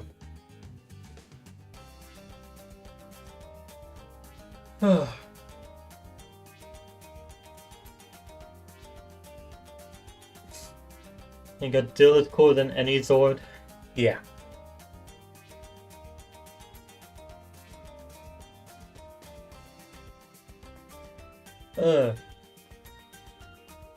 Let's see. In my room right now, I have a Godzilla hat, a large Godzilla figurine on my thing at the very top there. My shelf back there.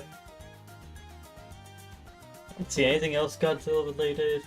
Oh yeah, I had a poster, but it ended up getting water on it when we had it in storage, because when we moved over here. So I don't have my Godzilla poster anymore. I had 3 different Godzilla related things here, and like now I only have 2. Hello Gwenchana, how are you doing today? A long time no stream? Yeah, it's been a week. What do you think of Cave Monkey? Oh yeah, I forgot to actually check. Is Cave Monkey in here yet or no? I don't see the Cave Monkey power yet, so I'm assuming they're going to be adding that later.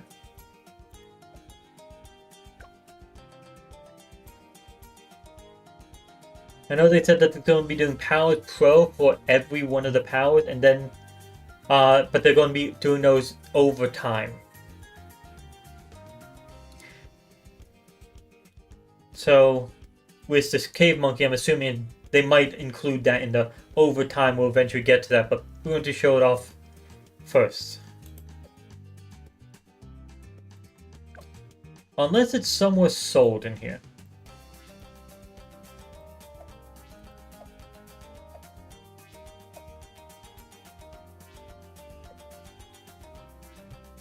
The cave monkey's weak? Of course it is. It's supposed to be. He's not supposed to be strong.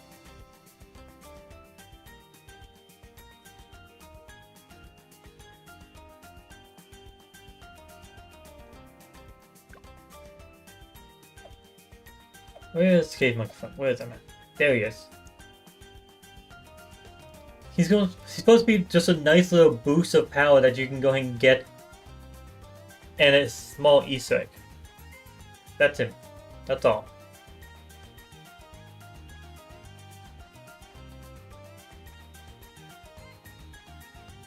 Now, I know that he's on a map, but the thing is, they're adding him as the actual power, where you can use him on any map.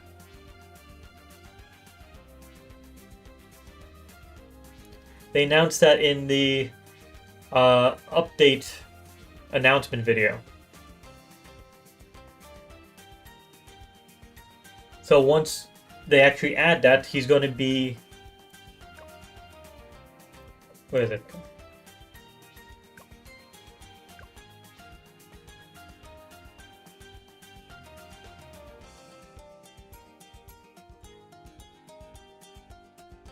Yeah, they don't have it written here. They had it in the video, they don't have it in this update picture. Let me see if they changed it.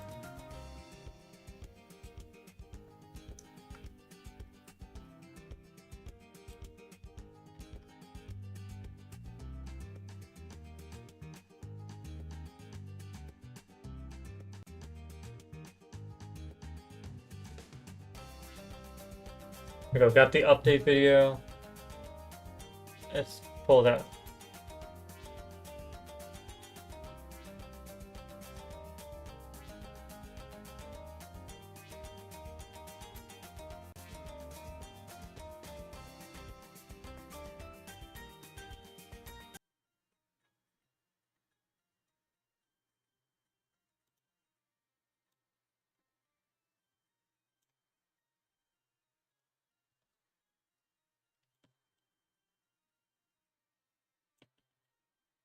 Good enough. What's up guys, it's Andy the Ninja Kiwi and welcome to a pretty cool milestone for BTD6. It's update 50. So first up in this update, have you ever wondered what would happen if you taught magic to an ice monkey? Well, wonder no more, as we introduce to you the coolest of customers, it's our new hero, Ice Shaper Silas. Sleek and sharp and Where was the cave monkey in this? An all-in-one frost-enhancing package, Silas is a supportive crowd control hero with a heavy focus on supporting and being supported by other ice monkeys. Yeah, it's gonna be back here. Powers: Super Monkey Beacon and Banana Farmer Pro. And of course, introducing a somewhat new power to the arsenal, from out of the frozen depths. See, right here, they have him included as a power. One that you can go ahead and buy and place down a bunch of. Thawed out and ready for action, it's Cave Monkey. Let's pay a visit to the trophy store now, where we've added some awesome new items, such as... So he's going to be actually available to play with on any map.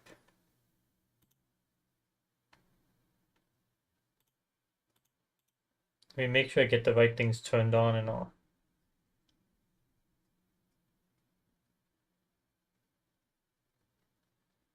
Let's see, where's BT6? There we go.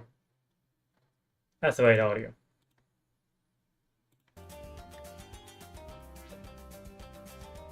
So he's going to be available to play with on any map whatsoever.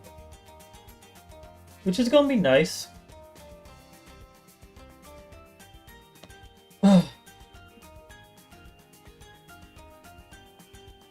But my immediate thought was just like, okay, that's cool. They're doing this at the same... They're adding a new base power at the same time that they're adding all these power pros. So they're 100% going to be making a Cave Monkey Pro as well.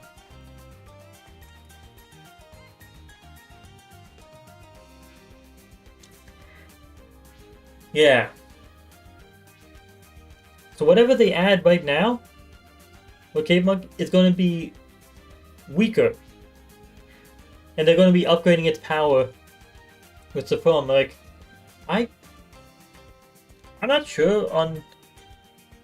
Actually, the pro ideas of them, I'm a bit iffy on. Because right now, this is amazing. This one's amazing. This one...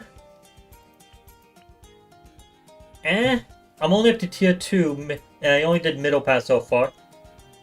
It was decent. Top path. This recharges... The recharge takes so fucking long that I just can't even imagine myself saving up 5 beacon abilities. But then it says you can replenish 4 of them instantly with monkey money. I'm like...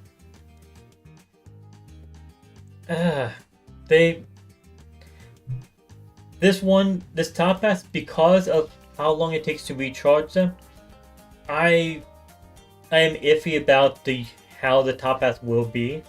I'm gonna wait to actually fully use these once I get the tier 3 unlocked for them. Bottom path, it looks good, but really the middle path is the one that looks like it's the best for this.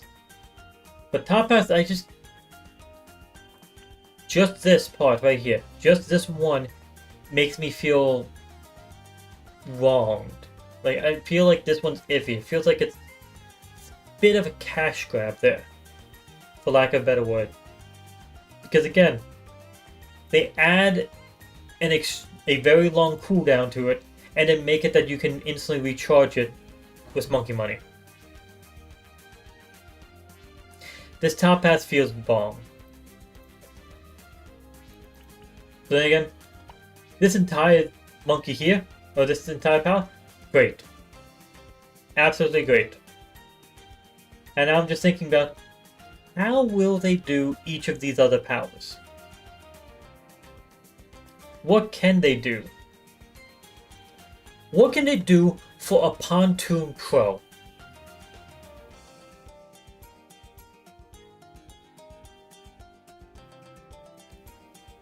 Three upgrades and 3 paths. So 9 upgrades total for a pontoon. What about for a lake? Because they said they're going to be doing a powers pro for every single one of these. What are they going to do with these two? I'm iffy on those. I could understand this one immediately. I can understand this one immediately. I can understand this one immediately. All those make perfect sense. Cash drop.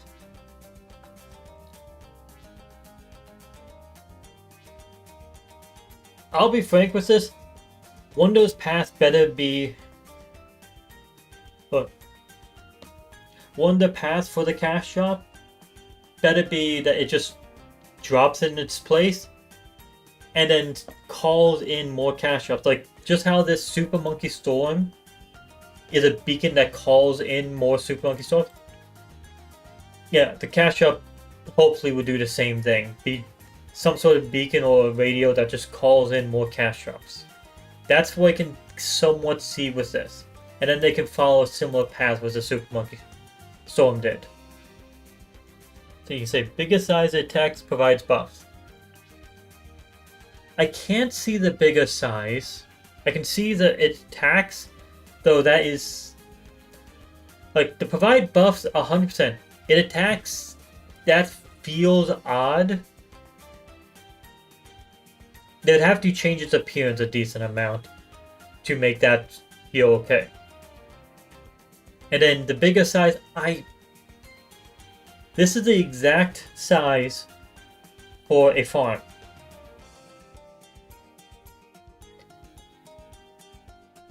Bigger size just doesn't... Well, hey, bigger size doesn't exist when you upgrade anything, to be honest. Except for the Super Monkey.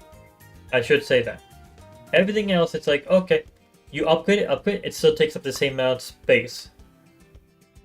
But when it comes to the Super Monkey, the temple, boom, I am huge now. Just takes up all the area. That's the only case I've seen where upgrading something has increased the amount of space it takes. The pontoon doing that, or the pool doing that, that would be a bit odd. The pontoon, it is square shaped, so instead of expanding, you can just literally place another pontoon next to it and another pontoon next to that, and it works exactly the same. The pool, it's round. Because of that, you can't really place pool next to pool next to pool. You waste a lot of space doing that. So the pool, you can't really place them all next to each other. So maybe increasing the size there, but I'm not sure. These two are very odd ones when it comes to trying to figure out how they would do it.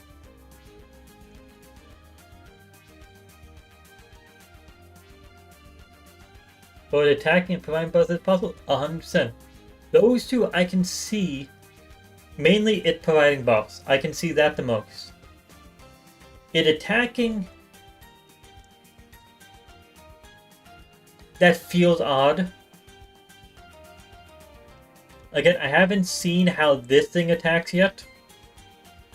Because its middle path has a Super Monkey just constantly attacking from it. I haven't gotten to tier 3 to see that yet. But apparently it will.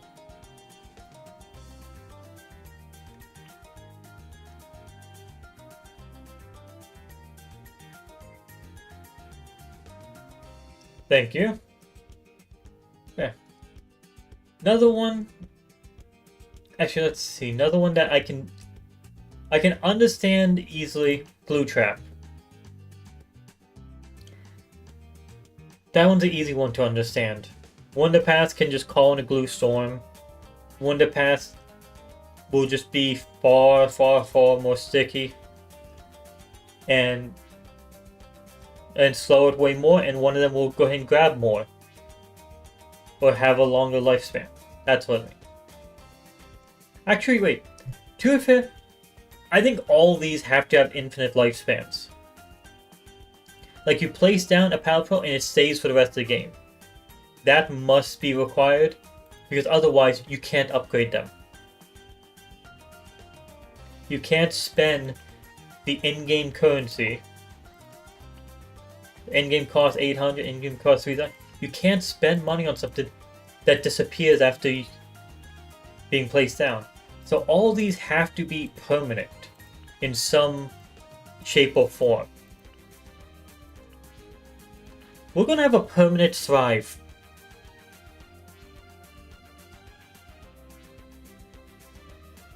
Everyone's gonna be earning way more money.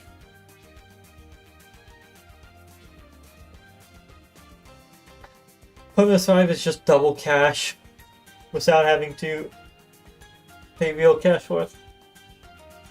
It won't be permanent. I mean, like, you buy once and then it will be an ability to activate over and over. That sort of thing I can see again. But every one of these will have something permanent you place down and it stays forever. The Spike Pro will be a spike factory. Honestly, Spike Pro, or the Road Spikes, that one's an easy one to see because we literally have... Wonder Pass can literally just be a permanent spike. One of them can be the mines, the explosive mines. Top path. They just... I would want to see, let's just say, they have the top path and middle path of the spike factory. They just basically copy that for the road spikes. But then the middle path, instead of having it just toss spikes everywhere, I want to see spikes that spread like vines. Like, you place down one spike here, and it slowly starts to spread across the map. And as balloons go over, they will go ahead and pop and destroy some of the vines as it keeps on going. But if it gets to the point of the original spike, the road spike, it will destroy that spike and make it disappear. But if it doesn't reach that point, the spikes will regrow more and more across the map, refilling the map again. That is something I would love to see from road spikes. Have that be one of the paths. That would be awesome. That would be creative.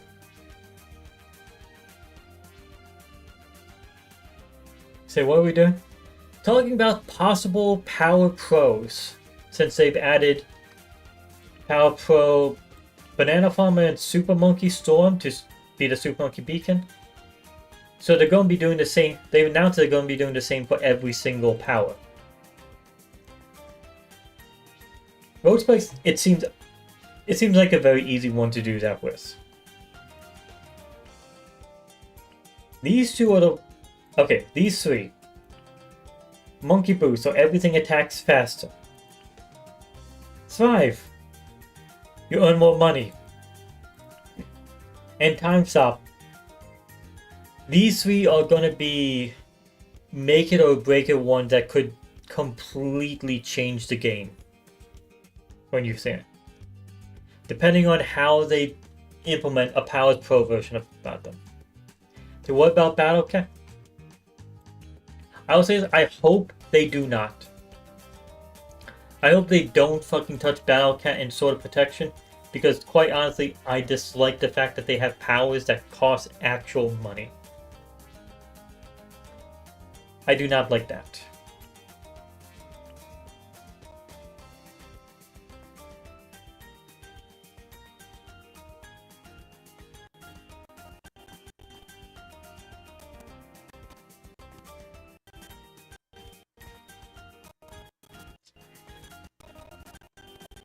Since they did say there's going to be a Power Pro for every power, there is a chance. There is a chance that there will be a Power Pro version of this. My only request with it is that it doesn't cost real money. Make it cost like the others. Make it these Power Pros. You have to get to monkey money. Oh yeah. To anyone that hasn't unlocked these yet, the way you get them is you unlock them based off experience. The experience that you use for them is not based off of how much money a banana farmer collects or how many balloons the Super Monkey Storm pops.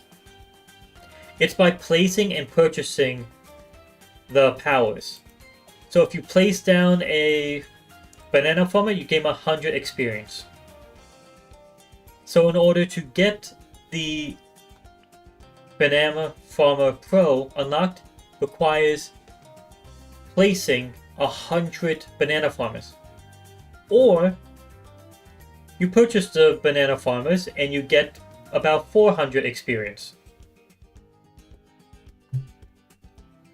But here's the thing, once you gain more by purchasing them, Super Monkey Storm and Banana Farmer. Once you have the base unlocked, don't do that. And don't purchase those anymore. Purchase the Banana Farmer Pro and the Super Monkey Beacon. They give you even more experience. So the most experience you gain from them is by purchasing these. And just so you know, once I had Banana Farmer Pro unlocked, in order to unlock all 3 tiers, it is purchasing 125 Banana Farmer Pros. At 100 monkey money each, cost me 12,500 monkey money to unlock the tier 3 Banana Farmer Pro.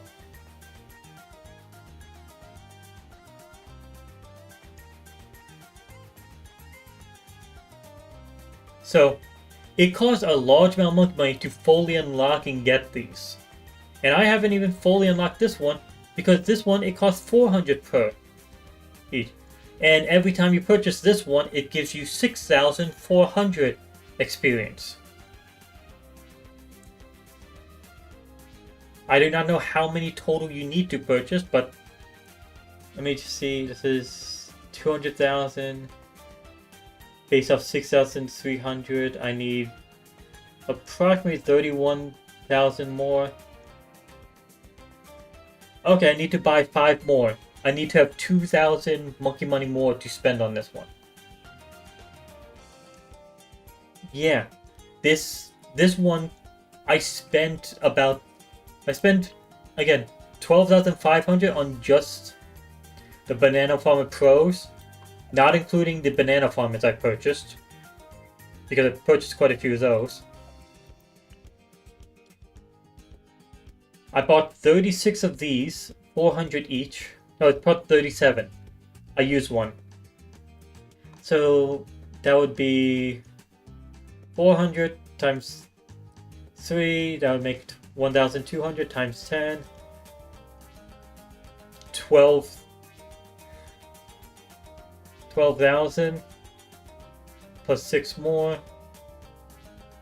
Okay, so it was 14,000.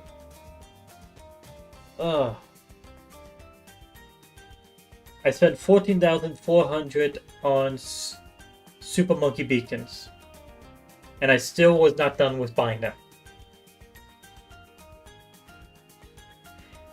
Yeah, they are expensive.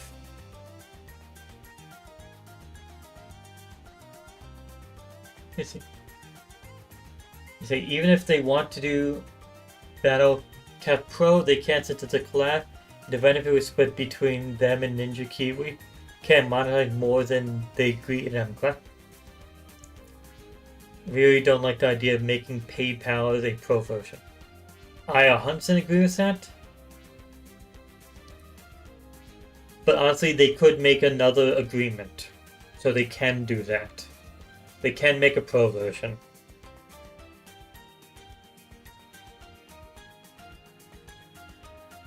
You say it's obvious that they are made for endgame when people have too much money and not enough things to spend on. Yeah, true. I literally spent over 30,000 monkey money today.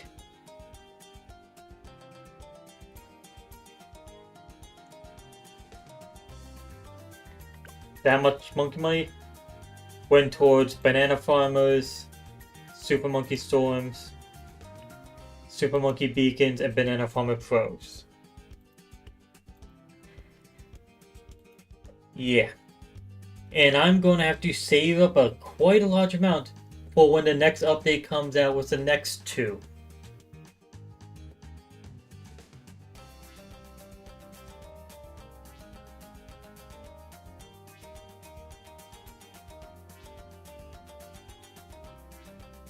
You want to be able to buy ins monkeys? They're not going to do that.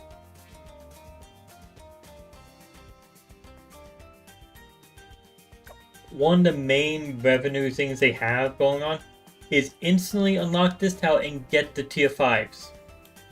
Instantly unlock this here and get these tier 5 insta monkeys. Instantly unlock this and get these. They sell them in bundles. If you could purchase one insta monkey in particular, they won't be able to sell these.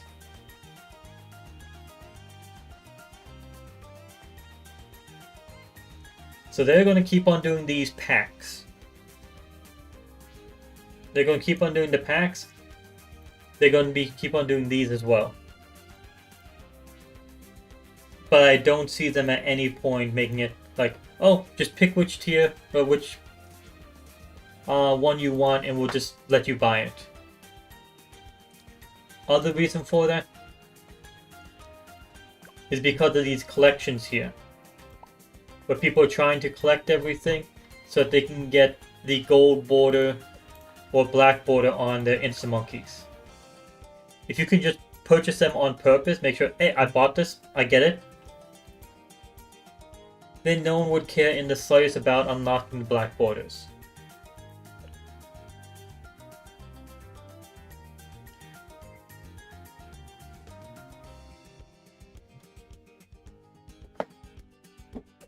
And also, if you can purchase them,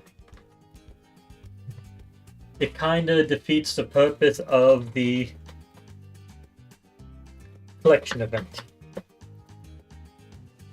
Which, yeah, that would be a free way to do it, but you'd be like, okay, you can spend $8 and get this stuff for free, or get the stuff immediately, or spend like 15 hours to grind and get the chance of it.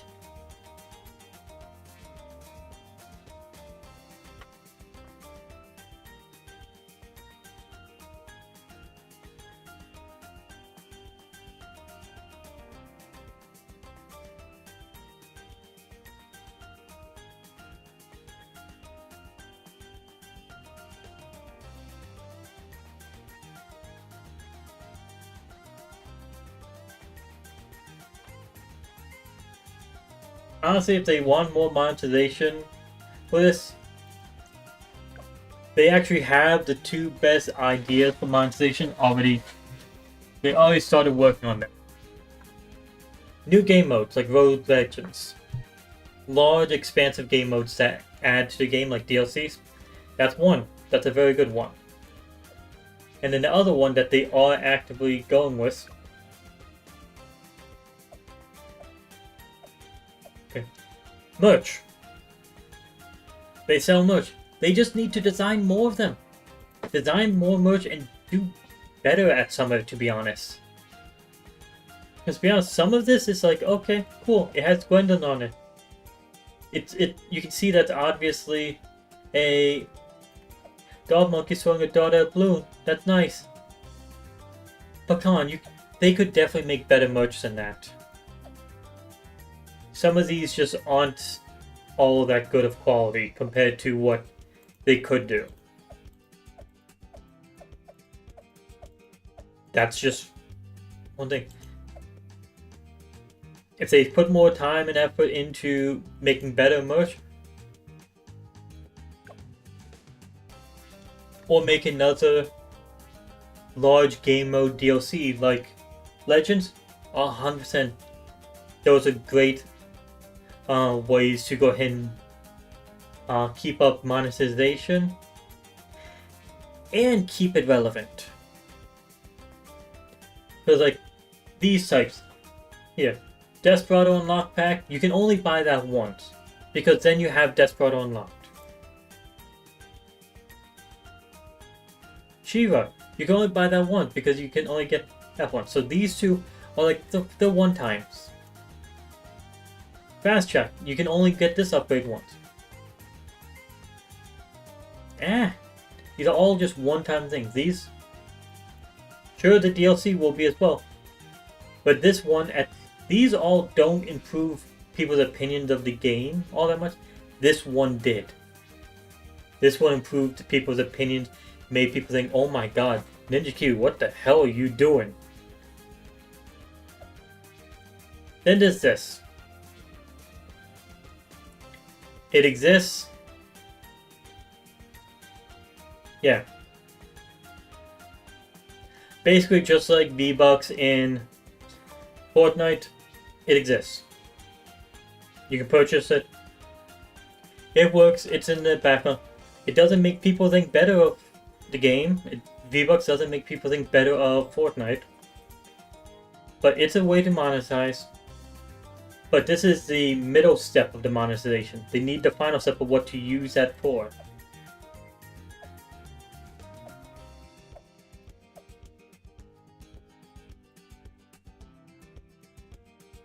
Here's another one. The map editor. 100%. Great. That was a great one to go and do. That would improve people's opinions of the game again. This is one of the most disappointing ones. The knowledge points. These are just disappointing because they haven't added a new monkey knowledge in so long.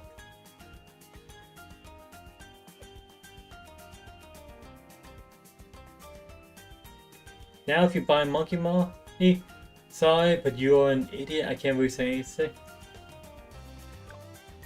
Yeah, people can buy Monkey Money if they go ahead and are actively using it. Like, they play the game, they lose, and they just want to keep on pressing continue.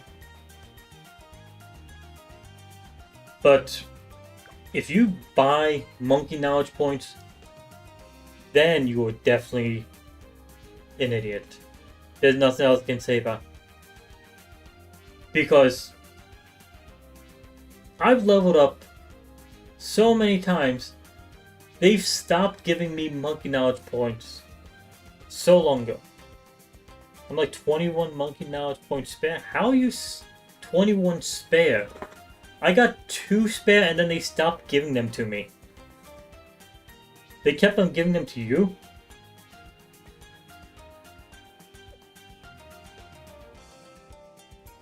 Huh. They give you just enough to get what you need, but they need to give or put in more monkey knowledges, otherwise those are just the most pointless purchases ever, is these two. Ever.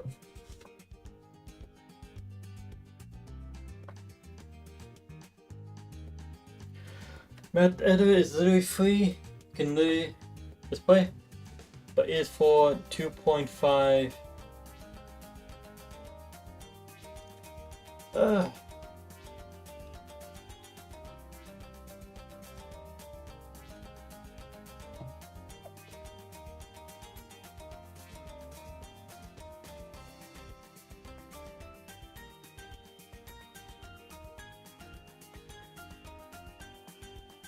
Again, what they need is more things like Rogue Legends. When it comes to monetization, that and the plushies, the merch store, I would say they could do better with the plushes. They can definitely do better with the shirts, but the plushes, they're decent.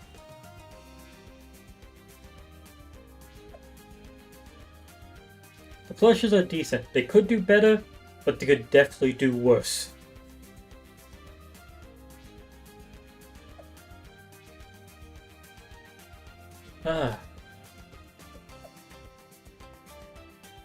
Yeah.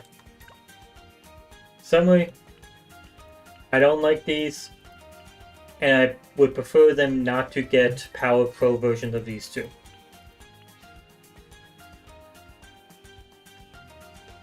And I do hope eventually they either do a BTD7, even though I know they said they don't want to do that, or they do another large DLC like Rogue Legends. But to be fair, I purchased it, I still have only played it like twice or 3 times. Haven't gotten far into it. But even with that, I still count that as worth it. They got my money out of me.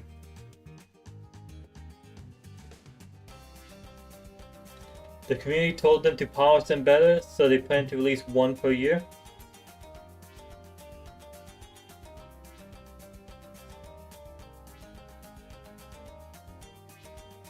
Here's the amusing thing. Ninja Kiwi has been making games for so long on so many different platforms and in so many different styles. They already have like 4 to 5 different planned out DLCs that they can just add in at any point.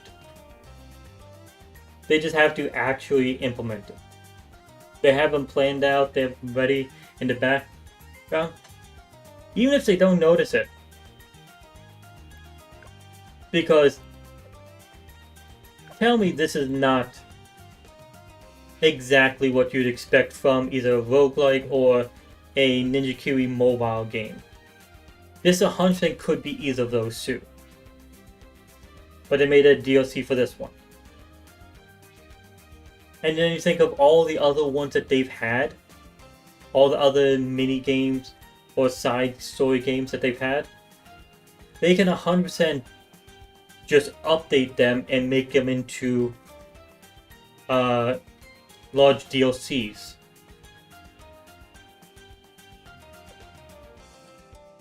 Again, I'm still waiting for them to do a DLC or an update where they just decide, hey, we're doing the BTD4 update. We're just going to add every single map from BTD4. Or the BT5 update and just add every single map from BT5. 100%, they can do that, it would work out. I wouldn't hear anyone complaining whatsoever if one day they decide, like, hey, we decided we're doing this next update, update 51. As far as new content, we're not releasing any new tower, no new hero, no new Paragon, you know, no new trophy store items whatsoever either. It's only maps. We're releasing 10 maps, all of them old legacy maps that you guys played before in old games. Let you get the chance to play them in this one. Yeah, I don't see people complaining about that. It will work out well. There's still plenty of updates that they can make with ease. And there's plenty of DLC options they have that they can make with ease as well. So I see this game still lasting for a long ass time. I still am hoping that they will eventually be BTD6, but I can see this one lasting for a long time still.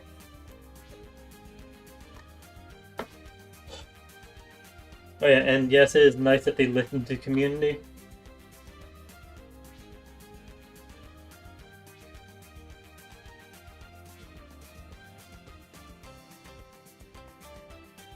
It is nice.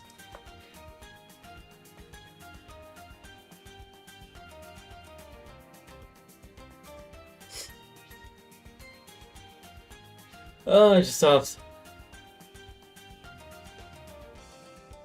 In patch notes, in version 51, they have the bomb Paragon ready.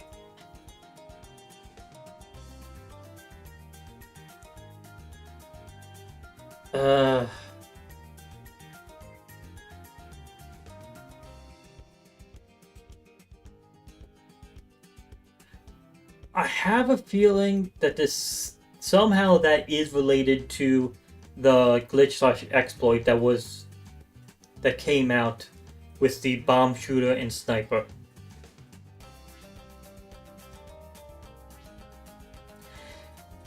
I have a feeling that that is somehow related. They were fucking around with the code for and the mechanics for the bomb shooters, trying to mix them together, and suddenly, oh,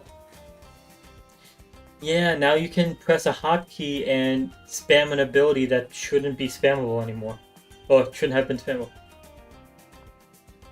Yeah, that's probably because they were messing around with that.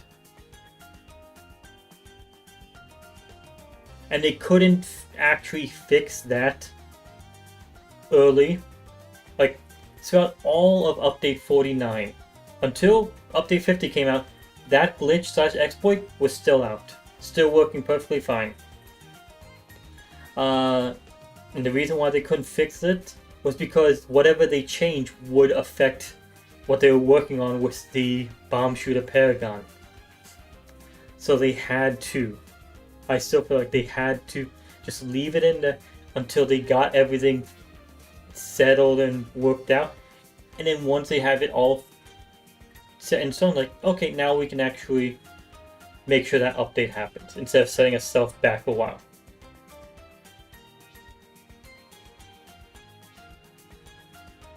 Say, like on stream when BT6 is on sale, it costs like $24 and you get 7 years of content for free and more. I remember, I purchased this game for $10 for myself, and then I purchased it for 4 of my roommates and another one of my friends.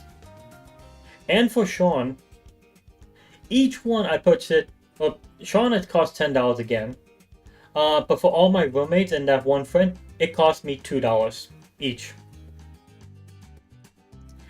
I got it during one of the extreme Steam sales where it was just dropped hugely at 90% off or something like that.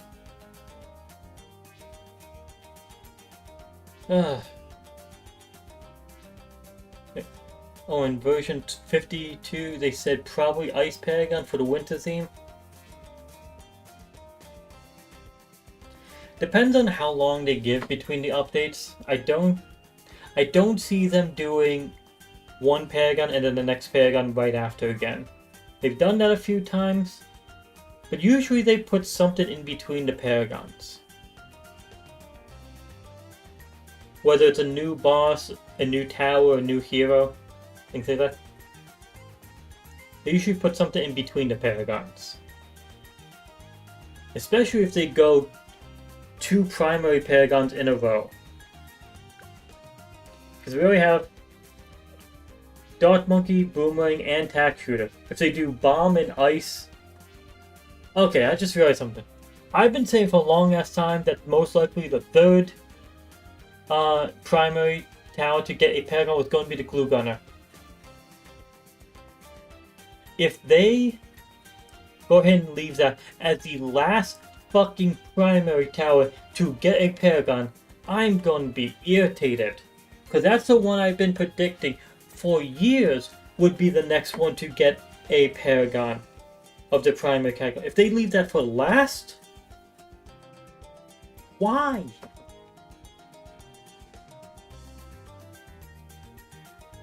Ugh.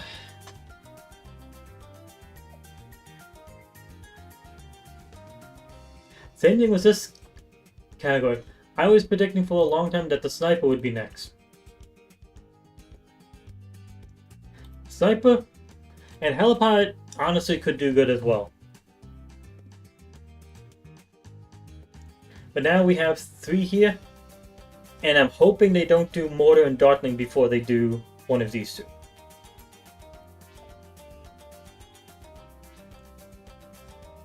Magic, it has to be Druid, right? Like, we can all agree, the Magic Paragon that comes next has to be Druid. Super Monkey Paragon, that's too powerful. That has to be one of the endgame ones. Mer Monkey, it's too new. And Alchemist. To be frank, no one's asking for it right now.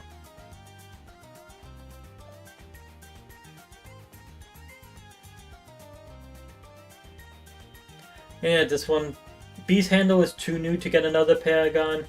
Banana Farm and Village were too powerful, so of these, Spike Factory had to be next.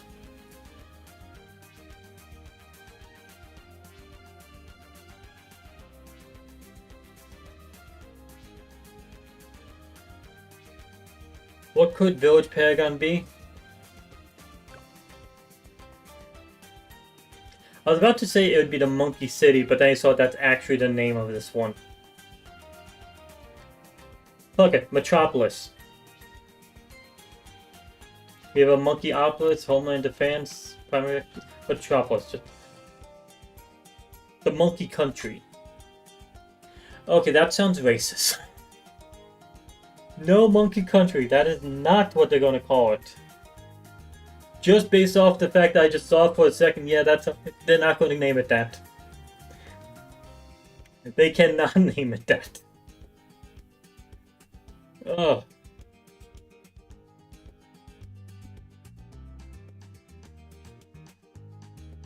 There we go, Monkeyopolis, Homeland Defense, Prime Expertise. What can they make it look like? You think the delay is worse this time?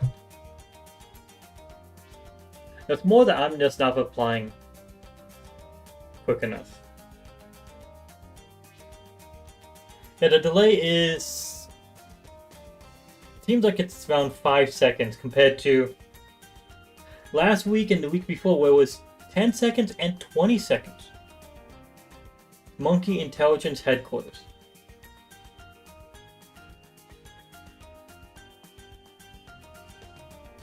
Headquarters I can definitely see. I don't see them adding intelligence into it. Because the only reason they did Monkey Intelligence Bureau, this long ass name, is because then it would be MIB, the Monkeys in Black. A reference. There was a reference to Men in Black. MIH wouldn't be a reference to anything. So they wouldn't do that.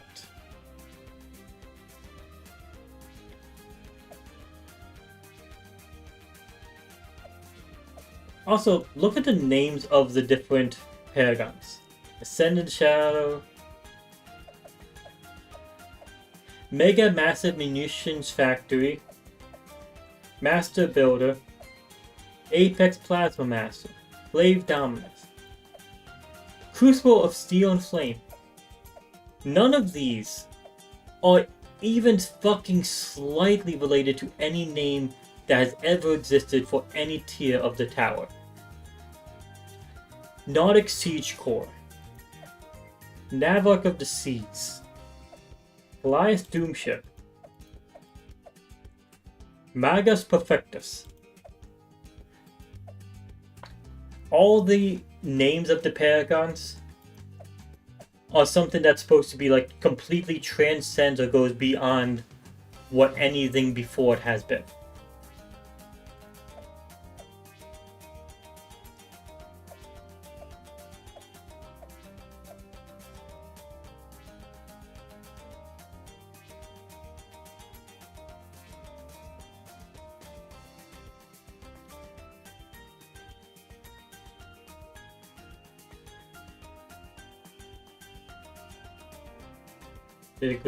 The names are so good. I'm still calling them on this one. Why? Goliath Doomship. That's... Doomship. This is a one flop when it comes to a name for a Paragon. Doomship. That one they didn't work well. Goliath, decent.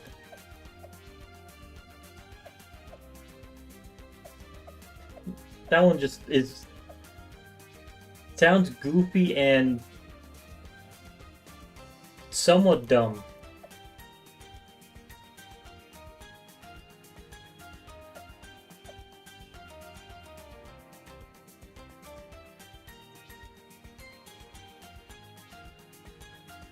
You asking how?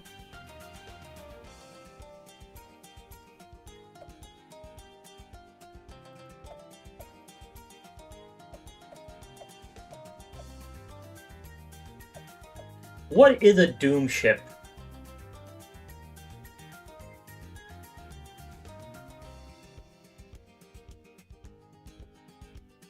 Every single other word used in every single Paragon name is something that actually exists. Is an actual term for something. Doom ship is not.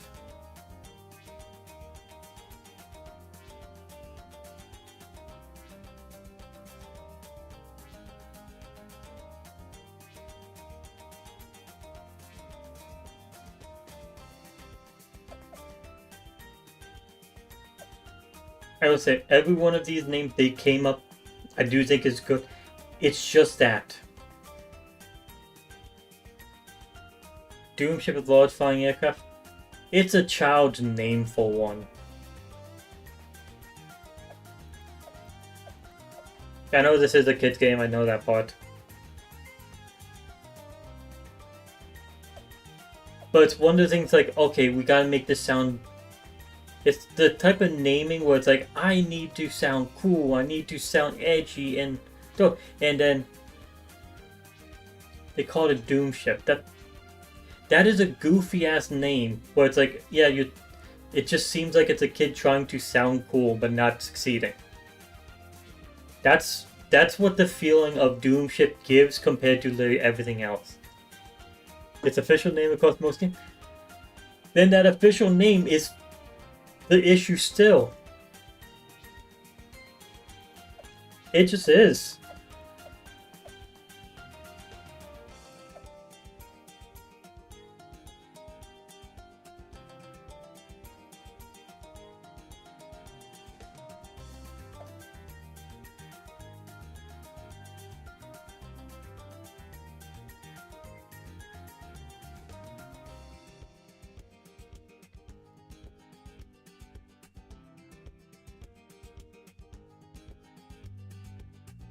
Mega Massive Munitions Factor.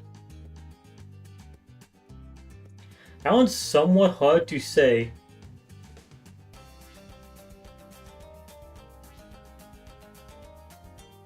This one is somewhat hard to say, but it's still fucking good.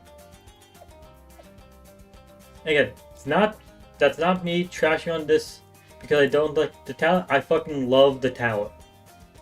I think this is one of, if not the strongest. Monarch of the Storm, goodbye Superstorm.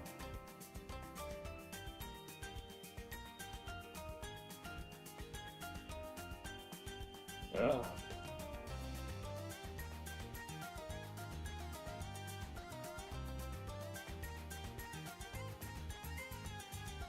Actually, that's a great example of like going further along with what Doom shit goes with. Like,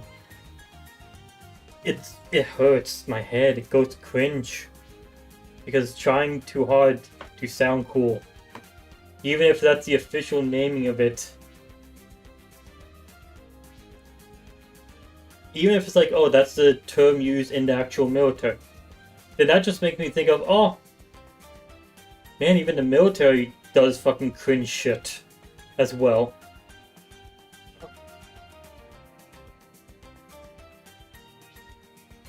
I was just saying that's the one word in all of this that I'm like, it doesn't match to the level of all the others in naming. Navic of the Seas, that is fucking cool. Nordic Siege Corps.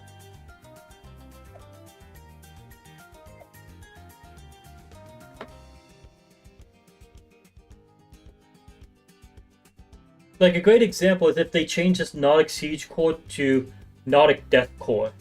Because the Death Corps is an actual thing. It's an actual term. But if you call this Nordic Death Corps, it's like, you're trying too hard. You're trying way too hard to sound cool, to sound badass with that. No.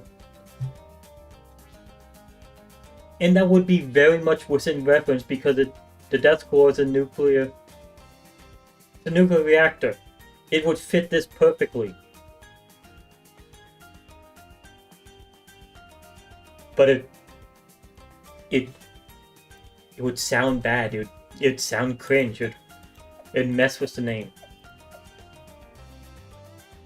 Crucible of Steel and Flame. There is, by the way, no fucking chance in the world that I would be able to predict this name based off the tier 5s. Tax Storm, Super Maelstrom, Inferno. There was no point in this I was going to guess Crucible of Steel and Flame.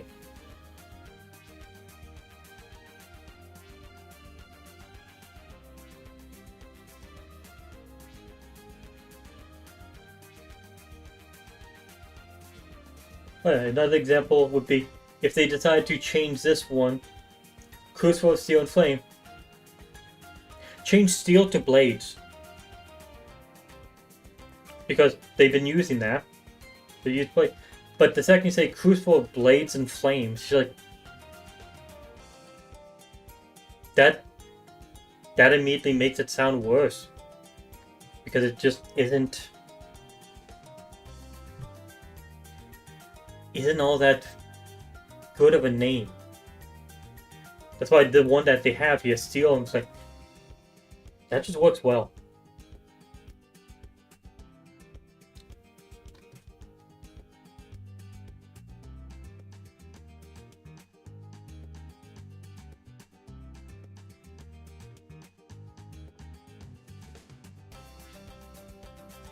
You say Monarch of the Storm, goodbye Superstorm. Where did they have Monarch of the Storm? Did they ever have? Oh.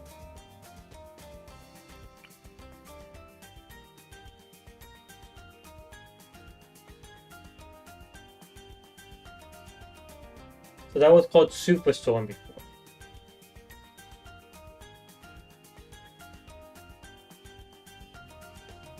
I can see what they were trying to follow a naming scheme here.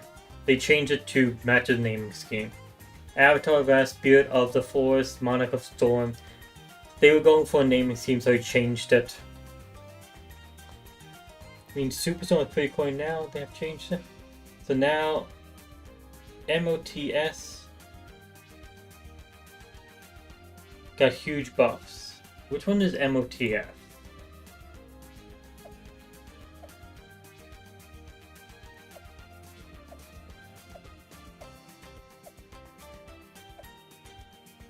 Master. No, it's not Master Selection of Night.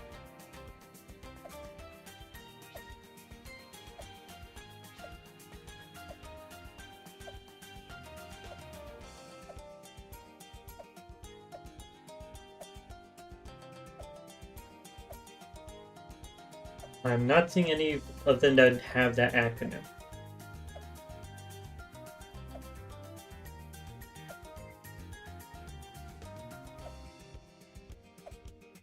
Is it just Monarch of Storms? Oh, you called it mine. It was MOS, not MOTS. That's it. Funny how this update, alongside the name change, they buffed the tower a lot. Yeah, I was looking for a word that had the there instead, because of the T.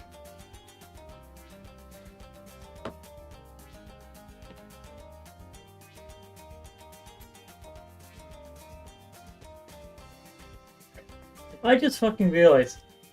Heart of Thunder, Druid of the Storm, Monarch of Storms, Heart of Oak, Druid of the Jungles, Spirit of the Forest, Heart of Vengeance, Druid of Wrath, Avatar of Wrath. How many are they fucking doing with the Druid? The one thing I can say for sure is when they do the Paragon of the Druid, you can expect the word of. You can expect the word of in the Druid Paragon's name. That is for sure. God damn. I only just realized just how they were really going to follow this same setup of names over the same scheme. Jesus.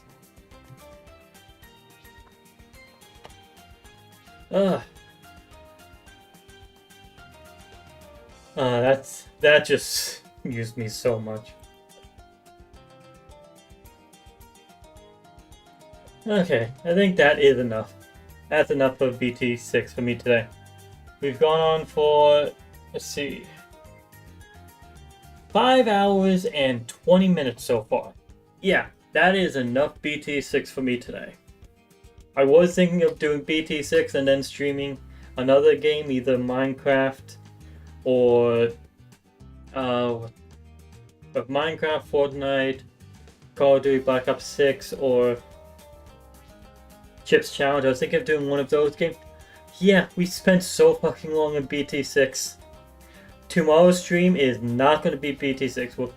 I'll be doing BT6 again next week, same time as this week.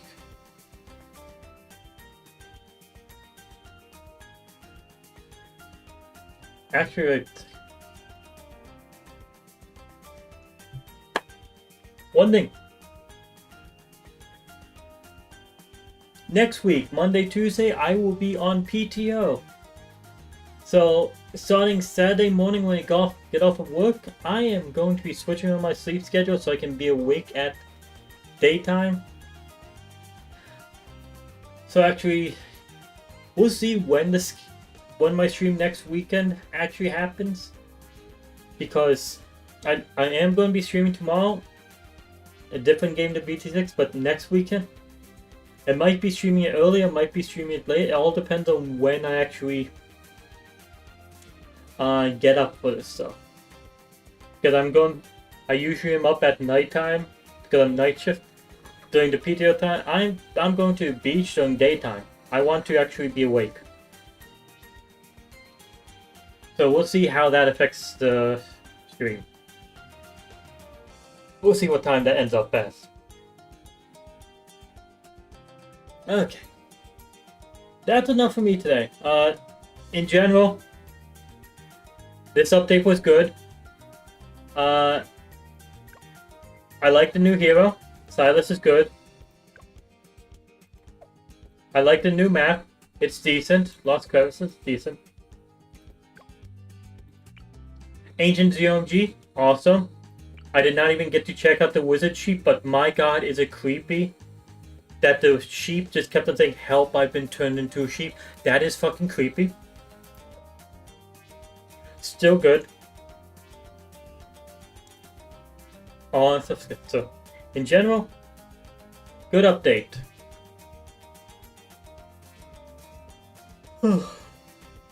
Oh, and the biggest part of the update, these Powers Pro, the Super Monkey Beacon, and Banana Farmer Pro, both are good, but cost a huge amount of monkey money to get. A huge amount of monkey money to unlock. So, yeah. It'll take a while for most people to get. I just happen to have 30,000 monkey money saved up at the time. And I'm going to have to save up about the same amount again in a month so that next update I'll be able to get the powers again. Powers Pro again. So the sheep is cute. The sheep's going to walk up to me like, "Oh, that kills people." I was getting the tummy rumblies. Tummy hands could feed. That's a type of... It's cute, but it's fucking creepy as well. It can be both. The description is creepy, the appearance of it is cute. We'll go with that. Also, by the way, that was a reference to llamas with hats. A very funny and disturbing old YouTube series.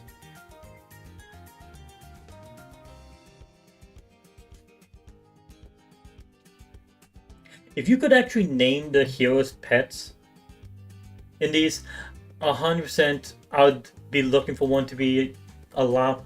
I'll be looking for one to be a llama. I'm going to be naming it Carl. There is no llama yet, though. Probably because of issues with not wanting to step on Fortnite's stuff. That's probably why they don't have a llama yet, because I could 100% have saw them doing a llama for one of these.